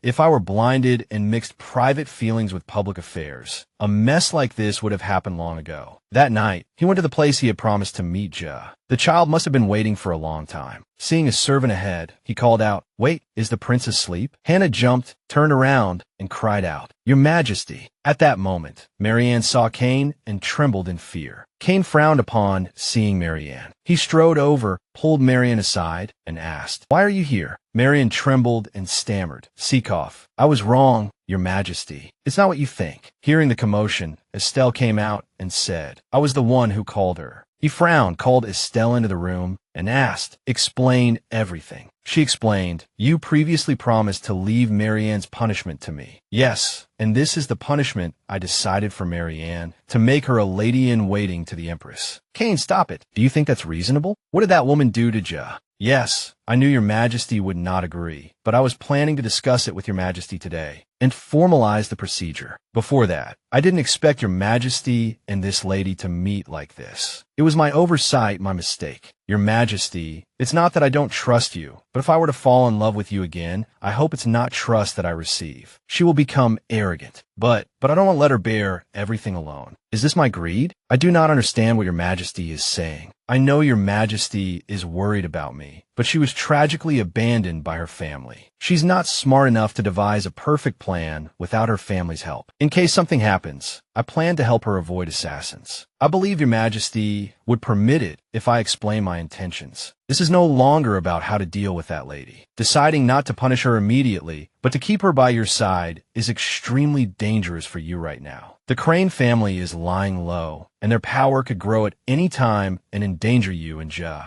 In that case, it would be better to see that lady as the Crane family's weakness and decide to keep her under your control. Very logical. Logical. I understand. But I hope that by marrying me this time, you wouldn't have to suffer anymore. I only wish for that. I don't even know what I'm saying, like a fool. She was confused by his reaction. He kept rubbing his head with both hands and said, "It's been exposed, hasn't it? What do you think of this? I'll let her have a trial period for a few days. In the meantime, I'll have someone watch her. Do you think it's okay to let her serve as a lady-in-waiting for now? She will be coming to the palace again during this time. So, isn't this method safer?" "Ah, yes. That's fine. Thank you, your majesty. Then I'll take her with me tonight." Estelle hesitated.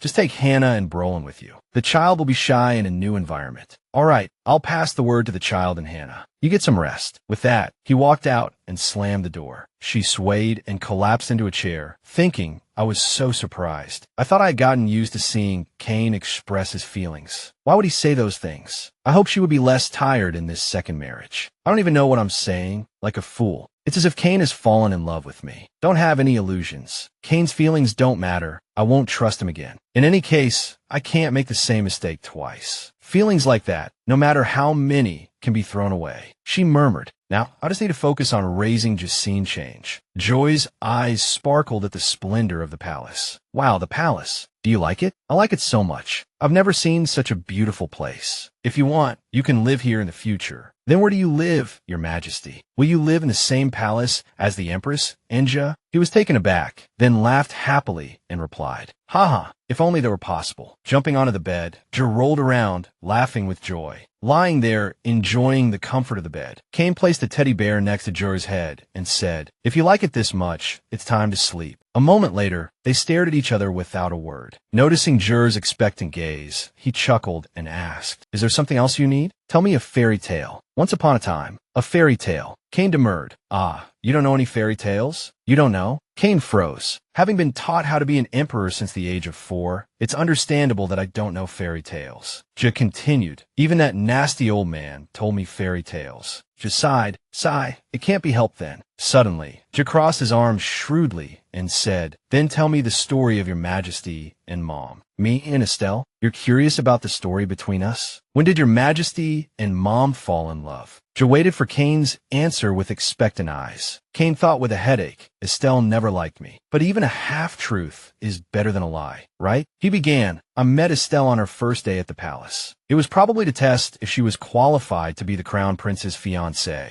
Seeing Estelle by the lake for the first time, Kane's eyes widened at her beauty, thinking, an elf? Hiding behind a bush, Kane saw her practicing by the water. "Greetings, your highness the crown prince." Not the crown prince, but the future ruler of the empire. He ran away with a flushed face. Hearing the sound, she turned her head, but Kane was already gone. That's when I learned about her. "The Duke's daughter, you're destined to be my fiancée." That little girl, shortly after, at the Duke's ball, I proposed to her by placing a royal treasure around her neck. That blue jade necklace. Jill listened with a delighted expression, then sat up and asked, "A proposal is asking someone to marry you, right?" "That's right." "Then what if mom didn't like it?" "That wouldn't happen." He thought. The engagement was something we couldn't decide for ourselves. I was satisfied with Estelle, but Estelle seemed to be reluctantly happy for her father's decision. There was no dramatic episode at all. Tell me more about the proposal. Can I hear it? I can't imagine what Mom and Your Majesty were like back then, but I want to hear it, like a fairy tale. Kane frowned helplessly and stroked Jor's chubby cheek. Afterward, they both lay in bed, and Kane stroked Jor's face. The boy murmured, "Your Majesty, it's not that Mom doesn't like you. She used to like you a lot." He was surprised. "What are you mumbling about?" When he asked Joe again, he was met with only silence. Only the sound of the boys' snores remained in the room. He lay down and gave a bitter smile, thinking, Estelle like me? Impossible. When we were 11, it was the anniversary of my mother's death. As Kane was crying, Estelle appeared and called out, "Your Majesty." He pushed her hand away and said, "Don't come near me." From that day on, our relationship began to break down. I hated Estelle and tried to hate her. Sometimes, just sometimes, I felt regret and would seek her out to talk. But even so, there's no way she could have liked me. The prince's married life, I made it exhausting. Don't get confused. She has already ruined my life twice. A few days later, gossip began to spread in the palace. How many days has it been? They say His Highness, the prince, has been staying alone in his chambers in the palace every night. Did the two of them have a fight from the start? The remarriage was just a smokescreen, so the Empress entrusted her brother with managing the West. That's why more than one or two people want to follow the ducal family's line. Reston must be worried. The power I just regained is in danger of collapsing at any moment. Everything is perfectly back on track. Estelle, what are you doing? How can you keep a man's heart like this? Like this. A few weeks ago, during a meeting, Estelle said, I need your help, father. Now, yes now, I will become the Empress, and you will be the sole heir to the imperial throne. But there is no one to help us but you, father. How long will the Emperor's favor for you last?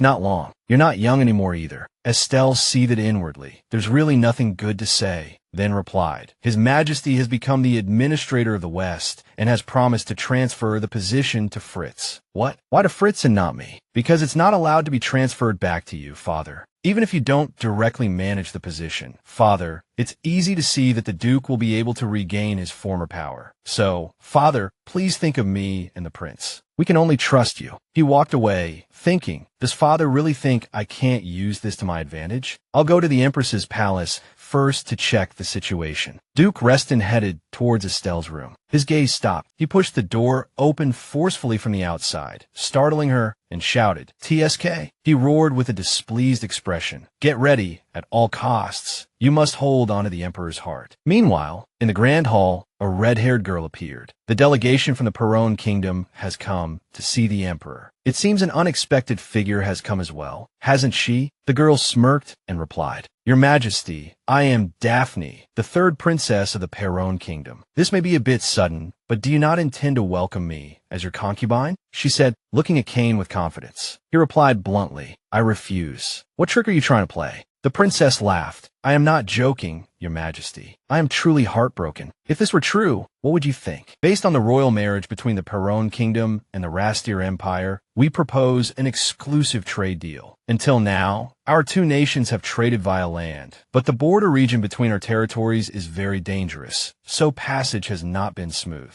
That is indeed true. The kingdom is surrounded by the sea on three sides and by a massive, impassable mountain range on the other. Although its seaports are well developed as a maritime nation, entry is very difficult. We are willing to open a sea route exclusively for the Rastir Empire. Once we become family, free passage will naturally be possible. So, Your Majesty, you can have all of these conditions just by making me your consort. He clenched his fists tightly. A consort? Well, such a good deal in exchange for a mere consort's position. These are clearly not conditions this princess could decide on her own. Who is behind her? And what is this scheme? Your Majesty, this matter requires no consideration at all. The benefits the Empire would gain from exclusive trade. That's right, Your Majesty. It is not uncommon for emperors of the past to take consorts. That's right, Your Majesty. On the contrary, we need to think more about future heirs. Listening to the nobles' noisy debate, Kane was momentarily stunned as he understood. They were worried that the Leon family's power was too great and wanted to bring in an outside force to keep the Empress's family in check. He gritted his teeth. How absurd. I am very grateful for the princess's sincerity, but this does not seem to be a matter that can be decided easily. Prepare a palace for Princess Daphne. The Empire will consider the matter during the princess's stay. She thought, this won't be easy, huh? But her face still wore a radiant expression. Thank you, Your Majesty. That is all I ask. In the coming days, good morning, Your Majesty. Good morning, Your Majesty. It is an honor to see you. Your Majesty, I seem to be lost. Could you guide me back to the palace? Kane's face darkened with displeasure. Princess, asked a nearby servant. Your Majesty, shall we go together? The Duke said with concern. Are you just going to leave the Empress like that? I don't know what you're talking about, father. It is only natural for the Emperor of the Empire to receive a noble guest from another country. Are you being sincere? You really don't mind? Daphne schemed. In any case, I'll have to try another way. Elsewhere, Hannah was playing with Jell when someone called for her. Hannah, could you help me with something? Of course. Your Highness the Prince, can you stay here by yourself? Yes, you can go. The door closed with a click. Gel stretched his legs inside. I'm so bored. It was so much fun when I was with His Majesty. After returning to the Empress's palace, His Majesty never came to visit again, and I've been playing in my room all day. Recalling Hannah's words, especially, do not go to the West Wing. Gel was pouting in boredom when he suddenly heard a fluttering sound from outside. A little curious, Gel craned his neck to look up. He glanced at the still-closed door and struggled internally, remembering Hannah's angelic face. But a moment later, Gel jumped up and ran out. Hannah, I'm sorry.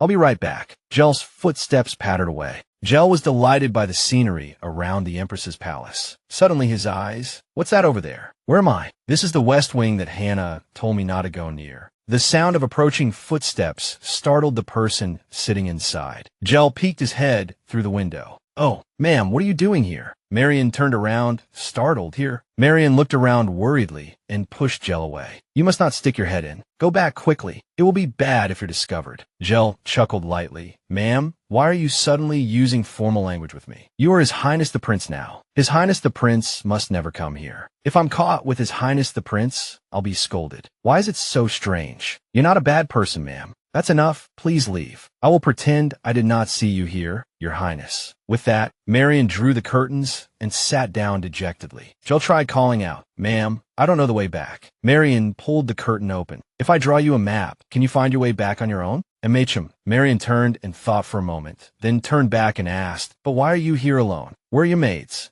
They're busy. There's a princess from another country who asked to be a consort, and she's staying here because of it. I'm stuck here. I'm sure that woman's pretense will end soon. Well, what about that child? Here, Your Highness. Is His Majesty the Emperor still good to you? Yes, very good. That's a relief. You said back then that you wish you had a father. Yeah, I did, but I shouldn't have made that wish. Why? I really like His Majesty, but Mom and Grandpa don't like him. Hannah, too. So I pretend to hate His Majesty, too, but he looks so sad. So I wish I hadn't been so greedy, because things are harder here, Gel said as tears streamed down his face. Marion was stunned. What? I didn't mean to ask about this. Comforting a crying child is my weakness. Marion reached out and pinched Gel's cheek. Don't cry. Gel tilted his head, leaning into Marion's hand. I'll come again next time. I told you not to come. As long as I'm not caught, it's fine. In the Western Territory, someone was discovered while secretly rummaging through things. Thud, who's there? After being discovered, he threw the book hard at the guard and then fled. The guard stared blankly at his retreating back. A suspicious fellow. Scene change. Duke Reston shouted, Who did you say? His expression was stunned. I knew it.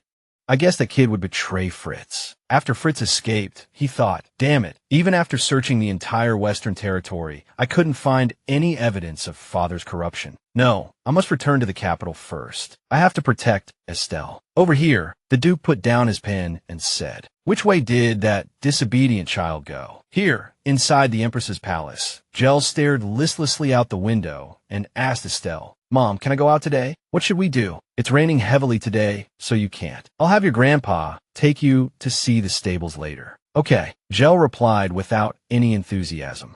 Estelle thought. I thought he'd be happy to see the horses. Why is he so listless? Gel thought. I still have to go see the Duchess. Just then, Hannah came in and said, Your Majesty the Empress, it is time to begin your morning duties. She kissed Gel on the cheek. Mom has to go now. Later, at her workplace, a book accidentally fell onto the desk. Right, this thing, The Basics and Understanding of Herbs. I brought this book because I wanted to be helpful after coming to the Imperial Palace. I haven't opened it once because the Empress's duties are too busy. I first learned about herbs to protect myself, but as time went on, I found it more and more interesting. Rettel, you taught me and even said I had a talent for it. Actually, I took advantage of that opportunity. The pressure of being the Empress now isn't too bad, but compared to that time, it was really tough. I should have written a letter to Greta before the wedding, but I was in the mood and forgot. I must repay her for the time she helped me. Thinking this, she called out to someone outside. Bring me something new. Yes, Your Majesty. The letter is here, Your Majesty. Duke Reston helped by bringing tea, so I prepared it right away. This tea helps relieve fatigue. My father. All right, thank you. Sound of tea pouring. The maid poured the tea into the cup with a suspicious expression, then turned and left. Estelle, unsuspecting, picked up the teacup and took a sip. A moment later, the rain outside became a downpour. Estelle began to feel dizzy. She thought, my head has been feeling groggy for a while now. A sharp pain made her clutch her head in agony. What is this? It's like I drank the wrong medicine. Her cheeks flushed and her breathing grew heavy as she recalled. Duke Reston sent the tea, so I prepared it right away. Estelle staggered, her heart pounding, and reached for the teacup. She tried to pour out the contents of the teapot to analyze them. If there's poison, it can only be in the tea. If it were a liquid medicine, it would be uncertain, but if it's an herb, it must be mixed in the tea. A few ingredients came into her view. She picked up a flower. Found it. What herb is this? I don't recognize it. She hurriedly opened the book. If you accidentally ingest a poisonous herb, you must know exactly which one it is to find the antidote. The common doctors of the Empire don't know much about herbs, so I have to look it up myself directly. Thud. Estelle collapsed to the floor, trembling all over. She thought, why father? Could it be that my brother Fritz was caught while tailing him? Father, if that's the case, if I made a mistake. In her pain, she vaguely saw the flower appear on a page of the book. She read deliriously. Angia.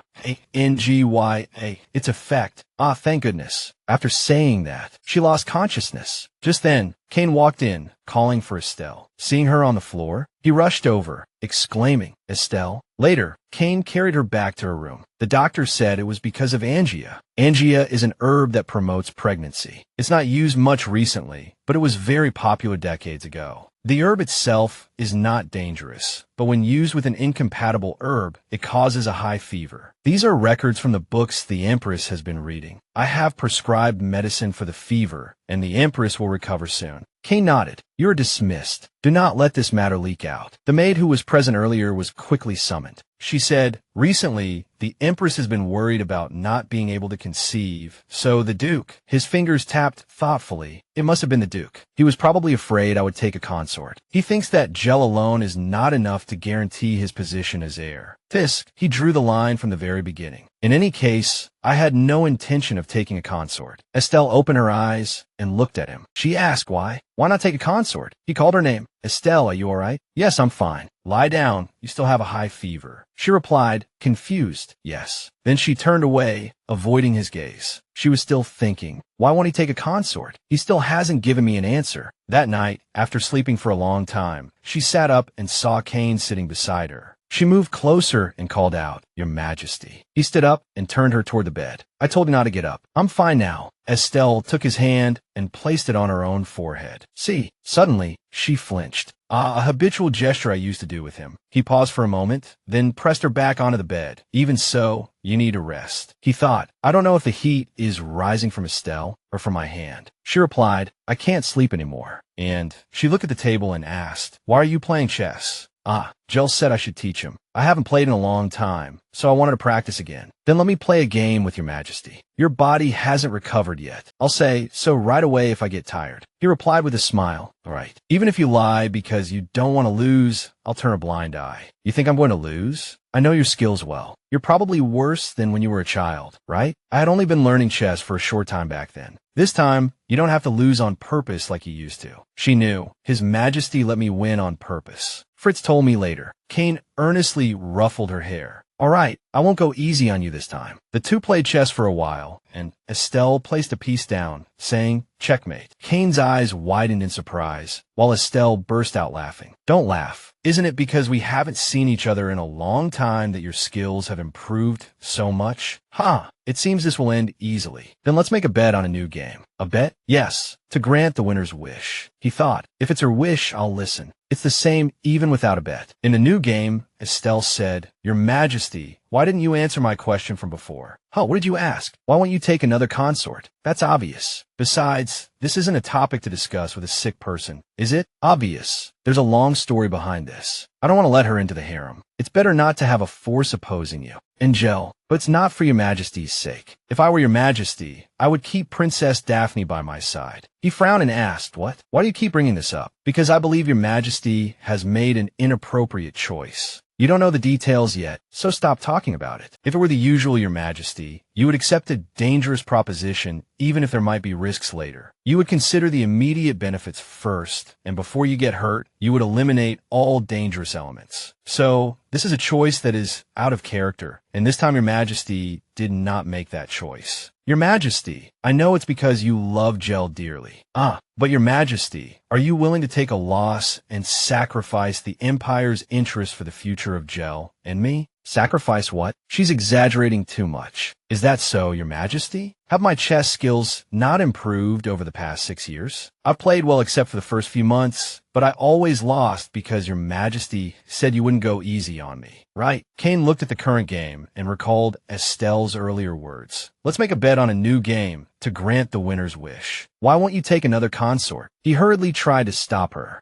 Estelle, wait. He lunged forward, falling on top of her in a compromising position. Estelle shyly avoided him as she placed her piece down and said, "Checkmate. Can I state my wish now?" Estelle, wait. My wish is, please do not take another consort, Your Majesty. He paused and asked, why? Gel, at least until he is old enough to protect himself. I know I'm overstepping, but I don't want Gel to be in danger. But I'm not asking for too much from Your Majesty, am I? So during that time, I hope you will not take another consort. This is my greatest wish. Please grant it for me. Your Majesty. Cain was stunned, then asked, is that all? She's not asking for anything else? Even if I take another woman as my wife, other than her. Her cheeks flushed as she looked up at him. He lunged at her, his hand clenched tightly, pressing her onto the bed. The tightly clenched hand made her flinch. His hand gently stroked her hair. Then he lifted her hand and kissed the back of it, making Estelle's heart pound and race. In a nearby room, Daphne, who was sitting on her bed, suddenly turned and screamed. Over here, just as Cain and Estelle were about to take things further, they heard a subordinate call out, Your Majesty. Your Majesty. Cain left the Empress's palace and ran, asking, what is it? Lyndon hurriedly turned and called out, Your Majesty. Someone broke into Princess Daphne's room. Doyen stood by, crying. We caught some suspicious people here. Commander Doyen, Duke Reston, and young Master Jaffe. What? You are? Young Master? Cain frowned. Why are all three of you involved? He asked, does the princess remember any features of the intruder? I don't, because the princess was asleep at the time. Fritz struggled to explain. Your Majesty, I was just here to see the Empress. Duke Reston interjected. I have something very important to say. Your Majesty, but I am concerned that discussing it in such a crowded place is too sensitive and might endanger my child. I suggest Your Majesty hold a formal trial for this case. At that time, I will speak of everything I witnessed. Estelle heard this and panicked. Gel, what are you doing out so late? We clearly saw His Highness go to bed. After that, all the servants were at their posts. Don't frame an innocent person. Once this child is determined to sneak out, who can stop him? Determined to sneak out? That's right. Does the Empress not know that the prince has been secretly sneaking back to the West Wing recently? Recently, Gel, exposed, had tears in his eyes. Estelle thought, if it's the West Wing, that's where Lady Marian is staying. Gel, is it true? Mom won't scold you. I just want to know exactly what happened. Gel stammered that. Estelle noticed Duke Reston's hand was clenched tightly and became suspicious. I was wondering why this child was so scared. She pulled Gel in her arms. Father, did you threaten Gel? Threaten him? Why would I do that? I just want to spend some quality time with the prince. You forced such a young child to go out late at night. Even if you're my father, this is too much. I know you secretly put herbs in my palace. You know I can hold you accountable for that. And my family has been saying hurtful things to me as well. Didn't the Empress say she would trust me completely? Estelle flinched. He continued, deceiving me with empty words. It seems the Empress has been doing things secretly behind my back, hasn't she? The Empress is the same. Just like her brother. She staggered. What are you talking about, father? What did my brother do? Is this related to my brother as well? He sneered. What did he do? He was just unlucky. Your Majesty need not worry. As long as the Emperor opens a trial, everything will end smoothly. Would a father really harm his own child? The red mark left from where he grabbed my hand. Trust me, won't you?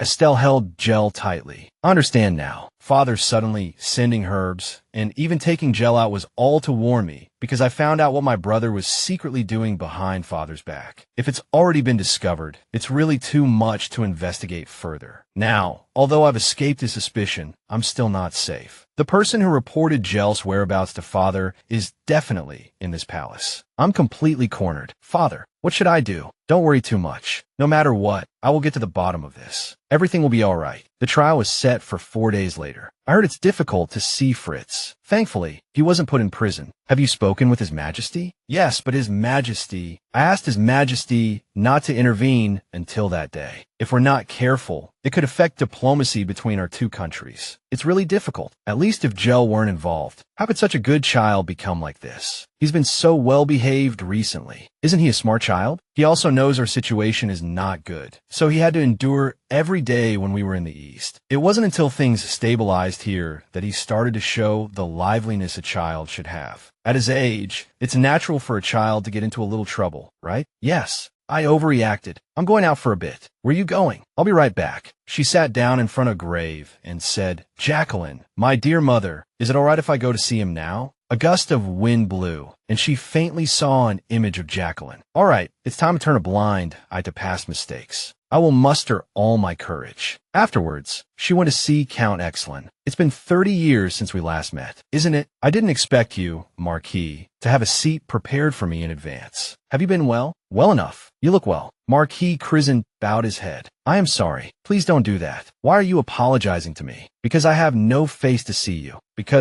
Please don't say that. I have never resented you, Marquis, neither in the past nor now. Recalling that time, Commander, it's not like that. I never made such a mistake. Just then, there was a rustling sound next to the commander. He turned his head and shouted, Jack Vaughn, Marquis Kaizen, exuding a cold aura, turned and grabbed his collar. Get out of my territory at once. A subordinate who doesn't admit his mistakes is not worthy of being here. 2 years later, it really wasn't his fault. I ruined the future of that promising young man with my own hands. The lady and her attendant had to protect her daughter. I heard you refused compensation this time as well. It cannot compare to the past 2 years, but even considering your future, I cannot accept it. Thank you for coming all this way, but I don't need any compensation. Knowing that you investigated and cleared up the truth until the very end is enough for me. If you could convey my congratulations to the ladies wedding on my behalf, that would be compensation enough. Back in the present, Lyndon said, the Empress is a wonderful person. She looks just like her mother. Yes, her way of life is very similar to her mother's. I know this is shameful, but I came here today to ask for your help. As you know, the situation is not good. Even if we try to cover it up, everything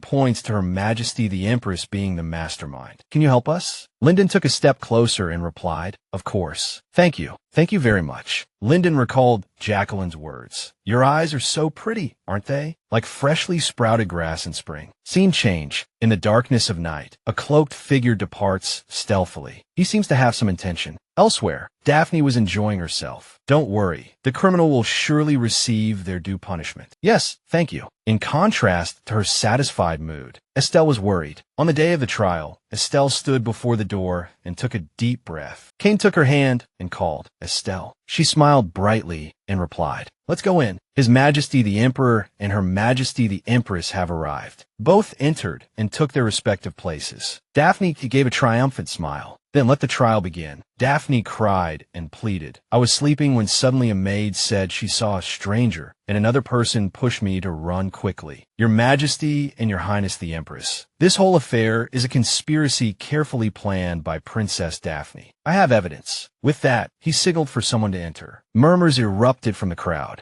Daphne gritted her teeth. How dare you frame a princess from another country? Frame? And my poor son has to endure this? A man was brought in. The man below widened his eyes in surprise, then quietly stood up to leave. But he was stopped. Where do you think you're going, Viscount Bergen? The fact that Count Bergen acted with Princess Daphne on behalf of the Ministry of Internal Affairs proves they are accomplices. We have all the secrets and witnesses exchanged for this. If I had spoken without solid evidence, I was afraid everyone present would think I was doing it because of my son. So until now, I have remained silent. I implore Your Majesty for your understanding and forgiveness. Chloe stood in a corner, thinking, so it's over. Daphne screamed, Your Majesty, I am innocent. Kane commanded, silence. The trial will continue after confirming the authenticity of the evidence submitted by the Duke. Estelle chased after him, calling, "Father." He waved her back, ordering, "Stay back." Duke Reston turned around and sighed. "What's with that expression? I told you to trust your father." She pressed her lips together. "Father, you said you knew everything from the beginning. Is that so?" The princess created the conspiracy, so everything was revealed. Her hand trembled as she clenched it. "You knew everything, yet you let this trial proceed. You deliberately made yourself a suspect, controlling the Emperor's actions as you pleased, and then using Gel as a hostage. These trivial matters are insignificant. What's important is how much this father has helped you."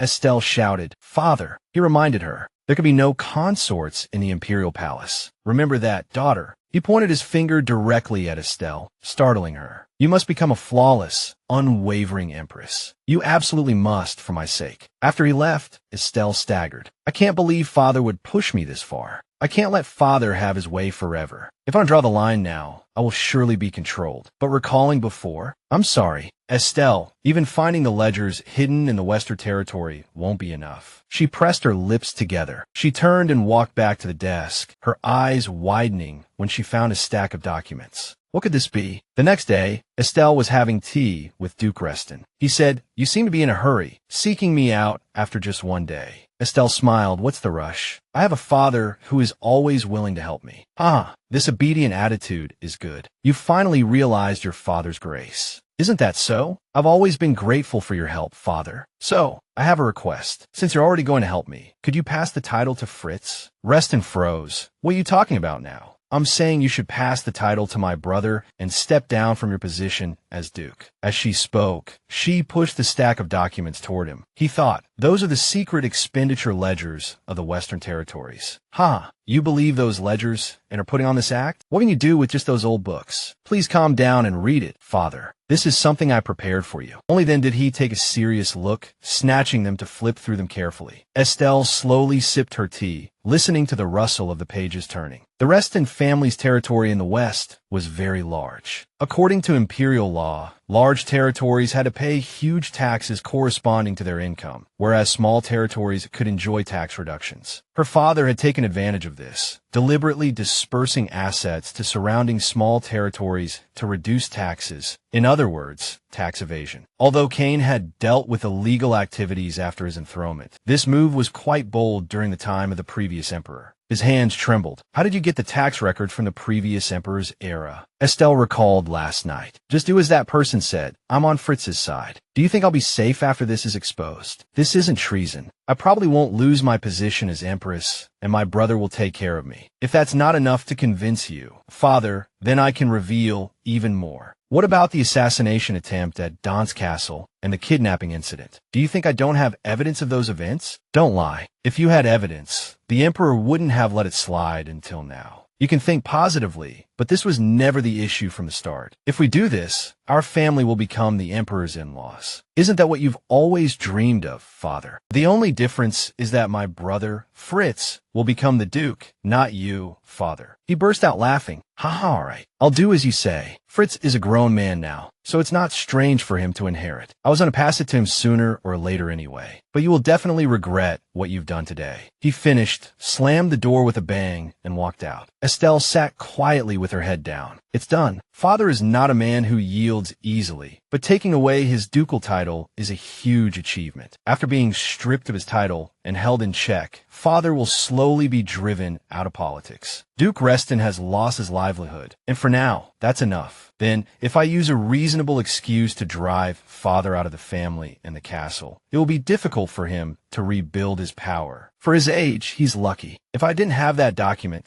things wouldn't have been this easy. Follow that person's will. The handwriting is familiar. This person wants my father's downfall, can see tax record from the previous emperor's era that others can't access, and has the ability to obtain necessary information. There's only one person. I should go see him and talk to him. Hannah, have his person come see me later. Were you waiting for me? Estelle turned around in confusion. Miss Florin, what are you doing here? I thought Bellion would surely be trying to mend his relationship with Kane. Is there something you need? Miss Florin, the Empress personally summoned me, so I came right away. Could it be because of that matter? So, they've joined forces. Let's sit down first. This looks like it will be a long story I don't plan to stay long. Then I'll ask directly, why did you help me? It would have been more advantageous for you to use the evidence you gave me, because I presented the Duke's weakness, not the Empress's. Although I may have overstepped, I know that the relationship between your Majesty and the Duke is not good. The one coveting the throne is not your Majesty's side, but the Duke's. Since that's the case, aren't your Majesty's and my goals aligned in this matter? My family's reputation has been damaged recently, so it's not convenient for me to step forward. Estelle thought she understood that, but just calling her clever wasn't enough. If I hadn't returned, she would have been the Empress. I still can't let my guard down. In any case, the term of this marriage contract is 3 years. After that, if I ask for a divorce, I hope you'll be ready to accept it. She said, Miss Florin, don't you intend to stand on my side? This doesn't mean becoming my person. I can't fully trust you either, so I'm proposing an alliance for now. Right now, more than anything, I need someone who can help me. The same goes for the palace. Miss, you are very clever and more than qualified. If you wish, I can create an official position for you. It doesn't have to be the Empress. For a talent like you, there are many places to fulfill your ambitions. Florin scoffed. Ha ha ha. The Empress is surprisingly naive. I refuse the offer. If you'll excuse me, please forgive my rudeness in taking my leave on my own. As Florin turned to leave, Estelle called out, Miss Florin. Florin tried to walk away as quickly as possible. After walking some distance, Florin started coughing, cough, cough, her face turning pale and her breathing becoming ragged. Recalling the past, Florin had been in the same state back then. At that time, Florin's gaze had never left Estelle. Estelle probably doesn't remember, but we actually met once. The first day I saw her, I felt she was born to a high station,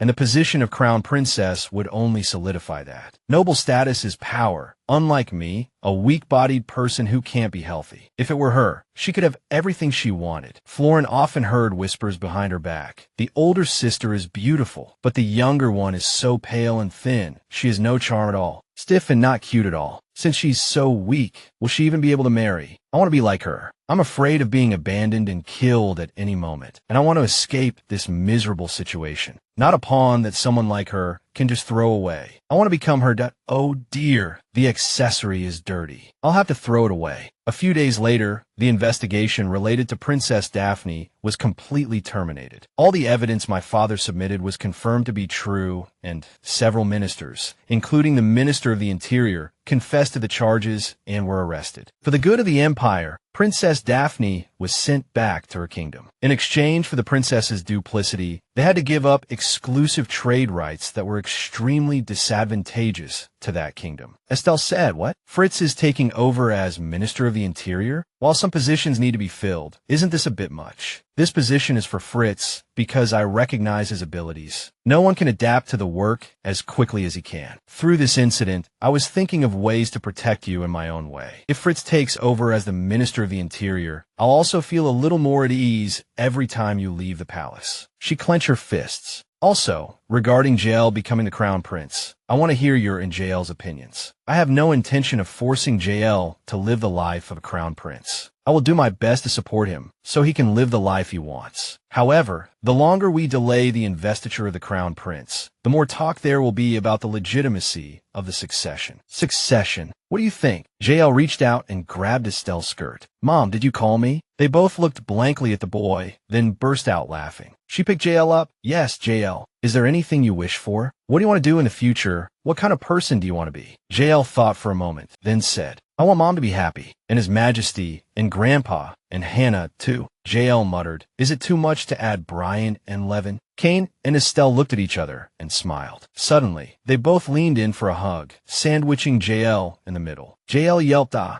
Not long after, Jael was officially invested as the crown prince, and Cain was preparing something else. He requested the return of the territories confiscated from the Kinpak family in previous generations. The stewards will arrange and send the documents in the coming days. The Marquis of Kinpak said blankly, thank you, Your Majesty. Cain waved his hand. Don't thank me because that confiscation was unjust from the beginning. However, as the heir to that territory, I want you to designate it. If we divorce again, I'm afraid I will refuse to accept any property or alimony. Do as Your Majesty wishes. Besides, Your Majesty, what's wrong? No matter how I think about it, the Duke of Reston's side is very suspicious. He's not one to back down easily, but those two seem to be slowly pushing the Duke out. If my grandfather becomes a criminal, JL will bear the stigma of being a traitor's grandson for the rest of his life. I understand his intentions, but the Duke of Reston I know is a figure who could become a major liability. At this point, it's best to treat it as an accident and let it go. Am I being too cruel? The Marquis of Bozic said, it's nothing. And so, summer ended and autumn arrived. Hannah, carrying a basket of fruit, said excitedly, "It's the harvest season, isn't it? These are local specialties sent from various regions to celebrate." Suddenly, Marion turned to leave, but was immediately stopped. "Where are you going?" "I'm going to the restroom. Please be aware that you are still under surveillance." "I understand." As Marion left, she heard whispers, "She's so thick-skinned. Can't be helped. The Crown Prince sees her as a benefactor." Marianne's face fell, and she hurried away, thinking, "They'll come for me when they know the secret." I thought the lady-in-waiting incident was over. Thinking back to that time, I knew it wasn't the young lady's fault. In any case, wasn't that too generous? No, don't be fooled. Stupid Marianne, abandoned by her family. What else can she expect? In the room, Estelle sat and said, "The schedule is so packed. Even if I make up my mind, there's no time to study." Sigh, still no news from Greta. When autumn comes, I will prepare for my life after I'm no longer the Empress, and part of that preparation is studying herbs. I could find an apothecary in the capital to teach me, but Greta is the only one I trust and can truly learn from. Even so, I'm not sure if I can leave right away. I want my mother to be happy. I never thought about these things before leaving the palace. I was busy living the life of a crown princess, and after leaving, I was busy being a mother, without obligations. This is the first time I'm truly planning my life with my own heart. Sometimes I feel like I'll live a life bound by the past. This autumn, I have an impulse in my heart, a feeling that things will get better. That night, Your Majesty, could you come in for a moment? Let me help you. Thank you. What is it? I wanted to confide in you. She asked, Your Majesty, 6 years ago, why did you marry me? I've been thinking about it. I know the situation was complicated back then, but I want to know for sure. Did you intend to marry me from the beginning? He said hastily, wait, it wasn't like that. Estelle, he paused, as if thinking about something. Then he turned to leave. I'm sorry. Estelle grabbed his hand. Your Majesty, please don't run away. Your Majesty, why do you always run away like this? Leaving me behind. He pulled his hand away and replied, yes, I'm always running away. That day too. Estelle, I ran away because I was so ashamed. It wasn't your fault at all. He left after saying that. This scene was just like 6 years ago. After asking for a divorce, he had stormed out, slamming the door. Recalling her words, yes, I agree to the divorce, Your Majesty. The moment she said that, Estelle, on the contrary, looked calm after being suppressed for so long. Her face looked more relaxed, as if she had brushed off accumulated dust. Thank goodness, divorcing me wasn't a wound for you, because you didn't try to keep me. If you had held me back even a little, I wouldn't have been able to leave you. To me, you were the only thing. A young Kane, his favorite teddy bear, was taken away for a reason. Kane, you will soon be the crown prince. You absolutely must survive. Someone approached and called out, Your Highness, the Empress Dowager. She left, holding the bear. At that time, some maids whispered, the Empress Dowager, really always so close to the prince. What a nuisance. Back to the present. My subordinate said, Your Majesty, it's time for breakfast. Thinking of her words, Your Majesty, why do you always run away like this? He replied, Tell them I'll be there shortly, and to please start without me. He knocked his head. Knock, knock. Pathetic, stupid, naive fool. I was determined not to hurt you again. The dining room door opened, and turning his head, JL called out excitedly, Your Majesty. He sighed and walked in. You're here. Yes, sorry I'm late. He sat at the table, thinking, I thought she wouldn't come. After the meal, she stood up and said, Your Majesty, can we talk? Of course. As they walked, he kept his head down, avoiding her gaze. Noticing this, she leaned forward and called out, Your Majesty. Her cheerful face reminded him of Kane, and JL had a similar expression on his face. Was this the first time Kane had looked so nervous? Should I confess, or should I tease him a little? Thinking this, she lowered her head and said, Your Majesty, for the time being, when it's just the two of us. Please don't talk to me. Kane froze. What? Just act normally when JL is around. I don't want to talk to Your Majesty until I feel better. If you don't like it, then answer yesterday's question. Estelle, wait. Well then, I'll be going. Let me know when you plan to talk. Estelle, wait. For the next few days, Estelle continued to tease Kane. Hannah wondered what's with those two. The Marquis of Kinpock sighed with a headache, honestly. Well, it looks like a lover's quarrel. Hearing this, JL panicked. A lover's quarrel? That night, JL asked seriously, Your Majesty, what's going on between you and Mom? His face fell as he replied, Go over there. JL shouted, Your Majesty, trust me and tell me. After all, I'm Mom's 5-year-old son. It's not that I don't trust you. Kane changed the subject. The book I brought today is very interesting. I want to read it to you. I can't wait.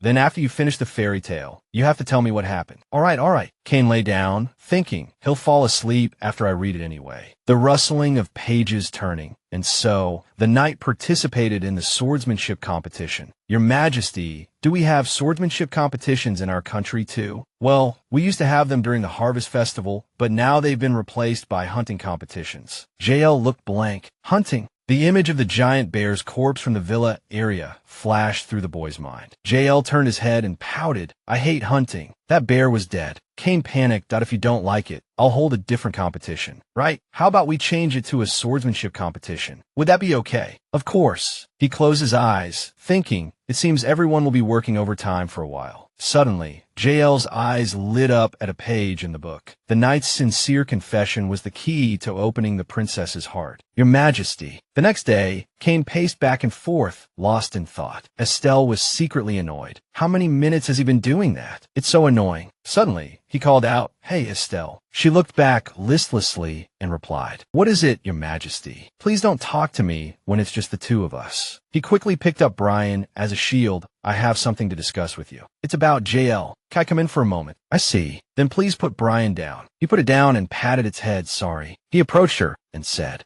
Did you hear that the Harvest Festival's hunting competition is being changed to a swordsmanship competition? Yes, I heard. JL said he hates hunting, right? That's right. In that swordsmanship competition, what if we designate the person who excels in the competition as JL's swordsmanship teacher? A swordsmanship teacher? I had already decided to find a swordsmanship teacher for JL for self-defense, but it's been delayed because there was no suitable teacher. But can we screen out people with ulterior motives? I will thoroughly check their identities, and I'll add a condition that if there are no good candidates, no one will be chosen. Besides, if there isn't much difference, the person I have in mind will probably be chosen. Who are you thinking of, Your Majesty? Sylvain E. At least for now, he's one of the most capable people in the Empire, but well, she recalled, he and I had that kind of scandal at the ball.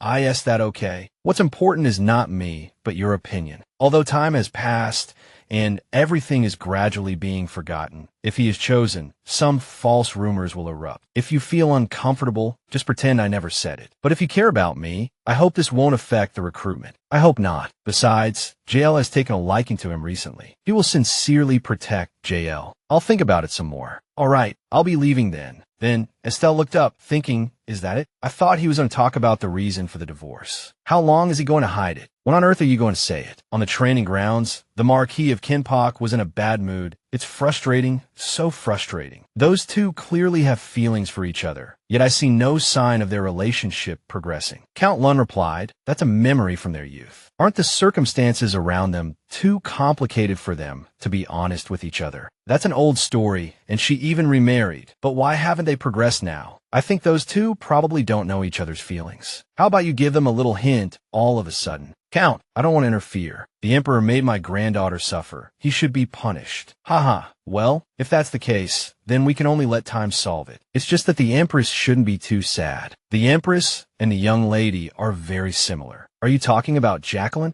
Could it be that this guy made my daughter suffer? No, it's not. It's not because of me. It's not because of you. He recalled a past scene of Jacqueline crying. He asked, Have you seen Jacqueline again? Count Lun stumbled forward in shock. Unexpectedly, the Duke of Reston walked over and called out, Oh. The Marquis of Kinpock thought, What is the Duke of Reston doing here? He clenched his fist and glanced over, saying, I warned you not to call me that anymore.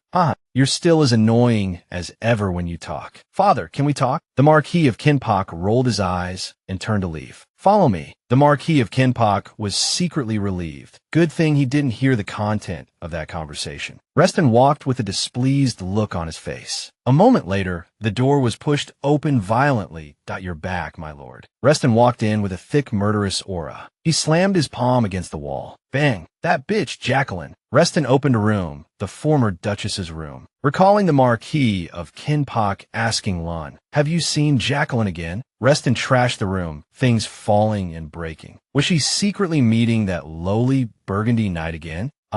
Now that I think about it, being attracted to lowly things must be hereditary. After smashing things for a while, he panted, "That's right. She was only the Duchess in name, but there's no reason she would let her secrets be found so easily. Let's see, there are both cheap and expensive things here." Reston walked slowly, observing everything in the room. His gaze stopped at the dressing table. He remembered seeing Jacqueline doing something furtively here in the past. Reston frowned, walked to the table, and pulled open each drawer to check. Then he saw something. A few days later, Hannah came running in a hurry to call the Empress, His Majesty. Afterwards, she went to the Emperor's palace to inquire. Overwork? Yes, he needs to rest for a while, so visits should be kept to a minimum. It seems unlikely he'll be able to attend the upcoming Harvest Festival. Estelle looked at the pile of documents, thinking, this is the paperwork His Majesty was handling. He said he was sorry to give you more work during this busy time, and that he absolutely had to convey this apology to me. It's a lot, isn't it? She picked up a stack of documents. This is strange. All of this has already been neatly processed. She began to feel confused, while JL was secretly observing from a distance. By night, she sighed, no matter how I think about it, it feels strange. Sitting on the bed, she was surprised to see the boy silently contemplating against the wall. She comforted him, don't worry too much. His Majesty will recover soon. Was I too harsh on a busy person? For the past 5 years without me, Kane has been handling all of this alone. Even if he doesn't show it, it must have been very difficult. And I know that for Kane to remain silent to this extent, he must have his reasons. It's really related to my father. My head is a mess right now. After Estelle fell asleep, JL quietly opened his eyes and smiled happily. Finally, the Harvest Festival arrived. Estelle gazed into the distance, thinking, after all, it can't be held without Kane. She turned her head to see JL looking gloomy and dejected. Estelle looked at JL in confusion. Just then, someone called out, Your Majesty the Empress, I'm sorry to disturb you. A young apothecary from the Eastern faction would like to see the Empress. Estelle was surprised. An apothecary? Is it Greta? She went out and saw a girl waiting. The girl turned around and greeted her with a bright expression. Your Majesty the Empress. Estelle, it's really Greta. Estelle ran over and hugged Greta tightly. When I was in the East, this was the apothecary who told me I was pregnant. We became friends right away. She even helped me change JL's eye color. It's really been too long. Yeah, as soon as I saw the letter you sent, I was so surprised and rushed over. You really became the Empress. Is everything settled now? I never told Greta my story, but seeing his status, or JL's eye color, she must have guessed some of it. Even so, she never asked me for details. Now, she's probably worried about whether I became Empress of my own free will. Of my own free will. Greta breathed a sigh of relief. Well, then things are settled amicably. That's great. To hold the Harvest Festival, we decided to postpone our reunion. Still, seeing his happy face made me stronger. Knock, knock. Fritz came in and said, I've come to escort you to the carriage. I heard the Emperor is unwell. Will you really be all right alone? Of course, she thought. With the festival comes the royal parade. This will also be my first official appearance after my remarriage. The story of Kane and me has spread everywhere, and JL's existence has been revealed. Fritz said, Don't worry, no one is speaking ill of you. Are they all cursing the Emperor then? Fritz shook his head. Well, of course there are. She smiled. Thank you for comforting me. I'll be fine, so don't worry. Estelle got into the carriage with Fritz's help, followed by the cheers of the people. Long live the Empress. Estelle waved to her people from the carriage. She recalled the previous night when Greta exclaimed excitedly, Coming here was the first time I've seen so many herbs. I even went all the way to the southern nucleus. I've also created a lot of new recipes. I can't wait to tell you all about it. Greta asked curiously, But why is the Empress studying herbs? It seems she doesn't need them anymore. She replied, Just think of it as a hobby. I've always felt it would be good if herbs were more widely known. Why do you ask? Because there aren't many apothecaries in the Empire. Well, does that mean I'm the Empress's teacher from now on? The Empress is my disciple. Haha, that's right. Greta rummaged through her bag. This was supposed to be a secret for special students only. A bottle of medicine and a flower were taken out. Estelle asked in confusion, This is a herb and powder I found in the southern mountains that can cure any poison. Estelle's eyes widened in surprise. Really? A normal antidote would have a different formula depending on the poison used, which is why it's so difficult to handle. An unknown poison. I'm still experimenting with it. I couldn't bring it back because it withers quickly once it leaves its designated environment, and it's difficult to successfully make it into a powder. Estelle thought to herself, if this could really cure all poisons, it would become a lifeline to save many lives. Gretel continued, It's a shame, you just need a proper research facility. Estelle seemed to have thought of something. She recalled the southern region. Your Majesty, may I add one more condition now? If Your Majesty permits, I would like to build an educational institution there. That's right. In exchange for ceding the southern territory, they agreed to establish a charity school there, she replied. There's probably a way. Back to the present, at the festival venue. The swordsmanship competition will now begin. A lively atmosphere enveloped the venue, and the swordsmen were ready. The Marquis of Sembrique looked at Estelle and asked, You've been absent-minded all day. Are you tired from preparing for the festival? No, it's because I talked with Gretel late into the night yesterday. If that's the case, then I'm relieved. The preliminaries have begun. The swordsmanship competition included preliminaries that commoners could also participate in, and the finals where the truly skilled competed against each other. Both rounds of the competition used blunted swords to ensure the safety of the participants. Next was Len's turn, and he appeared amidst the cheers of the crowd. He was surprised to find that his opponent was a masked man. The sound of two swords colliding clang. Clang. The Marquis, who was also a father, thought dumbfounded. Even if Len is old, not just anyone could defeat him. Who on earth is that swordsman? The match was intense. Len realized something. Strange, where have I seen this sword style before?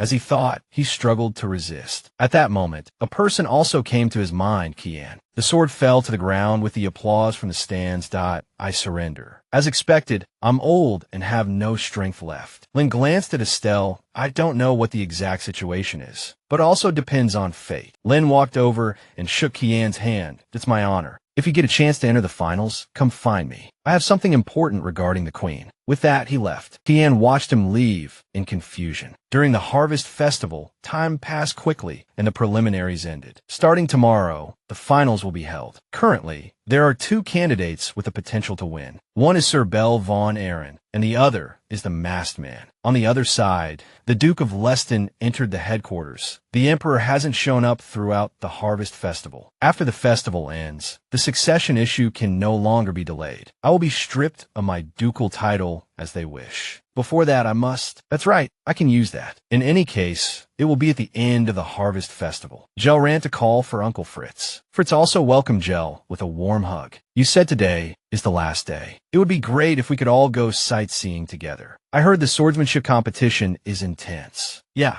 the response is even better than the hunting competition. It might be held annually from now on. His Highness the Crown Prince has done a good thing for us. Your Majesty, I'm sorry. I didn't know we had a guest. No, it's fine. Gretel, this is my older brother, Fritz. This is the person I mentioned to you before, Gretel. Gretel bowed her head. It's a pleasure to meet you. Duke Fritz also bowed in return. Gretel blushed involuntarily. Before going to the swordsmanship competition, would the three of you like to see the festival? I have something to take care of. Gretel refused. How could I dare? Jell spoke up. I want to go. Fritz also said, I'm fine with anything. Estelle turned and whispered to Gretel, Don't feel pressured. We haven't had a day to enjoy ourselves together, have we? I understand. Thank you, Your Majesty. Then I'll see you later. A while later, the first finalist was decided. Ladies and gentlemen, this is the proud commander of the Rainbow Knights. Let's have a round of applause for the only son of the Count, Sir Bell von Aaron. Next, we will select the next person to advance to the finals. This is the second semi-final match. After the introduction, Kian rushed forward with his sword to attack. Estelle glanced at the excited Gel. She thought, today is the last day, and the quality of the matches has improved. It's good for Gel to see it. He's been begging me for days to watch the swordsmanship competition. A clang rang out. Gel's face turned pale, and he rushed forward. Gel shouted, "That's dangerous." Clang. Below, Kian tilted his head to dodge the blade, and with a stomp, he pushed his opponent away, sending their sword flying. He fell to the ground, defeated, and Kian was victorious. Just then, the mask on his face cracked, and everyone gasped. Wait, is that His Majesty? Is it really His Majesty the Emperor? Really? It's too far, I can't see clearly. The Emperor's eyes are really red, aren't they? Kian, now with his face revealed, was no longer wearing a mask. He looked at the mask and thought, so this is why Gel's plan went awry back then. Gel had said that a knight's sincere confession was the key to opening the princess's heart. His Majesty is here. If so, Mom will surely open her heart. Hiding his identity and confessing publicly, he turned to look at Gel. Even if the plan is ridiculous, I don't want to disappoint him. Up above, Estelle and Gel were also looking at him. Still, it's nice to see him that excited. Kian waved to everyone and then went inside. Count Len said respectfully, "Congratulations. You told me to come find you after making it to the finals, but you came to me first. Haha, it was inevitable. How many people in this empire have skills like your Majesty, right? So, what is the important matter related to Estelle? These are not words befitting a queen, so you may not believe it, but I wanted you to know this. Your Majesty, throughout the entire engagement, the Queen loved you with all her heart. Did you really not know?" he asked blankly. "What? On the other side?" Gel asked Mom. "Were you surprised that the knight's identity was revealed?" This child, from his reaction, he knew all along. "That's right. Was that Gel's idea?" She replied, "Really, it's just like Gel's favorite fairy tale." "Ah, yes." Estelle thought of something. "Ah, that's right. Knight Linden, please double-check the security for the finals to prevent anyone from finding out about His Majesty's participation." "Yes, I understand. There aren't enough knights for protection because of the Harvest Festival. I hope this is just a needless worry." A moment later, the match continued. "I never thought my opponent in the finals would be Your Majesty. Please go easy on me, Your Majesty. I ask the same of you." Well then, let the final match officially begin. The two swords flashed and clashed with a clang. Bell warned, "You better." Clang, clang, concentrate. The audience was anticipating a great match. Below, some unfamiliar faces appeared. One of them stopped and took out a bow. He drew the string and took aim. Linden noticed, turned, and shouted, "What is that?" Kian, who was fighting, also stopped, and the arrow was loose from the string. Kian and Bell shouted in unison, "Watch out." The arrow flew straight towards Estelle, followed by a piercing scream. Aya.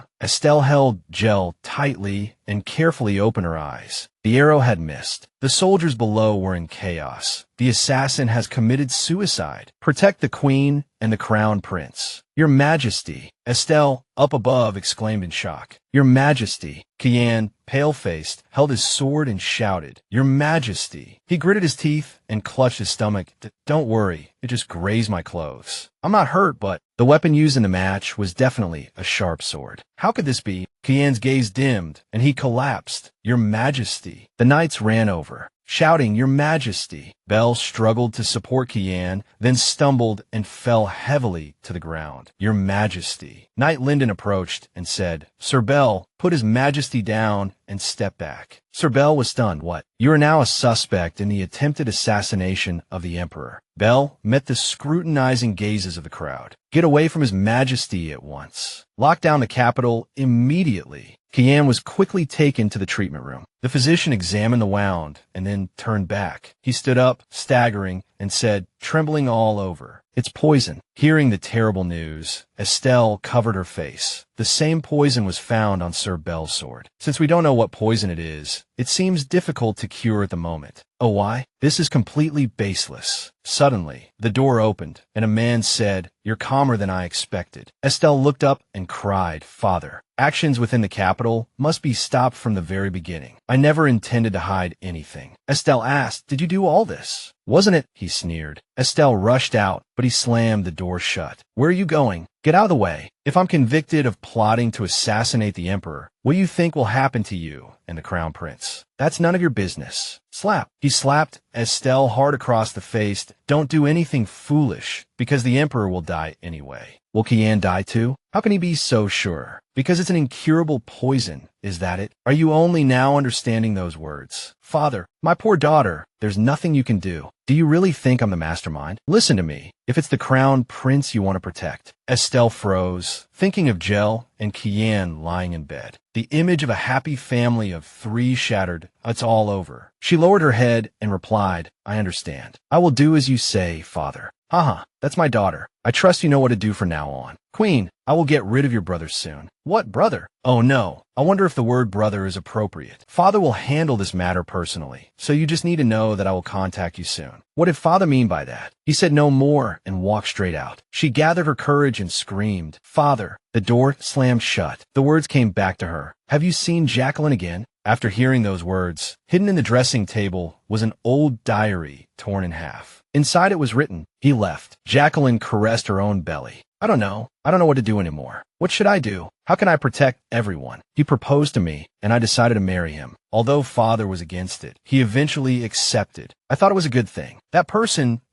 too, because they had light blue eyes. The Duke of Leston slammed his fist against the wall, bang. His jaw clenched, grinding his teeth. And then the torn part, I couldn't read it. But I realized something more important. She dared to use me to cover up the fact that she had a child. It's enough to just have a son. It's better to leave it alone. Thanks to that, I remembered old memories. They probably turned the emperor into that state as well. He smiled sinisterly and said, everything is going according to my plan. On the other side, Estelle was frantically flipping through a book, searching for information. Outside the door, pardon me, young Duke. No one is allowed to enter the palace at this time. Fritz said worriedly, I shouldn't have let Estelle go first. Fritz said, if I can't, at least this girl is a guest of the queen. The guard inside shook his head. There are no exceptions. A voice cut in, let the girl in. It's the queen's order. Hannah relayed Estelle's order. Fritz called out happily Hannah. A moment later, Your Majesty, I have brought Miss Gretel. I've been waiting. Gretel, would you be willing to come with me? Of course. Estelle led Gretel inside. The people inside thought, Queen Estelle, and the one next to her is... Estelle nodded, signaling for Gretel to act. Gretel walked straight in, startling the others at, what's going on? Lyndon stopped her. Please step back. No one is allowed to touch His Majesty's body. Estelle said, Sir Lyndon, Gretel is a capable pharmacist. Perhaps she can identify His Majesty's poison. Lyndon paused. Your Majesty, may I request a moment of your time? Of course. She worried internally. Does he know something? After everyone had gone out, Lyndon asked, will you not sheathe your sword? Please forgive my rudeness, Your Majesty. Before I came here, I heard that the Duke of Leston met with Your Majesty. Can Your Majesty explain the situation? Her gaze turned stern. So you suspect me? After all, I understand. If His Majesty dies now, the ones who benefit most are my father and me. If you suspect me, you can accuse me now. It's fine. Lyndon, you're the captain of the Royal Guard, so you have that right. With that, Estelle took a step closer. Lyndon flinched. Pardon me, Your Majesty, please step back. But Lyndon, Your Majesty, please step back. Estelle rushed forward. Now, if you hesitate for a moment, if you, Sir Lyndon, still believe that I would never harm the Emperor, then do as I say. Sir Lyndon also knows that right now, no one can help His Majesty but me. Lyndon fell to his knees. Your Majesty, please help. Please save His Majesty the Emperor. Emperor, thank you for believing in me. A moment later, this is not good. I suspected several herbs, but this is the first time I've seen this poison. Can this be used? Estelle took out the previous medicine bottle. This won't do. This is still in the experimental stage. If we leave him like this, His Majesty won't last a week. I will take responsibility. Even if we can detoxify him, this amount is not enough. It will take 2 weeks to find new antidote herbs, and there's no guarantee we'll find them.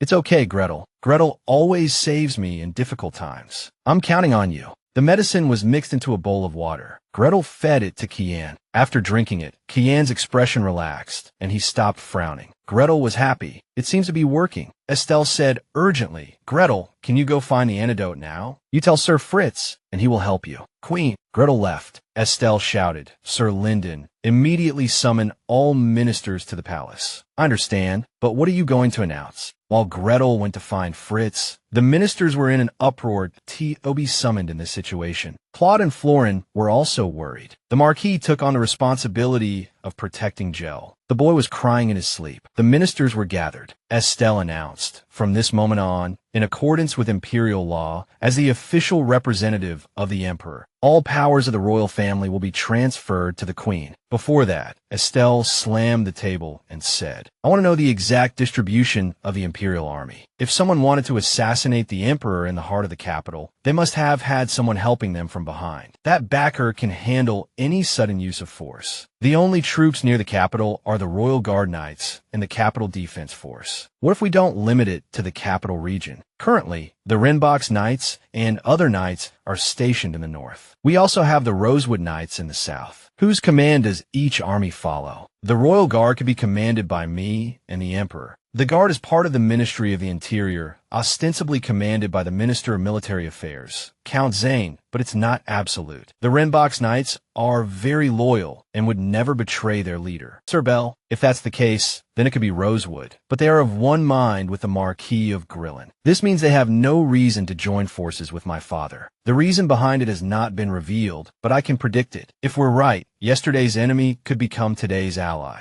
Lyndon shouted then. She cut him off. It's not entirely impossible. The problem is, there's no way to verify it. Try to find out the attitude of the Marquis of Grillen and the Rosewood Knights, and perhaps summon the Renbox Knights to the capital so the enemy won't notice. Move them here. Lyndon nodded. They will help clear Sir Bell's honor. In the 2 weeks before the antidote reaches the palace, a civil war must not break out. The other side has already prepared everything, and if they find out we are responding, they will immediately use force. I will keep that in mind, Queen. And more importantly than that, before that, we cannot let Kian die. I will do everything I can. It's best to delay the onset of the poison as much as possible, because even if we have the antidote herb, we don't know how long detoxification will take. Her hand clenched tightly. Please hold on, Your Majesty. In an hour, call for His Highness Gel. I'm sorry, Queen. Gel asked resentfully. Today, too. The Queen said she would definitely come at night. Please don't be too sad. Yes, Gel. Your mother will come. Gel asked, if His Majesty dies just like this, will I become the Emperor? Hannah cried out in dismay. Your Highness. The Marquis of Simbrique asked, who told you such a thing? Tears streamed down, and Gel blamed himself for the Emperor's injury. Gel said, I don't want His Majesty's head to be chopped off. The door was suddenly thrown open, and the Duke of Leston walked in, shouting, Your Highness. The Marquis of Simbrique said unhappily, who is so rude? Get out at once. Hannah's expression froze, and she stammered, Duke, why are you here? How dare you aim at the Emperor like that? Leston approached and said, please be careful with your words. Someone might misunderstand if they hear. Our lovely crown prince, the bloodline of a traitor. Simbrique held Gel tightly. He glared at Leston, picked up Gel, and turned to go back. Leston clicked his tongue. It's not good to treat someone who is about to become emperor like such a child. I just came to give a gift to the grieving crown prince. Well, Your Highness, I heard you like sweets. Simbrique said sharply. Who would accept that? Gel interrupted. I want it. Give it to me quickly. Simbrique stopped him. Gel. He was worried. Gel had never accepted anything from the Duke before. Leston clutched his stomach and laughed. Ha, how considerate. Your Highness, this stubborn brat has finally yielded to me. Gel took the candy box and opened it. Suddenly, he poured all the candy over Leston's head. Leston, covered in candy, was stunned and then started coughing. Hannah, throw this despicable old man out and don't let him come again without permission. This is an order, as the crown prince. Simbrique was stunned.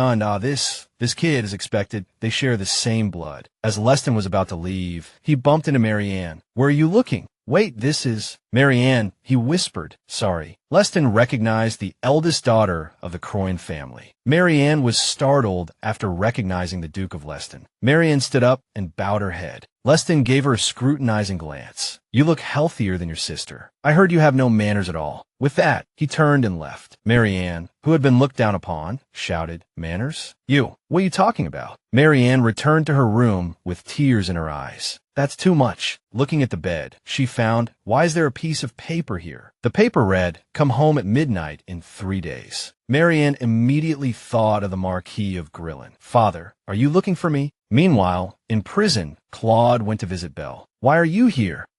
No, it's reasonable for you to come. We may not be the best of friends, but my loyalty to His Majesty is unwavering. If you think so, you should have listened to my warning. a commoner by birth like me, but he is one of the talents personally selected by His Majesty. We're not particularly close, but you can still call us friends. I explicitly warned him not to trust Leston. The Queen is not that kind of person. At this point, you're still being foolish. If that's the case, I have nothing more to say to you. Claude turned to leave, but Belle shouted, wait. My father seems to know something. You mean Count Len? That's right. I can't meet him directly, so please help me find him. I believe my father will help me.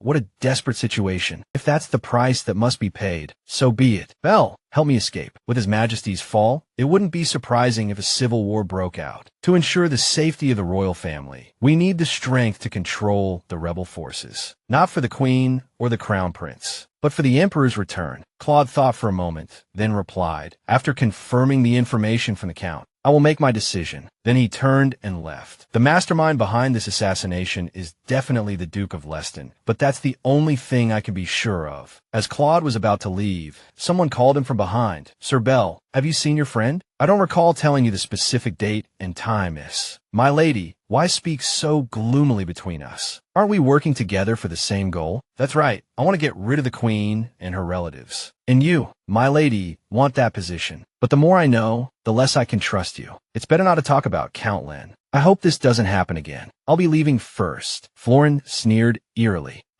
If he keeps thinking like that, it will be difficult. I think I'll have to slowly change my approach. That night, Estelle quietly got out of bed, but a hand grabbed her. A voice, choked with tears, called out, Mom. She looked at her son with a gentle gaze, then quietly closed the door. Just then, someone called out, Your Majesty. Hannah said, just now, Miss Marian secretly left the palace. At the Croyan residence. Please come in, miss. I've been waiting for you. After being taken to the dressing room and getting ready, Marianne was surprised. Wow, how long has it been since I've dressed up like this? Then the servant led her to a place. The door opened, and inside, the Marquis of Grillen said brightly, Come in. Daughter. Marianne walked in and greeted her father. She sat nervously beside her sister's chair, thinking, maybe this is where I'll be accepted. The Marquis of Grillen said, Oh my, you've come at just the right time. The Duke has been waiting for you. Seeing Leston enter, Marianne's face fell. Why? Why is the Duke of Leston at my house? The atmosphere turned silent. Marianne's hand trembled as she thought, is father planning to join forces with the Duke? But in the current political scene, the Croyan family has long been pushed aside, so why my family and him? What on earth did father give the Duke? Distracted, Marianne dropped her fork. Sorry. The Marquis of Grillen clicked his tongue in discomfort. TSK, my daughter still has many shortcomings. I hope the Duke can be generous and forgive her. Leston looked over and replied, Your daughter is indeed beautiful, but she's too young for me. The Marquis said loudly, What are you talking about? If the Duke wants a distinguished heir to succeed you, shouldn't you have a new, young, and healthy wife like my daughter? Marianne was stunned to hear this. Is father trying to trade me to him? Marianne shot up from her seat and was immediately chided by Cruzen Grillen. Marianne, Leston slowly wiped his mouth, thinking, Of course, if I want to get rid of Fritz, I'll need a new heir too. It's not like that's not the case anyway. Marianne ran off. Florin giggled. Oh, dear sister. If you leave now, do you really think you can ever come back? Marianne stopped abruptly, her hand gripping the doorframe tightly. Cruzen Grillen said hastily, I'm truly sorry, Your Grace. It's my failure to teach my child properly. Leston interrupted. The young lady is still young. She may not understand. I understand. Let's talk about the marriage later. Then let's talk about more urgent matters now. Since it's urgent, how about destroying the evidence? The only suspect is currently in prison, and I heard he's planning to escape. Isn't this the perfect opportunity to deal with him? Where did you get this information? I have a very excellent assistant. The details of the plan are, Marian stood outside, listening to their conversation,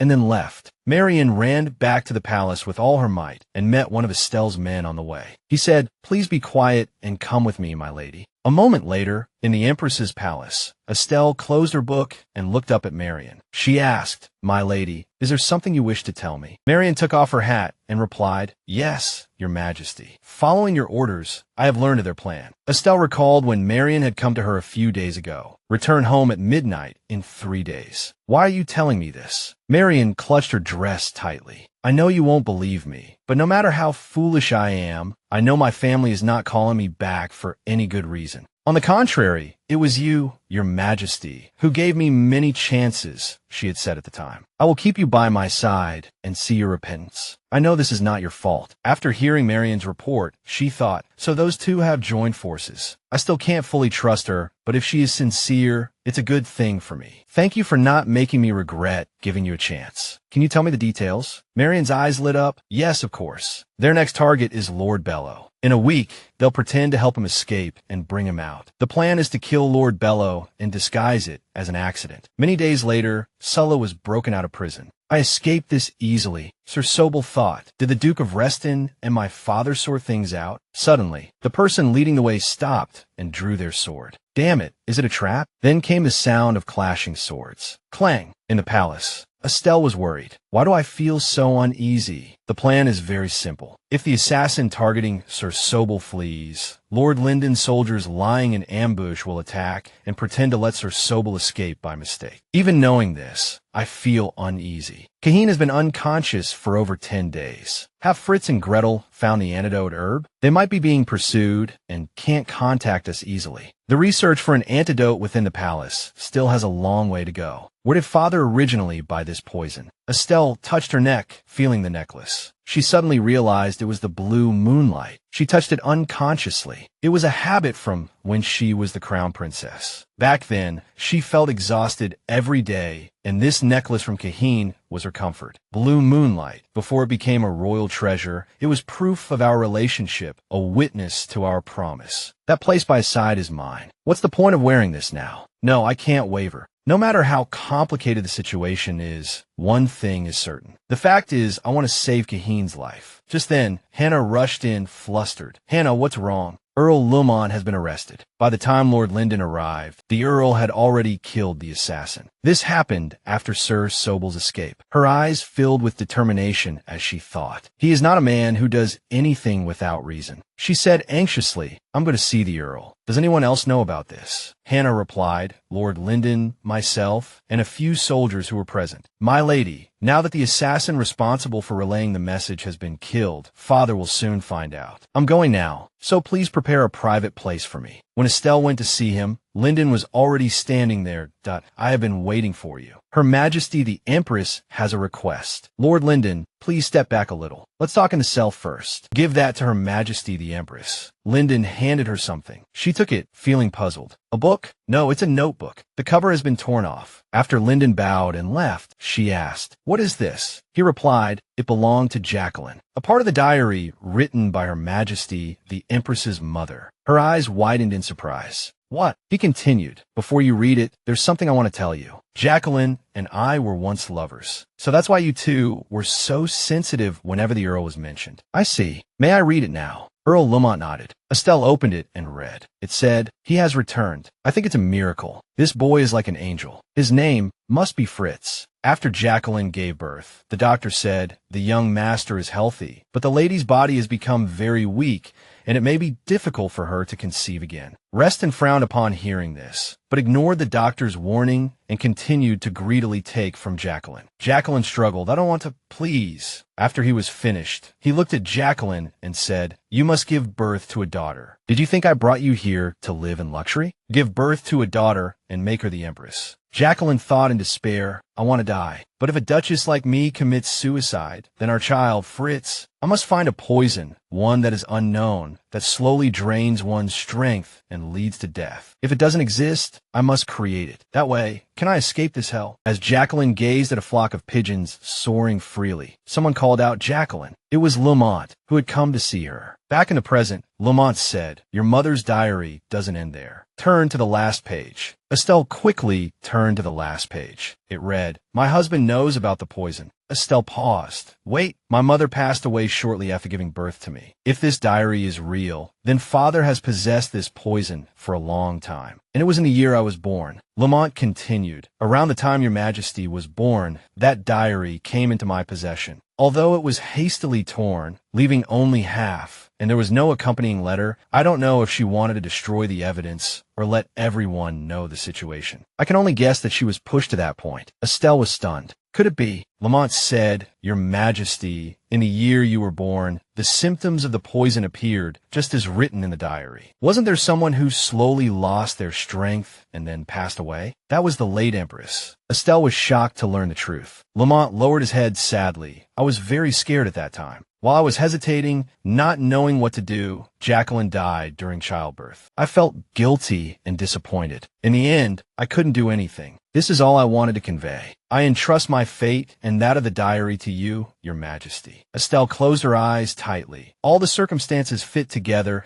so terrifyingly. The unknown poison, the source. Father obtained that poison and used it. If all of this is revealed to be true, what should I do? My own father murdered Kaheen's mother. If even he is killed, does Kaheen know about this? 6 years ago, why did he divorce me? All his actions hurt me. She recalled, You never loved me anyway, did you? Don't come near me. I didn't do anything wrong. If he was hiding this truth, he abandoned me after finding out everything. And after finding out everything, he still kept me by his side. I really can't let him die. She clutched the book in her hand and said, We'll talk about this story later. I have urgent matters to attend to. With that, she turned to leave. Lamont called out from behind her, Your Majesty. She stopped and asked, You're sure there's nothing else you're hiding from me? Of course. I have told Her Majesty the Empress everything I know. She stared for a moment, her gaze heavy, then rushed off elsewhere. Reston looked out the window and said, No news about the assassin. Did it fail? Earlier than expected. But there's no other way. Send this news to the Marquis of Chandy and recall the Rose Knights. Come to the capital. On Estelle's side, she had already anticipated this. That if you want to assassinate the Emperor in the capital, you need someone to back you up. We might have to face a sudden armed conflict. If so, it's likely the Rose Knights. We absolutely cannot let a civil war break out before His Majesty wakes up. It's time to end this. Then, Lyndon received a message. What did you say? Her Majesty, the Empress's prediction was correct. The Rose Knights from the south are advancing on the capital. Lyndon ordered, have the Lombak Knights fire a signal flare. We need to regroup our forces outside the capital. But we've only gathered half our forces. At the very least, we need someone to command them. Lyndon thought, Sir Sobel, where are you now? After returning, Estelle re-examined the information. I understand now. The components of the poison in Kaheen, my mother's medicine, and the components of the poison in Kaheen are, it is indeed the medicine my mother made. The problem is there's a slight discrepancy between the information I have and the combination of the medicine. In fact, to completely neutralize the poison, this gap must be filled. And that missing piece is the antidote herb. The antidote herb can fill that gap. Now all that's left is to wait for my brother and Gretel to find it. Just then, someone knocked on the door and called out, Your Majesty, I have something to report. She rubbed her troubled head. What is it? Lyndon said. The biggest problem is that the two people looking for the antidote herb and the Rose Knights are both heading towards the palace from the south. Even if they're lucky enough to meet, if a battle breaks out on the outskirts of the capital, that person will be detained. Moreover, Father is openly opposing my brother. Recalling Reston's words at the time, your brother will be kicked out sooner or later. No, why did I call him brother?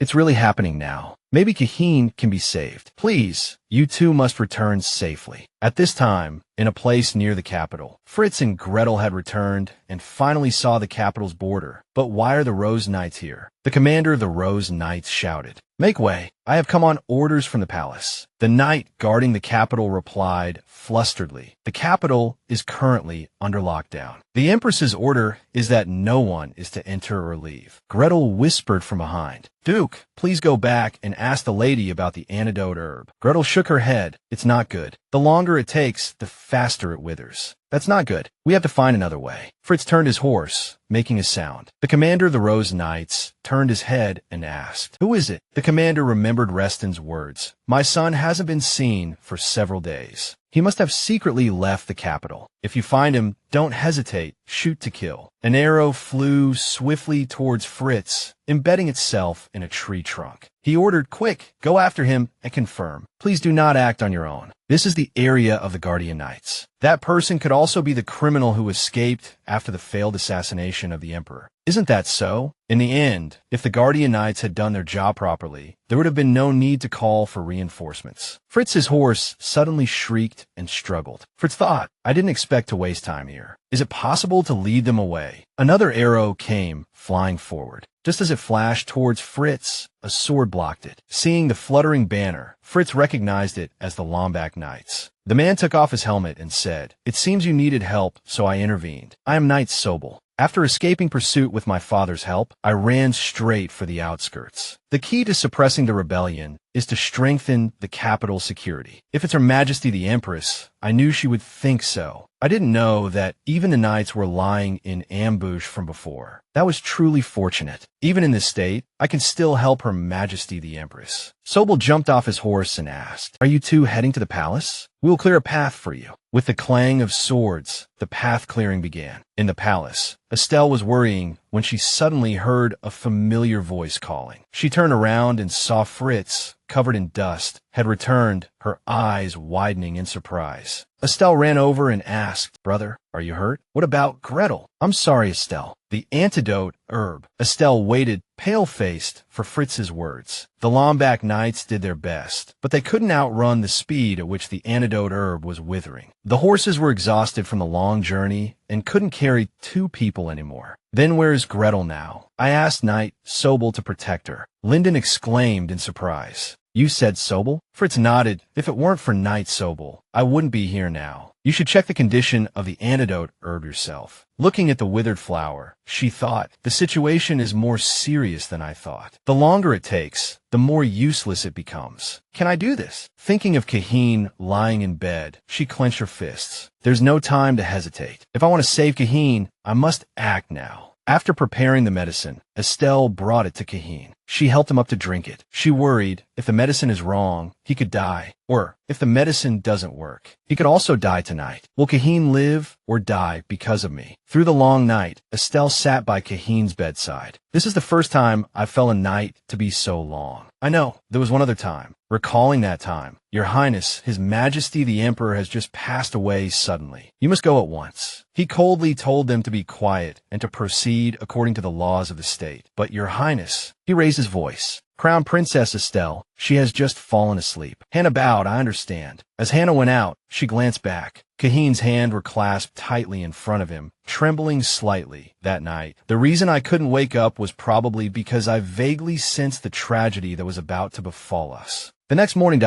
you're awake. I have something to tell you. The Emperor passed away last night. So, let's get a divorce, Estelle. This marriage was what my late father wanted. I don't want to maintain this marriage with you for a moment longer. During that long night, to sever my feelings, he wounded me deeply with his sharp words. I didn't realize it was such an obvious lie. Why do we have to deceive each other?" Just then, Kaheen began to gasp, calling out Estelle. In the rain, Kaheen saw Estelle crying. "Estelle, why are you crying?" "Please don't cry, Estelle, please." A knife pierced Kaheen's heart, accompanied by a cold voice. "Don't forget, Your Highness. One day, this beautiful knife will pierce Your Highness's heart. Until then, please keep it in Your Highness's bosom." In his dream, he kept trying to comfort her. "Don't cry, Estelle. What can I do so you won't cry? I'd rather you told me and cried with me." I wanted to say that for a long time. From that moment, Kaheen woke up and wiped away her tears. With tears in his eyes, he said, "I love you, Estelle. Don't leave me." Estelle paused, looking at him. Then she replied tearfully, "Yes, I love you too, Your Majesty." With that, they rested their heads together and shared a warm, passionate kiss. After a lingering kiss that lasted for 10 minutes, Kaheen switched positions, pressing her down onto the bed. In the heat of the moment, the pain from his wound struck, and he clutched his chest. Estelle quickly jumped off the bed. "Lie down, I'll call the doctor." "Estelle, wait." He grabbed her hand, not letting her go. "I have a lot to say to you." Estelle turned around and replied softly, "Please rest, Your Majesty." She thought, "I also have many delayed words I want to talk to you about." Afterward, the doctor came to examine him. He's a bit weak from lying down for so long, but the symptoms of the poison have disappeared. Estelle was happy in her heart. The antidote worked. She went to the doctor and asked, "Can you keep the news of His Majesty's awakening a secret?" Kaheen pulled down her sleeve and replied, "Of course, but why? There are things that must be done." On the other side, a servant rushed in to report, "Marquis, something terrible has happened. The Lombak Knights and the Capital Guard have assembled, and they say they have our knights under control." The Marquis of Gryland slammed his fist on the table. Bang. How could the Capitol Guard end? The Emperor's assassin be on the same side? He worried. It won't be hard to find a connection between me and the Rose Knights. If the truth about mobilizing the Knights to the capital without permission is discovered, the family will be in danger. Another person rushed in, shouting, Marquis, something terrible has happened. The soldiers outside. Lyndon led the troops in and ordered, arrest them all. The Marquis of Gryland turned pale. The Duke of Reston. I shouldn't have trusted the Duke of Reston. In another place, a sword was pointed at the Duke of Reston's neck. Give up, father. If you behave, you can still preserve the family's honor. Haha, what a surprise. Now, I guess you don't even want to lie about your bloodline anymore. Fritz was taken aback. What on earth did that mean? Earl Lamont said, though it's pitiful, you've guessed completely wrong. The Duke of Reston asked, sweating what? Even as he was being arrested, he was screaming, you too. What do you know? Tell me. Tell me. After completing his task, Lyndon reported, the Duke of Reston has been ordered to be confined in the palace. As all external contact has been completely cut off, there is no possibility of secrets being leaked. Next is the case of Baron Barolaya. Count Eklund has testified that he received assistance from the Duke of Reston, and I am reinvestigating that matter. Miss Marion, as a witness, is being treated with the highest regard. So, all the involved parties have been captured, except for one person. Kaheen asked, who is that person? It's the second daughter of the Marquis of Croychin, Miss Florin. I will continue the search outside. As Lyndon went out, he looked back and asked, His Majesty's condition will be announced as soon as the sun rises tomorrow. Are you all right? No problem. More importantly, to be honest, are you all right? Even after assassinating the Duke of Reston like that? Yes, that should have been done immediately. She thought sadly, but if that were the case, then even the crime of assassinating the Empress would be difficult to clear. Your Majesty. Just then, the Marquis father appeared. He said to someone hiding behind the door, This child says not yet. Sorry, just show your face. The Ur's eyes widened in surprise, tears already welling up. Seeing Kaheen awake and looking at him, the Ur walked step by step towards Kaheen. Kaheen pulled back the covers without hesitation and called out there. Estelle reminded him, Your Majesty is not ready yet. He shook his head, gestured to Estelle, then got out of bed and opened his arms. The Ur, come here. Tears streamed down his cheeks. The Ur quickly ran to Kaheen and hugged him tightly, shouting Papa. Kaheen and Estelle were both completely stunned to hear him shout that. Six eyes all turned silently to the boy, calling out what did he just say? The Ur was now sobbing in Kaheen's arms, Papa. Kaheen glanced at Estelle, then hugged his son tightly. The Ur, I'm sorry for making you worry. The Ur replied, sobbing, You're not in pain now, are you? Right? Yes. It's okay now. Don't be in pain anymore, Papa. Witnessing this family reunion, the Marquis of Caleb smiled happily. In the following days, we spent time together. The Ur said with his hands on his hips, Uh-oh, you can't just sit up like that. This much is fine, though. No, the doctor told me to watch Papa and make sure he doesn't sit up. As he spoke, he jumped onto Kaheen's lap and lay down horizontally to ensure absolute safety. You have to eat well to get better quickly, Papa. Kaheen shyly opened his mouth and did as he was told. Seeing Kaheen chew with relish, the Ur clapped his hands in praise. Good job, Papa. At night, the Ur fell asleep and Hannah came to carry him away. Estelle said, You've worked hard, Your Majesty. The Ur insisted on taking care of you personally. It's all right, I wanted to play with him too. Recalling earlier, you must not overexert yourself. And what about meals? Did you sleep well? He said, My feelings are truly indescribable because sometimes I feel like I'm being scolded. The palace has become much safer. The investigation into the rebellious faction is proceeding smoothly. If there's anything lacking, are there enough people? We can fill those vacancies after Your Majesty's body has stabilized. For now, you must focus on recovery. He nodded that you've worked hard. As soon as he spoke, a sharp pain struck. Estelle asked worriedly, Are you all right, Your Majesty? It's just an after effect. Don't worry too much. He took her hand and said affectionately, It's not so bad that I can't talk to you. I have a lot I want to do. Are you really all right? Yes, so stay by my side tonight. He began to narrate. I think I was about the Ur's age back then. At that time, I was told that my existence was a misfortune in the palace. My mother had a terrible accident when she was pregnant with me. She couldn't recover her memory. It was like amnesia, and then she passed away. As the crown prince investiture ceremony approached, the opposition grew louder. Kaizen, you will become the crown prince. Now you absolutely must survive. The Empress Dowager. As soon as she was called the Empress Dowager, she left with Kaizen's teddy bear. The whispers at the time. The Empress Dowager, really? Why is she so close to the prince? What a misfortune. Your Majesty, the crown prince's reputation is getting worse. This is not good for the royal authority at all. Isn't it a bit embarrassing for your Majesty to say such things yourself? At a time like this, wouldn't arranging a marriage with a prestigious family help the crown prince? For example, our family. The former emperor was no different from a puppet of the noble faction. It was only a matter of time before he followed the Duke's will. That's why I was betrothed to you.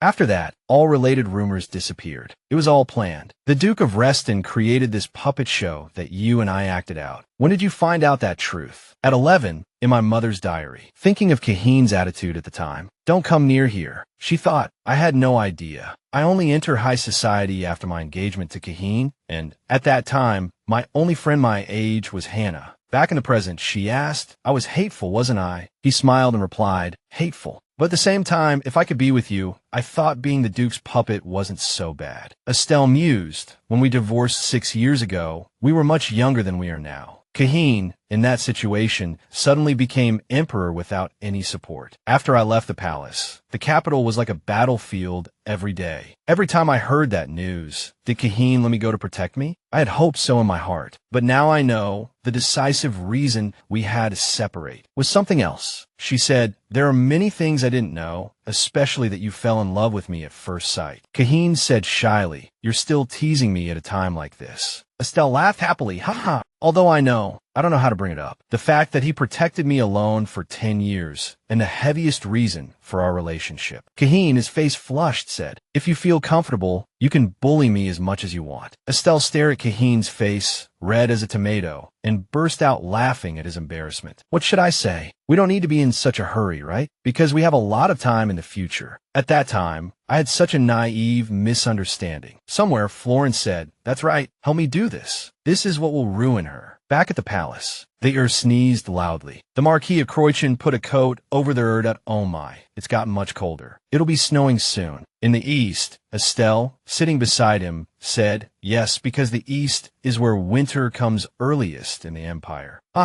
have to go back to our home in the east sooner or later. Because we haven't prepared anything for winter. If we just leave it, the house will be ruined. The heir said excitedly, are we going back to our home? Once your Majesty has recovered, let's go together. Prin asked tentatively, is that all right? Well, I have to go south anyway. If I'm to build a pharmacy and grow detoxifying herbs on the land the Empress Dowager left me, I decided to build a pharmacy and a charity school on that land. Through this incident, the effectiveness of the detoxifying herbs was proven, giving the imperial family a reason to invest, and the head of the new pharmacy would naturally be Gretel. Gretel said excitedly, it's like a dream, a place where I can research herbs without any restrictions. I'm so lucky. When Gretel is happy, I'm happy too. I hope you will help me a lot in the future. I should be the one thanking you more. Gretel was still standing at the door and said, then I'll go look at the blueprints right now. The door opened, and she accidentally bumped into Freeze, and both of them blushed in embarrassment. I'm sorry. Please go ahead. No, Miss Gretel, after you. Estelle watched this scene and laughed. Marquis Crin interjected. The atmosphere between those two has been strange lately. Just then, Hannah rushed in, shouting, Your Majesty, something terrible has happened. Hannah hid the paper behind her back. Perhaps you should go out and take a look. Estelle looked at what Hannah had brought, her face turning deathly pale, and she cried out in the chaos. At the same time, everyone outside the palace received a copy of what Hannah had brought. Lyndon also read it, and the servants began to whisper among themselves. Kaizen crumpled the paper and asked, Who did this? Who would do such a thing? Estelle became the subject of gossip and judgment. On the paper was an expose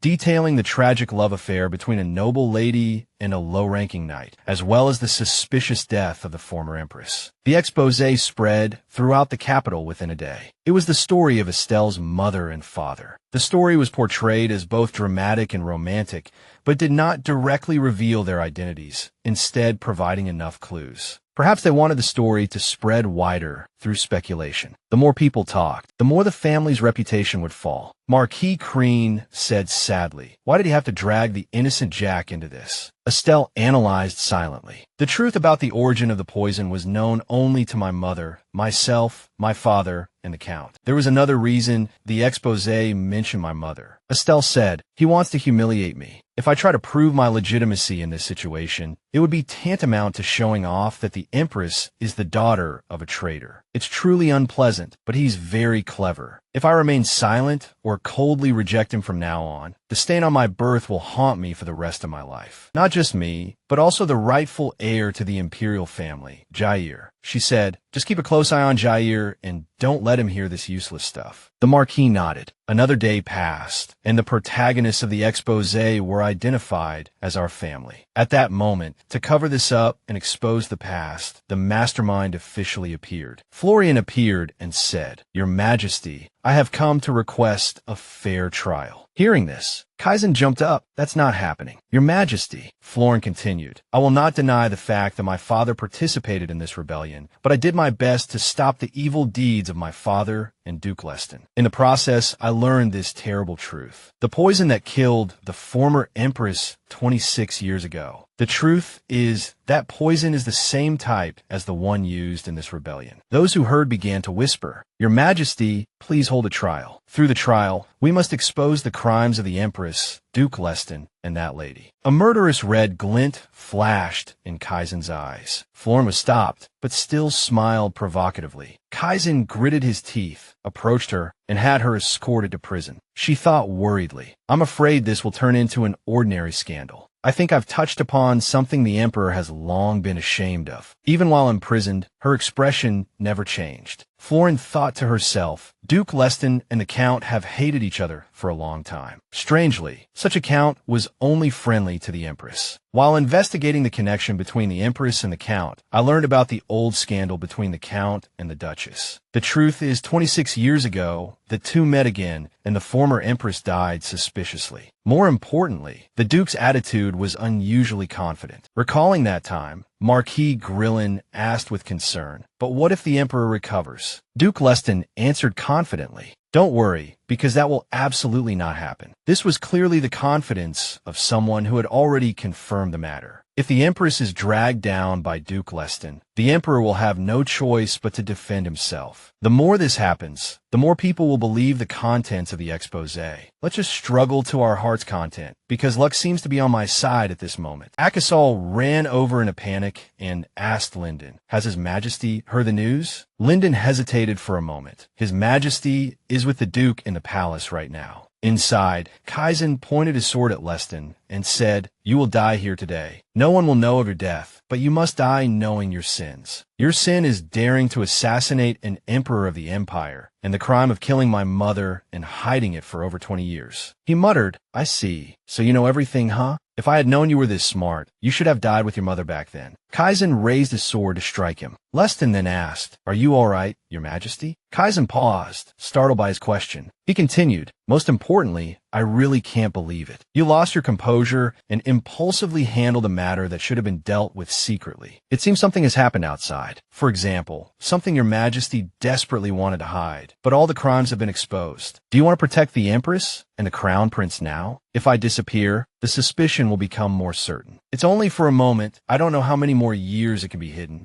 This humiliation will eventually backfire on you. If Your Majesty is wise, you will know which choice is better. Kaizen shouted, Shut up. Leston suggested loudly, Please declare me innocent with your own hands, Your Majesty. After being declared innocent, I will live righteously for my daughter and grandchildren, I assure you. Kaizen frowned and replied, You mean for me to believe those words? If you don't believe me, what other choice is there? Unfortunately, Your Majesty has fallen in love with my daughter. You shouldn't have brought that child back in the first place. After the conversation, Kaizen left the room, exhausted. Estelle saw him and cried out, Your Majesty. Seeing the sword in his hand, she froze and asked him. Kaizen shook his head and replied, Not yet. She continued, What are you thinking? He turned away. We'll talk about that later. Estelle quickly grabbed his hand. No, we must talk now. Otherwise, we will repeat the same mistakes. You're right, but you won't like what I'm about to say from now on. Because I have no intention of investigating any of Duke Leston's crimes. Your Majesty, that was something I decided before remarrying you.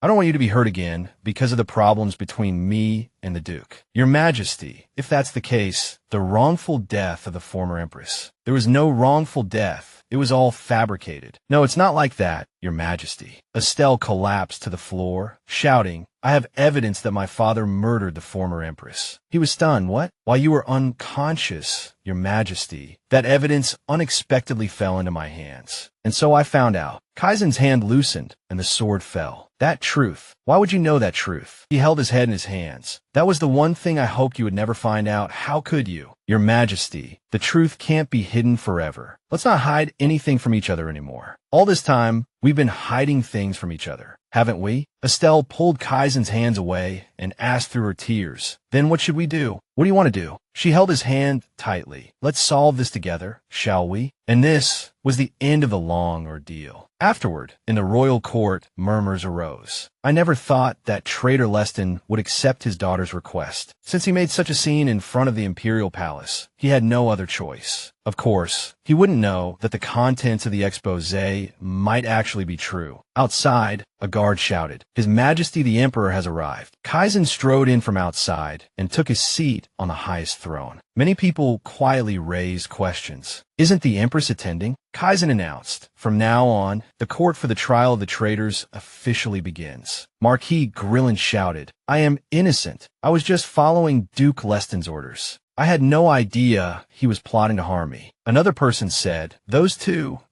have met several times. The related letters. Marquis Ren interrupted. The court clerk reminded, Can we have some quiet? Quiet. Then questioning the Duke. Do you wish to defend yourself against these accusations? Duke Leston raised his head. Your Majesty, as the Empress's father, how could I possibly plot treason? Although I had the opportunity to meet privately with the traitorous Marquis, I thought it was a chance to resolve old misunderstandings between us. But I never expected he had such a wicked scheme. Initially, he was clearly using me to implicate the Empress. Marquis Grillen hastily interjected, That's not true, Your Majesty. It was Duke Leston who prepared the poison for the assassination. Search his estate. The clerk said, It has been searched before, but nothing was found. Leston sneered inwardly. What an idiot. How could I have left the evidence until now? If things continue like this, he will be declared innocent without any problem. Florian spoke up. Your Majesty, if I may be so bold, if we look at this from Duke Leston's perspective, I believe there is a step that should be prioritized. If he is to claim his innocence as the Empress's father, then wouldn't it be natural to prove the blood relationship between the two? The people attending the trial began to murmur. Leston slammed his hand on the table. How dare you question the Empress's bloodline? He thought through gritted teeth. That child is definitely mine. From conception to birth, I monitored everything. But Florence said, Unfortunately, you are mistaken. What? Several voices chimed in. The young lady has a point. If the results show no blood relation. The clerk banged the table and reminded, Silence. Silence. Kaizen frowned. Glancing at Florin, she thought, There's nowhere to run. Stop hiding and show yourself, because I'm going to drag you down with my own hands. Scene change. Jair woke up and went to find Estelle. Mama. Hannah shouted, Prince Jair. The Empress realized something. Jair ran off. Your Highness, wait. Jair ran outside and shouted, Mama. Grandpa. Jair ran to hug Kaizen, and the boy cried out, Papa. I can't see Mama and Grandpa. Somewhere, a carriage was jolting along. Marquis Crean asked with concern, Are you all right? We left in such a hurry, we couldn't even say goodbye to Jair. Estelle was silent, then answered with clenched fists. I can't let him know. I hope Hannah can comfort him well. She looked out the window, thinking. Actually, it was because of anxiety and fear. Both Jair and Kaizen were worried, and it was uncertain whether this plan would succeed. All the key figures have been arrested, but their minions are still lurking in the Empire. The road ahead is clearly thorny, but if it's for the three of us, I can do it. After that, the carriage arrived at the Eastern Territory. That night in the palace, Jair was sobbing, and Kaizen asked, Feeling better now? Yes, much better. Then let's go to sleep now. Kaizen held Jair and put him to bed. The boy hugged his teddy bear drowsy. Then he suddenly woke up and shouted, Papa! Kaizen was startled by the call. Jair sat up and asked, How many more nights do I have to sleep until Mama comes back? Kaizen paused for a moment, then reassured him. Let's see. If Jair doesn't cry and waits patiently, Mama will come back on the day of the first snow. Jair crossed his arms and turned his face away. Papa is lying. I'm not at an age to be fooled by that anymore. He smiled at Jair, who looked back at him, then hugged him and asked, "You miss Mama too, right?" "That's right. Papa misses Mama very much too." Jair beamed at this. "That's good. I studied hard to understand this. If you want to live together, you have to work together and cherish the time you have. If you miss someone, you have to show it. If you're far apart, you have to try to get closer." "You said you studied this?" He recalled hearing from his secretary earlier that the Crown Prince had been frequenting the library lately. Is Jair interested in reading books lately? Rather, he said he had to find something. When Kaizen arrived, he saw Jair talking to a dog. The boy said, "Oh, I forgot. If Mama and His Majesty the Emperor want to live together for a long, long time, what should they do?" Kaizen smiled, recalling the scene. Jair murmured sleepily, If Kaizen held the boy, listening as Jair whispered, "Even if Mama doesn't come back on the day of the first snow, let's go find her together. If the two of us go together, Mama will definitely come back. Because Mama loves both Papa and me." "That's right, Jair. Until then, let's wait for Mama with Papa," he said, kissing Jair's forehead.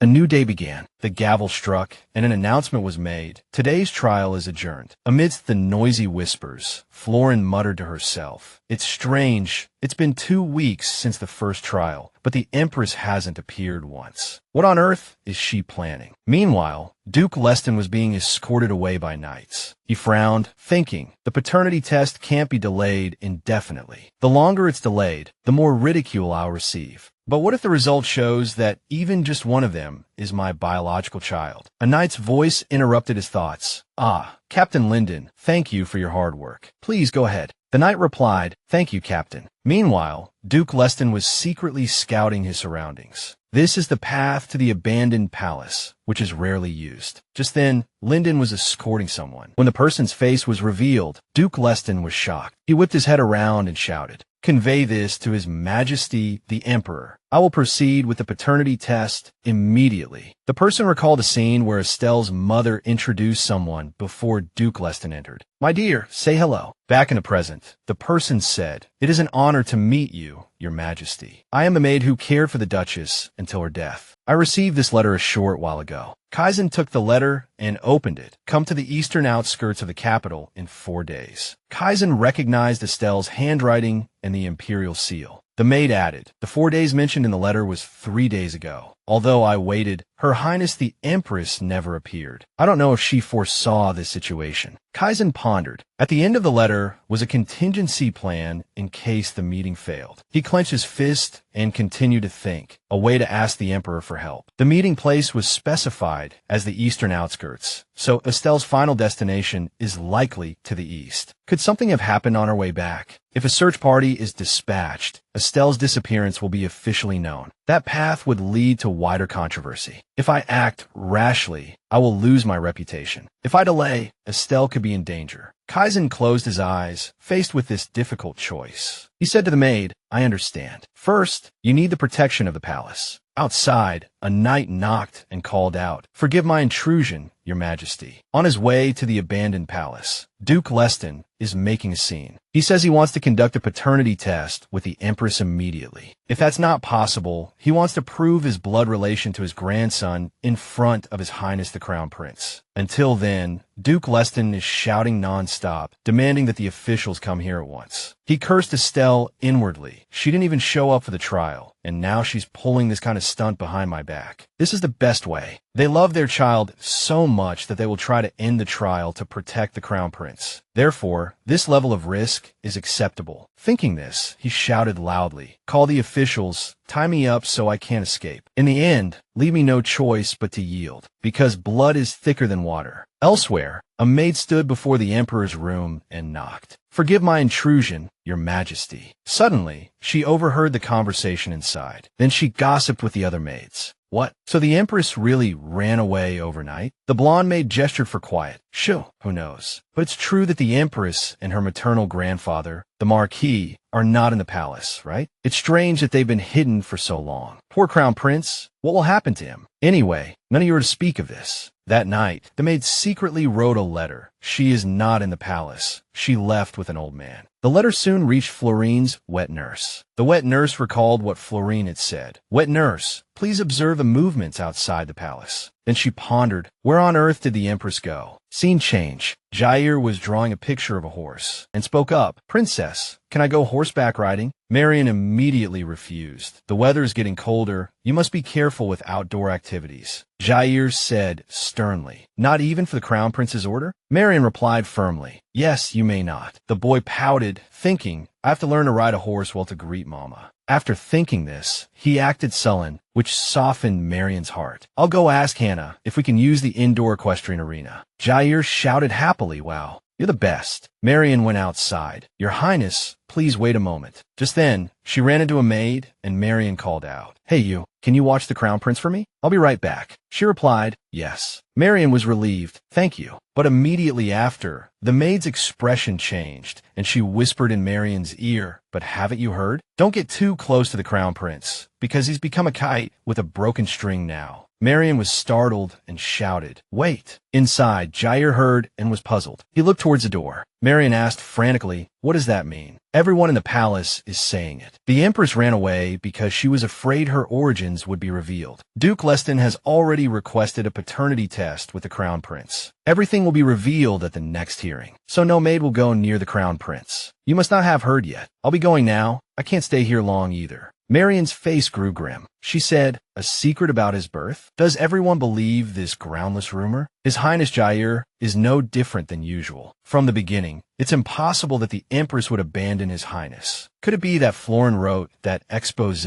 because of my family? Hearing a call, Marian flinched. Miss Marian. Hannah, Your Majesty. Hannah asked, what's wrong? Where's the crown prince? Kaizen looked on with a sharp gaze, causing Marian to freeze instantly. She trembled and stammered, that, and then shouted, have unfavorable rumors about that spread in the palace? Kaizen asked, can you find the person who leaked the information? Hannah bowed and replied, yes. The Empress's palace is a restricted area that only a very few can enter, so it will be found quickly. Kaizen ordered grimly, punish the one who spread the false rumors severely, and all related personnel, and send word to Linden to have someone go to the excellent mansion as soon as possible. Count Zen came for an audience. I heard you summon me. I already know why you summoned me, Your Majesty.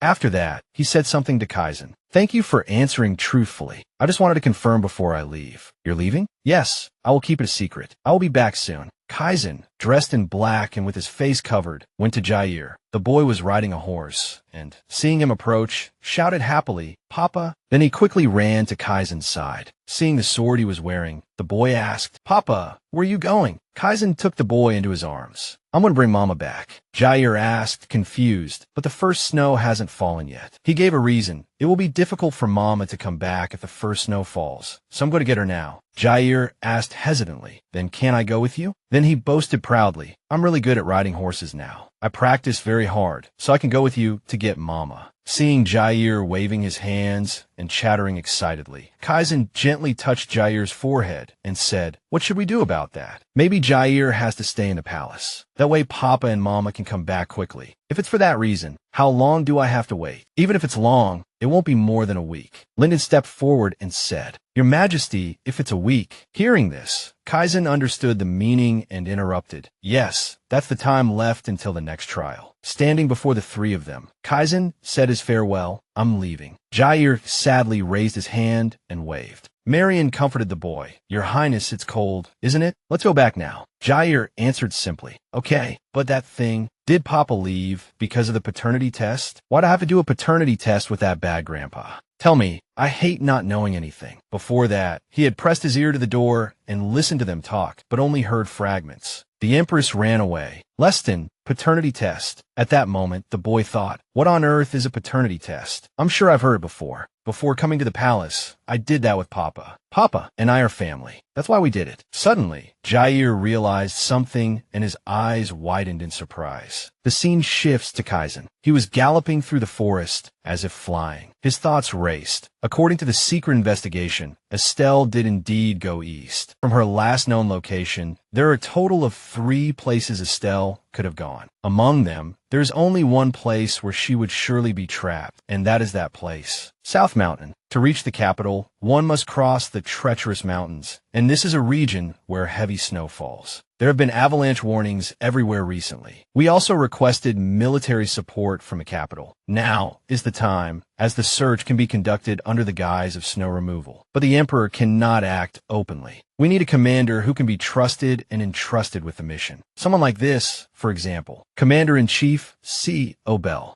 I await your command, your majesty. At your command, there are many low-ranking soldiers in the army who rarely enter the palace, so I have carefully selected a few elite knights. These elite knights will assist your majesty in the search, and it has been confirmed that the others do not know your faces. Kaizen nodded and said, if they recognize us, our situation will be very difficult, so speak carefully to avoid leaks. Of course, your majesty. But do you really think you can hide your identity? Kaizen said confidently, don't worry, because I have a foolproof way to avoid being discovered. The scene shifts to a village nestled in the snowy mountains. Estelle stared out the window, lost in thought. Because of the heavy snow, I missed the appointed time. I wrote down countermeasures in the letter just in case, but if it gets any later than this, everything will be meaningless. Suddenly, she was startled and turned around as Marquis Crean burst through the door, out of breath. I heard there's been contact at the foot of the mountain. The imperial family has sent troops for snow removal. The name of the army commander is C. Obel. Estelle exclaimed in surprise. Sir C. Obel. This can't be a coincidence. His Majesty sent him. He thinks so too. But it will take several days for them to climb this high mountain. Is there any way to shorten the time? Estelle thought worriedly. At such a high altitude, how can I possibly make contact? The Marquis shook his head and said, at such a high altitude. Estelle said, I have to go and ask. As soon as she finished speaking, she rushed out. The Marquis was helpless against Estelle's stubbornness. This child, Estelle ran out into the cold snow. If the climbing time can't be shortened, then I'll go down. If we go together, we can get back much faster. After a while, the door opened, and the old woman jumped in surprise, exclaiming, oh my goodness, my dear heavens, you're frozen stiff. Come in quickly. Estelle walked in and said, I'm sorry for startling you.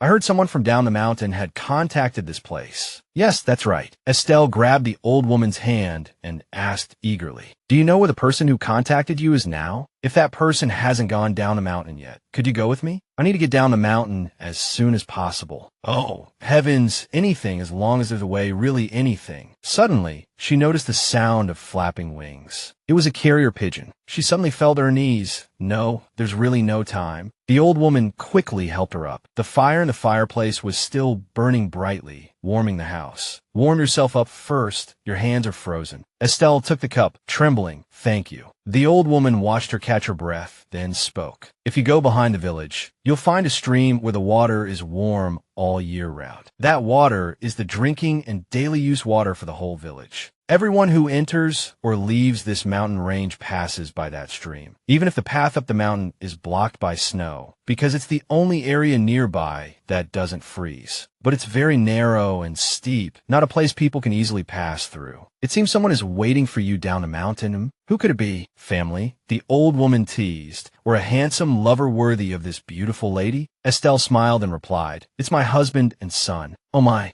you already have a child? You don't look it at all. How old is your son? He'll be 6 this winter. Until now, this is the first time we've been apart for so long. I couldn't even say goodbye to him before I left. He must have been waiting for a long time. Estelle thought, looking out the window. The old woman noticed her mood and said, although I don't know what happened, it's urgent, right? Estelle replied hastily, yes. It's very important. Oh dear, I don't know if it's right for me to tell you this. Estelle continued urgently, please just get me to the halfway point of the mountain. Suddenly, the old woman asked, did you know, when a child knows their mother is in trouble, nothing sad will happen? It's because you're a mother that I'm telling you this, because I trust you won't act rashly. Estelle replied, I promise. She began to tell her, there's streams like the one behind the village all over the mountain. Among them, there's one waterway where the water flows downwards, but the snow on the path isn't thick, so it's still passable in weather like this. However, the warm water only flows to the halfway point of the mountain, so from there on, it's no different from a normal mountain path. There's a small village at the the end of the stream, but 9 times out of 10, you'll get lost before you arrive. There's only one way to distinguish that waterway, and that is to follow this type of tea plant. This tea plant only grows around the groundwater of the Nam Mountains and is a special tea species. It only grows to about a person's waist at most, so it's hard to distinguish from shrubs, and it has no special features. Estelle asked in surprise, "Then how do I find the way?" She looked at the teacup hesitantly, and after a moment, realization dawned on her, and she exclaimed, "It's sassafras." The old woman asked in shock, "You live in the East. How would you know?" "I've studied medicinal herbs." Hope ignited in Estelle's heart. "Maybe I can find the way. Can you help me get down?" The old woman went outside, looked up at the sky, and said, "I don't know if God will help, but just as we were about to leave, the snow stopped." Then she placed the pigeon in her hands. "It might be a bit heavy, but please take this friend with you. If you get lost, tap it 3 times, and it will fly to the nearest village." The Marquis and Estelle looked at the person before them and said, "Thank you so much." Afterwards, they began to follow the footprints in the thick snow to find the way down the mountain. The old woman said, "Can you find a yew tree among these trees?" After a moment, she approached a cluster of shrubs. She pointed and said, "It's this tree." The old woman was surprised. "You really found it. On the way back, it will take about 2 days to reach the halfway point. If it snows heavily, or if you feel you can't go on, you must ask for help." Estelle hugged her grandfather tightly. "Don't worry, I'll send a message with the pigeon as soon as I arrive." The Marquis said, "If there's no news after 3 days, I will come looking for you." Estelle thought, "I have to ask him to do such a cruel thing, but I can't act so recklessly on my own either. I only trust him." Sure enough, only the soil here wasn't frozen and was still normal, so she followed the dirt path. After walking alone for a while, she held out her hand. "Ah, it's snowing again." She comforted herself. "I can still walk.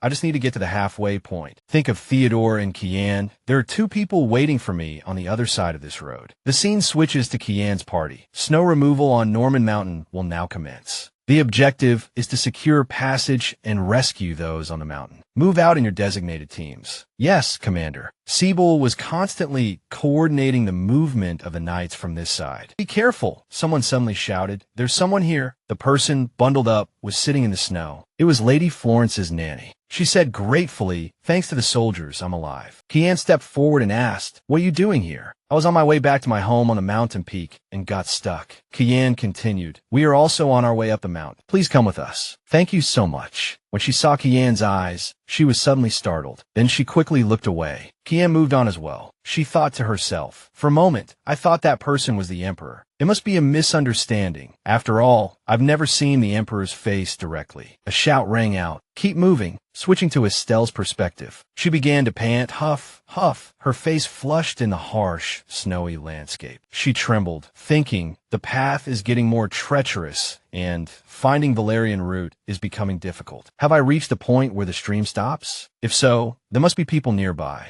Just then, she faintly heard people talking. She turned her head and saw they were soldiers. She froze, raising her hand, but quickly stopped and became wary. "Wait, I have to be careful. They might recognize my face, and they could be spies disguised as soldiers. If the soldiers are searching around here, then Sir Siebel must be nearby. It will be much safer if I found him." Estelle quickly turned, then heard them say, "There are footprints here." Estelle was surprised to find soldiers on the opposite side as well. With no other choice, she sat down behind a large tree trunk. The soldiers said to each other, "These are fresh footprints, not long ago. Judging by the size, it must be a woman's." Estelle sat quietly, her heart pounding with nervousness. "Someone is chasing me. What are their intentions?" A familiar voice faintly called out, "Follow them." Estelle quickly turned her head to look, but only saw 2 soldiers. She thought to herself, "Did I mishear? That's right. There's no way Kian could be here." She realized the Valerian route was concentrated only on this side. Is there pooled water nearby? Suddenly, a voice rang out. It startled her. "Commander Siebel." Estelle immediately looked in the direction of the voice, but at that moment, someone appeared behind her. A rope was held tightly in their hands, and then it was suddenly wrapped around Estelle's neck and pulled tight. She laughed cruelly. I didn't expect to find you before the soldiers. What good luck. Estelle looked up and recognized the person as Lady Florine's nanny. As she tightened the rope, she said, I have nothing against you personally, Your Majesty the Empress. Estelle fumbled to open the birdcage, thinking, I can't give up. I have to stay conscious. The pigeon finally escaped the cage and quickly attacked her face. Estelle took the chance to break free. The nanny said, Don't waste your energy. Estelle panted as she ran, thinking, which direction did I hear the voice from just now? Sir Siebel is nearby. I have to go ask for help. She shouted with all her might. Sir Siebel, Sir Siebel. Commander-in-Chief Siebel heard the voice and looked in its direction. He shouted in surprise, Your Majesty the Empress. At that moment, Estelle froze. She recalled that the willow trees were concentrated only on this side. Could there be pooled water nearby? She looked in surprise at her own reflection under the clear ice. When did the ground beneath her feet disappear? Just then, the ice cracked and then shattered. As Estelle slowly sank into the icy water, memories flooded her mind. Although I've fallen into a lake in winter before, at that moment, Kian's desperate screams echoed. Estelle, Your Majesty the Empress. Kian caught her, calling out frantically. Estelle. Backtracking a few minutes, Kian was walking with a group of soldiers when the sound of flapping wings was heard. He turned, and a pigeon flew towards him. He thought in surprise, a carrier pigeon? Seeing Kian standing there blankly, the soldiers looked back in confusion. Just then, he heard Estelle's voice. Sir Siebel. He recognized it was Estelle, that Estelle was nearby. He rushed in the direction of the voice, just in time to see her fall into the icy water. He shouted Estelle and jumped in. Back in the present, he held her, frantically calling her name. The wound on her neck. Siebel had also caught the culprit and dragged them over. The rope was still clutched tightly in her hand. Kian gritted his teeth. Damn vipers. Then he looked down at Estelle. She was already stiff. Kian felt his world collapse. Everything went dark. Estelle, wake up. From this moment on, he could no longer feel her breath. He shook her, shouting loudly, Wake up, Estelle. Kian's hands trembled, certain that there was no hope left. He began to place his hands on her chest, pressing down hard, then performed mouth-to-mouth resuscitation. But Estelle showed no signs of waking. Tears began to stream down Kian's face. He trembled, holding her in his arms. Then, only a heart-wrenching cry tore through the sky. Estelle. On the other side, Hannah comforted, Your Highness, don't worry too much. They'll be back tomorrow. Good night, Hannah. Hannah walked out and closed the door, tears falling uncontrollably. His Highness has been listless for days. Do we have to keep it a secret until the very end? Recalling an earlier time, Theodore muttered blankly, Why do I have to do a blood test with that nasty old man? Tell me, I hate not knowing anything. At that moment, Marion leaned down to Hannah and said, I explained that the Duke did something wrong and is acting unreasonably because he doesn't want to be punished, and if he says his Highness is family, no one can be disrespectful to him. In the room, Theodore picked up the bear and whispered, Reuben, what should I do? He asked, then held the bear to his ear as if listening to it. Suddenly, he said, Theodore immediately went to the door and said to the knight, I want to go to Linden. Then Linden ran up and said, Your Highness, what brings you here so late? Theodore began, Linden, I have a favor to ask of you. The next day, at the temple, the atmosphere was unusually tense. Everyone was wondering why the appointed time had passed, and no one had arrived yet. Suddenly, the doors opened with an announcement. His Highness the Crown Prince has arrived. Duke Leston was surprised. The Crown Prince? Then he smiled sinisterly. It really is His Highness the Crown Prince. He turned smugly to Theodore and said, Your Highness, so you came to see this old man. Let's proceed with the blood test quickly. The high priest hesitated, but then he looked questioningly at Linden and received a nod in return. He thought, I don't even know if this is the right choice. There's no choice but to trust this young, future monarch. Starting with Duke Leston, please place a drop of your blood into the Holy Grail. He confidently held out his hand with a triumphant look on his face. A drop of blood fell. Next, it is His Highness the Crown Prince's turn. Theodore pursed his lips, then suddenly spoke. I refuse, he announced loudly with a determined expression.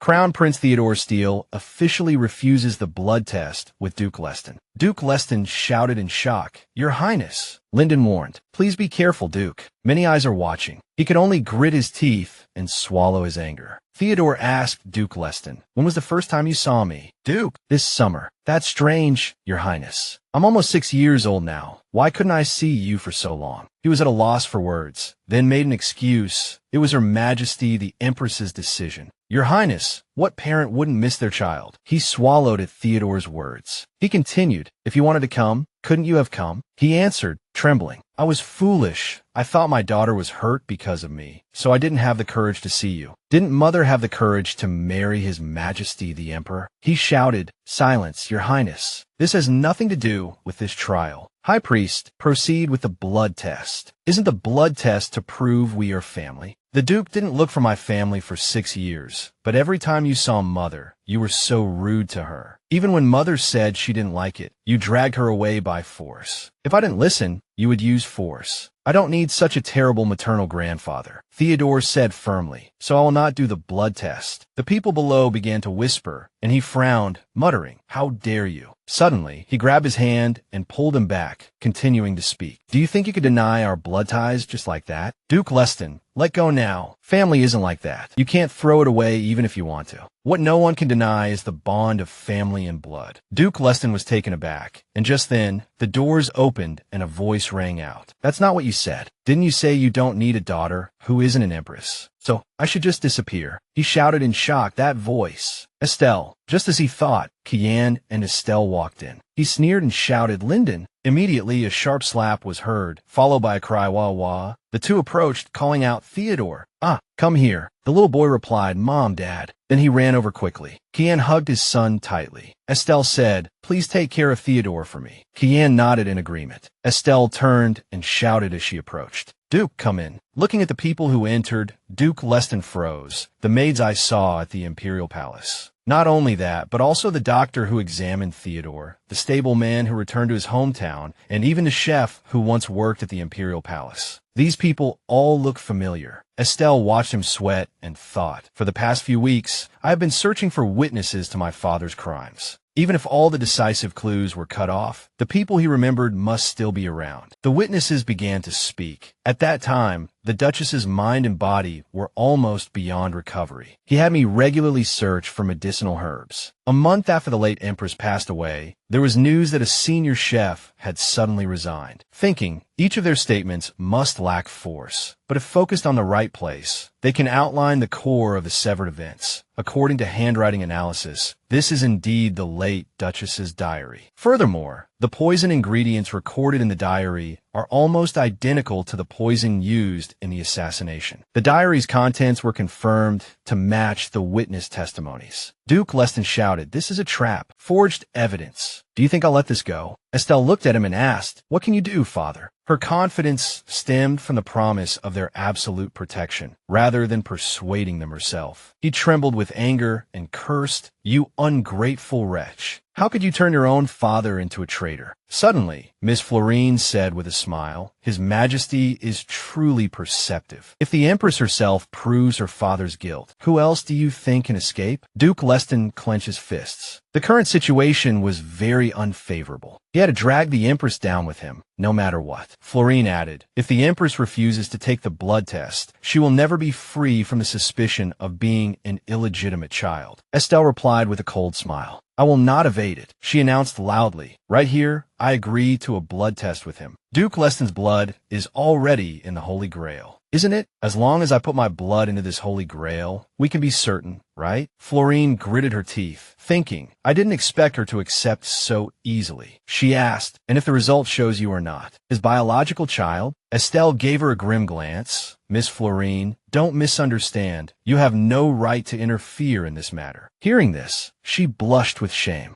Estelle turned, but if you want to be more certain, that's fine too. Earl of Len, although this may be abrupt, would you be willing to do a blood test with me? The Earl was taken aback, and the people around them murmured, oh my, how direct. But the Earl of Len quickly agreed. I understand. With that, he approached Estelle. He quickly held out his hand, and a drop of blood began to fall. All right, now to Her Majesty the Empress's turn. Blood from Estelle's fingertip also began to flow. It slowly dripped into the Holy Grail with the Earl's blood and the Holy Grail with the Duke's blood. A golden light burst forth, illuminating the entire room. Florine was secretly shocked to see that the light emanated from Duke Leston's Holy Grail. Estelle asked Duke Leston why he had that expression. This is an obvious result. Only a father would doubt his own child. He choked, stammering. Let go, I said let go. Estelle approached the Earl of Len. Thank you for your cooperation, Earl. He smiled and shook his head, saying it was nothing. Estelle thought to herself, it's not strange at all. Before leaving, she had asked the Earl if his suspicions were true. The Earl of Len replied, Your Majesty, I swear to God that I am not the Empress's biological father. It is true that the Duchess and I were in love in our youth, but I have never committed any indecent act in my life. He was telling the truth. Estelle spoke. This seems to be enough to explain everything. Even if further investigation is needed, I am willing to consent. However, the verdict for the crimes will be delivered after all remaining traitors have been convicted. Florine's face fell, and she froze. The preparations were complete, so the trial is about to end. Sibyl grabbed Florence's arm. I'll escort you back to prison. Ah, she thought. It can't end like this. What to do? What else can be done? How can I? She screamed. His Highness the Crown Prince. During the 6 years the Empress and His Highness were in the East, His Majesty the Emperor did not look for either of you. If that's the case, doesn't that mean His Majesty is also not qualified to have a family? Estelle covered her son's ears. Theodore, don't listen. She continued to scream at the top of her lungs. If it weren't for the royal bloodline, His Majesty the Emperor would not only have not looked for His Highness, but he wouldn't even know his own son. As soon as she finished speaking, a sharp slap was heard. You hit her. Marion, get a grip. Florine needs to know where rock bottom is. It's all over. Then Marion turned and bowed apologetically. Florine was dragged away, but still thought, it's no different from back then, anyway. Why? In the end, why can't I still catch up to you? On the way, Estelle's family walked on. Kian held her hand tightly. Theodore looked at Kian, thinking about Lady Florine's words. The little boy spoke, Dad. He turned and asked, what is it? The little boy touched Kian's flushed face. It's okay, even if you were late, because Dad loves me. I love you too. Theodore's eyes sparkled, right? Kian's eyes seemed to respond to Theodore's question, smiling as he said, That's right, Dad loves you very much. After the blood test, the matter of the criminals was quickly resolved, paying the price for their crimes. And the death sentence order for Marquis Croichin. The criminals pleaded, Your Majesty, please have mercy. Your Majesty, the descendants of Croichin and the followers who participated in the rebellion will also be executed. Don't go far. We must leave now. And Lady Florine was sentenced to exile. This is a special case. Marinette stood blankly, watching her sister being taken away. Suddenly, Estelle came up from behind and asked, Is it okay not to go see her? This might be the last chance. She turned in surprise, exclaiming, Your Majesty. Then she shook her head and replied, No, it's better if I don't go. Thank you for saving her life. Saving her life was not out of mercy. It's just that at her age, with that frail body, drifting in a small room without light, I think that's more painful than death, because there is a life worse than death. Suddenly, Hannah came in to announce, Excuse me, Your Majesty. Someone is requesting an audience. But the person was none other than Duke Bellin. He walked in quickly. Thank you for granting me an audience. And please speak informally, as I am no longer a nobleman. Estelle thought in surprise. He said he was disowned because of this incident. She asked, Is that so? What is it? I plan to leave the capital.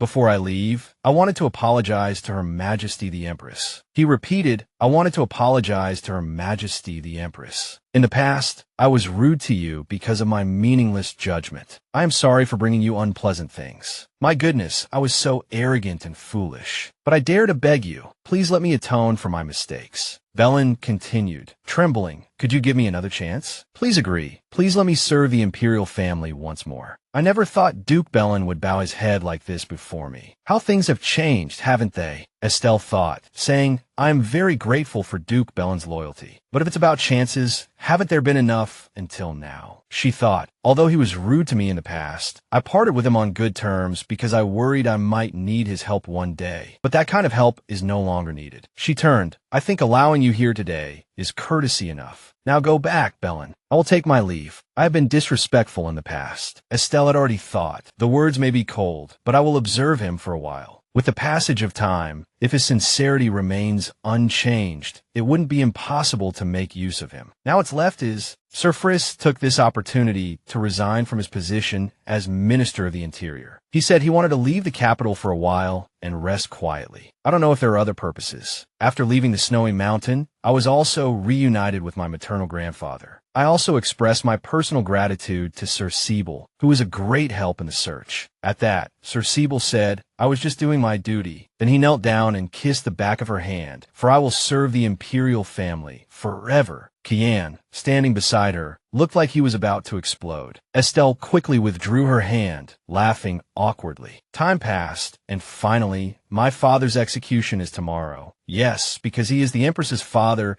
he will not be publicly executed. He trembled in fear, muttering constantly, I have to get out, I don't want to yet. What to do, what to do? Suddenly, with a loud bang, he turned to see the guard struck down. Who is it? A person stood before the door, holding a shiny key. Duke Leston was suddenly grabbed. He struggled desperately, Then he was dragged outside and thrown hard onto the ground. Seeing the person, Duke Leston shouted in shock. Earl of Len, what the hell are you doing? Yurun, what right do you have? The tip of the blade was pressed against his throat. Qualified? You think you're qualified to say such things? Not only did you cause your own wife's death, but you've also been living by sucking the marrow from your children's bones. The only reason I haven't sought revenge on Jack is because he is the father of her child. Had I known he was such a useless piece of trash, I would have torn him to shreds long ago. Duke Leston laughed loudly. Don't act so high and mighty. It can't hide your lowly birth. You should be thanking me. Estelle is indeed my child, which means the child mentioned in the diary must have been the first one. At this thought, he shouted, Your child? That child who carries your lowly blood was fed, clothed, and raised into adulthood by me. What more is there to say? It's pathetic that she and her mother have a father like you. As soon as the words left his mouth, Count Lin swung his sword at him. You'd better remember this clearly. Jack did try to deceive you by raising my child, but that child was miscarried before she married you. The young Duke and Her Majesty the Empress are, without a doubt, your children. Hearing this, Duke Leston looked up and asked what? Count Len struck him again. This is the first time I've seen you look so pathetic. Living a life where you can't even trust that your own children are yours. Duke Leston fell backward. Wait, hold on. Another sword strike came at him. He cried for help in vain. Help, someone help. I told you I wouldn't kill you that easily. Meanwhile, Kai received the news, nodded, and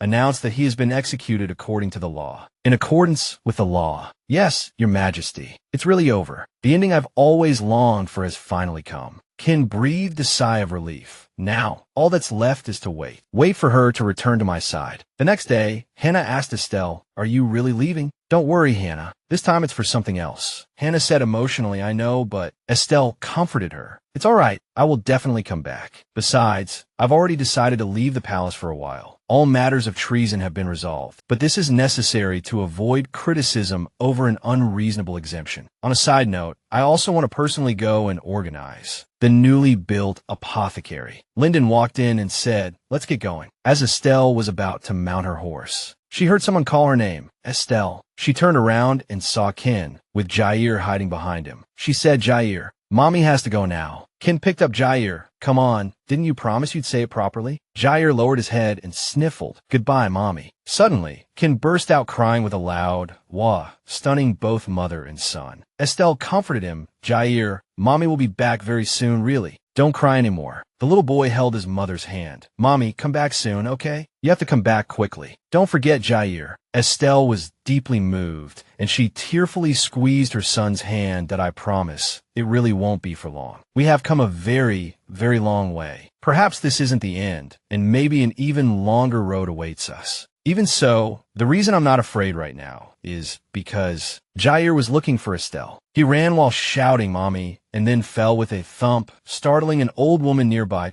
Oh my, you have to be more careful, the old woman said as she bandaged Jair's wound. She thought to herself, even so, the supply of medicinal herbs has become much more convenient, all thanks to that person. Still, when I heard that this child's mother was a princess, and a former empress at that, I thought I was going to faint. Are you doing well? A girl asked loudly, waving her hand at Excuse me, do you know where Lady Estelle is? The girl immediately got an answer. I think she went to the greenhouse with the antidote herbs earlier. Ah, then it must be there. In the greenhouse, Estelle was picking herbs when she heard a dog bark. Woof woof. She turned around and called out, Becklin. Then, the father and son duo, Ken and Jair, came into view. He was holding a bouquet of colorful flowers in his hands. He called out Estelle. She looked at the father and son in surprise, while Jair shouted joyfully, Mommy, I've come to get you. Then the father and son ran over quickly. Estelle thought to herself, the reason I'm not afraid is because there are no more secrets between us. And after a long and arduous journey, our family of 3 is finally reunited.